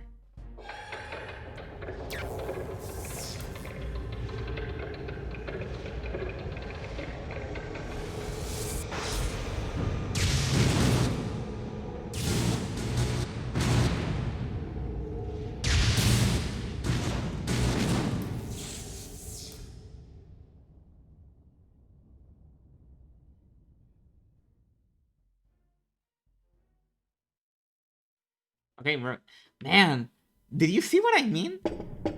Like, before this game, everything, the only thing in Raziel's mind was killing Kane.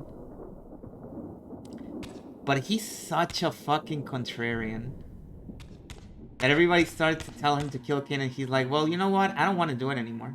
I don't want to do it anymore. It's not cool anymore if you're asking me to do it. And they're like, Raziel, you need to save Nazca. First, Raziel saw old Nazca and he's like, oh, this place is beautiful. This place is so nice. Kane is a fucking monster for ruining it for everybody else. And then everybody starts saying, yeah, you need to save Nazca. And he's like, well, I don't know what's so good about Nazca personally. The place can just fucking rot for all I care. He's such a contrarian. It's incredible.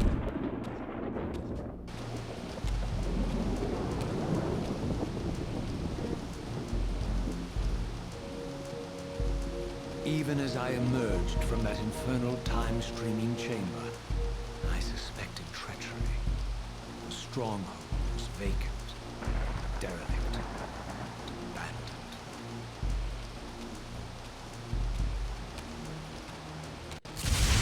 Oh? Oh, this is the bullshit part of the game that I remember. These fucking enemies are a pain in the ass to fight. I don't even know what they are. I think they're demons. That would check out, I suppose. Because just like the demons in the first Blood Omen, they're quite difficult to fight.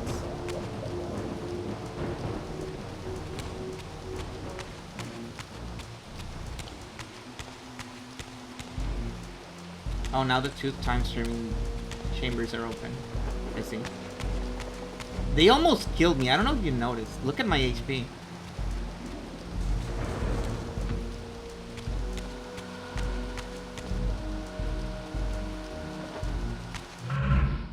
Honestly, I need to get out of here. I need to recover my HP. Oh, fuck. They can come in here too? Look at how much fucking damage they do.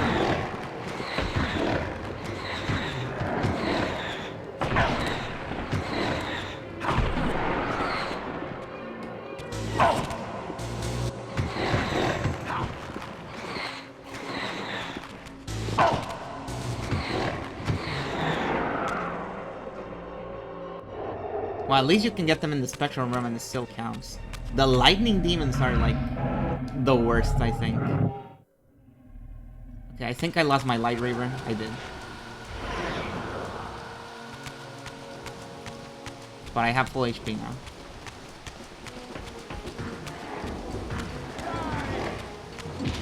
Oh. Oh no. Can I just run past you? I can. And if I recall correctly, the pathway was to here. Oh fuck. It's really bad. Oh, this part is kind of brutal because you can only use the reaver. So you really need to measure your hits.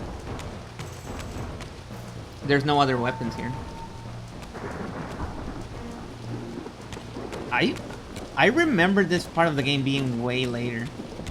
Maybe I'm further into the game than I thought.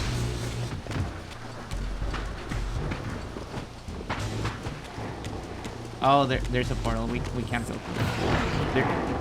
Portal is not the right word. There's a gate. A force field, even. Okay, settle the fuck down. Oh, we need to kill these guys too? I guess so. I thought we were helping them. Okay. We're not. We're just killing everybody here. We're going for murder hobo mode here.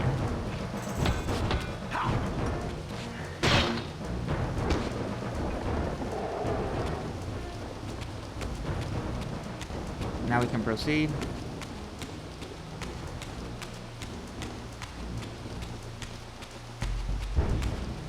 Whoa. Whoa, baby. Oh no, this sucks. This sucks. They're just gonna keep shooting at me while I attack. Let's get out of here. I don't like this. Can I grab this? I can. Do I want to use it for the demon enemies? Probably not. There's an exit here. I think. Oh, fuck. Man, every single time it does that, it jump scares me. It is actually a very scary transition to battle. The way it just does the lightning strike. Man, the low ground is so good. Am I even hurting you or are you blocking? I think you're blocking. Okay, execute. The heavy doesn't even prevent you from blocking. You're still blocking everything. Man, these guys suck ass. I'm telling you, the game sucks as soon as the enemies start blocking. Like, why did you do it? And even then, these guys have souls. If I had any doubts about the era I now occupied, this grotesque tableau certainly eliminated them. For here was Mobius, long since murdered by Cain, lionized and beatified as the martyred leader of his bloodthirsty crusade. And if I required further evidence, I needed only to behold the gruesome trophy Mobius held aloft. A severed head of Vorador. The final triumphant kill of Mobius's cutthroat mob. His execution marked the annihilation of the vampires. Far from channeling me into Nosgoth's past, Mobius had propelled me over a century to its ghastly future. The intent behind this little detour was unmistakable. Having failed to make me his obedient assassin, Mobius intended to keep me ignorant of my true destiny, which clearly lay in Nosgoth's past. While his deception only reinforced my purpose, Mobius had effectively stranded me here. This left me no course but to explore the era I now occupied and see what changes the century had wrought following Cain's ill-fated decision.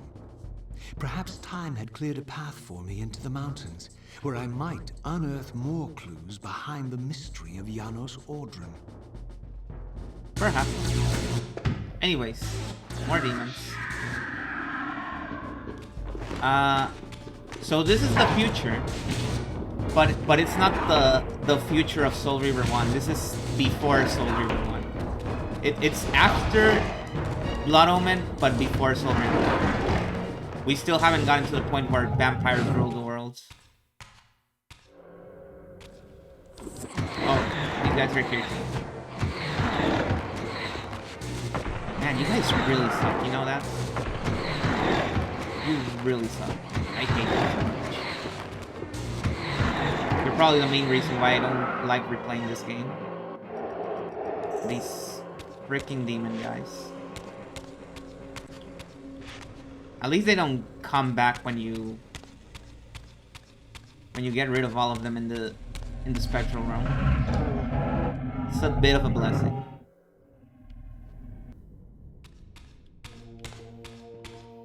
I don't think they come back anyways.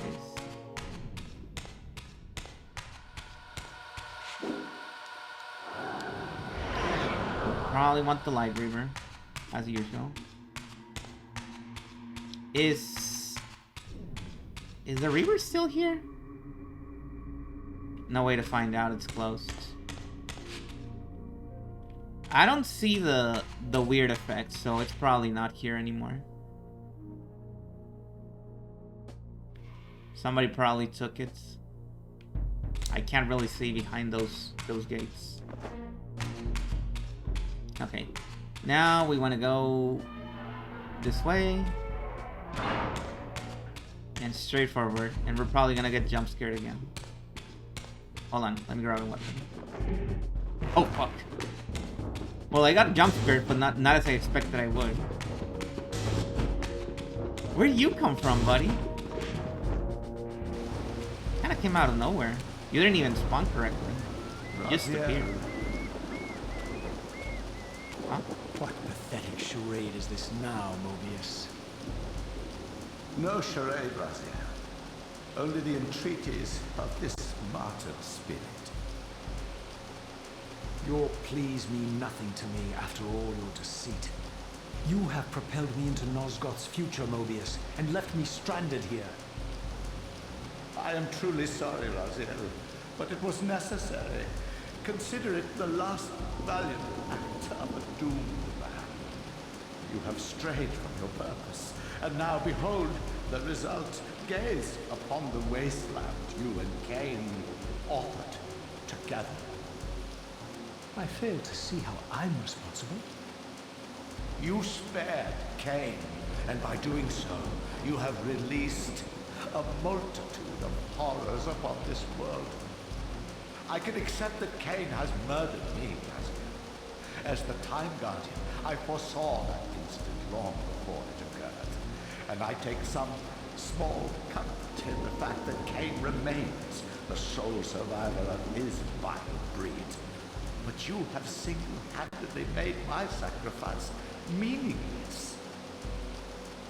Your argument is disingenuous, Time Streamer. I cannot see how killing or sparing Cain's future self would alter these events. This wasteland was created by Cain's original refusal at the Pillars.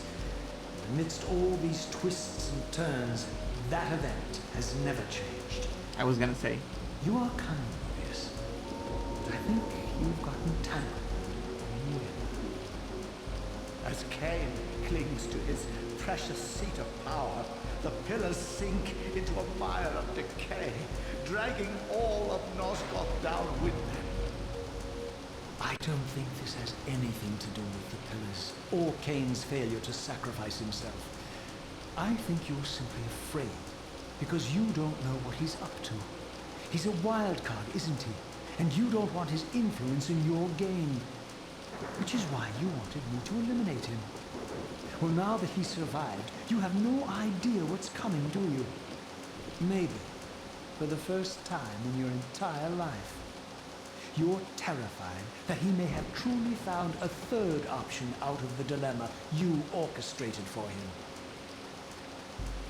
Cain's lies have addled your mind. Leave this place and trouble my spirit no more. If you even are a spirit. You've forgotten. I have a way to tell for sure. If you're willing to risk it. I didn't think so. Either way, you lose.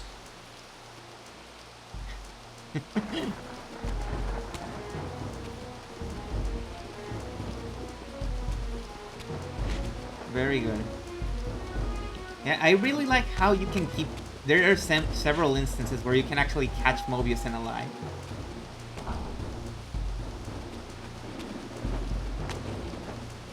It is really good how they don't keep you completely in the dark. They're like, no, if you pay attention, you can see that he's lying to you.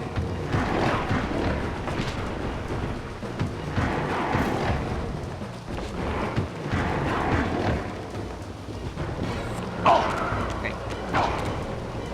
Fuckers.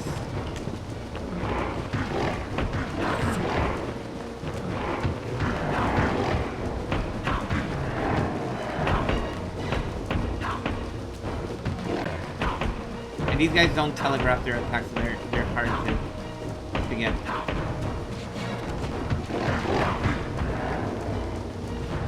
Still. God damn it.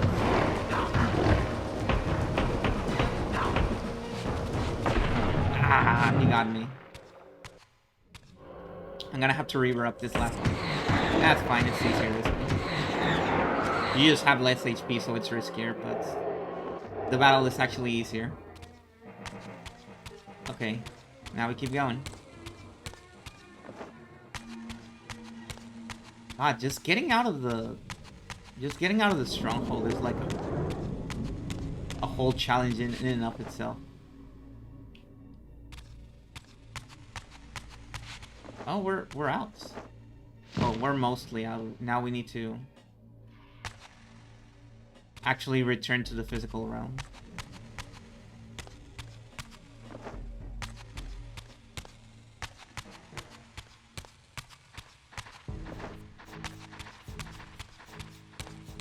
And we're gonna call it here as soon as I find save points.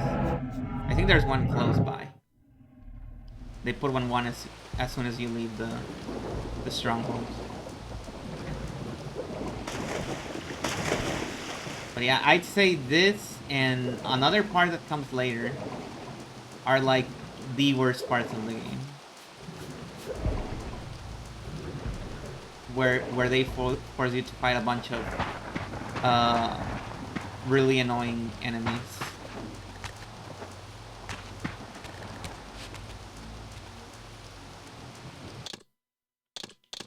Okay. We're done for now. We might even... Nah, probably not. I don't think we're gonna beat the game next time, but it could happen. You never know. I don't remember how long this game is. It's not that long. It's gonna be 3 streams at most. I do know that. Alright. We're calling it here.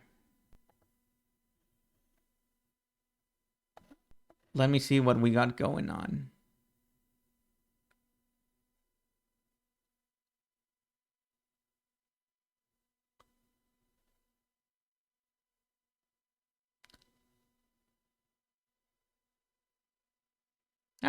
Okay. Let's... If I can do this correctly, I'm gonna risk it. I'm gonna do the commands. Also, let me move on to the screen. I'm gonna do the commands. And hopefully I typed it properly.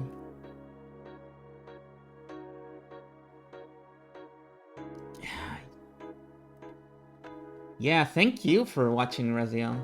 I had a blast with this one. I feel like I was kind of gassing myself up a little too much. But no, this game is really good, actually. It's really, really, really good. All the dialogue is just extremely good. I remember so much of it, too. So much of it feels like I just saw this game yesterday. Even though it's been so long. Okay, I'll see you... What day is it today? I'll see you Friday. And I don't know what I'm gonna do Friday, because I'm not going back to Dragon Quest just yet. I want to add something else to the slot that was left by Galarians. I just don't know what. So I'll figure it out by then.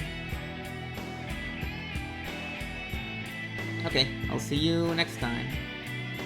Bye-bye.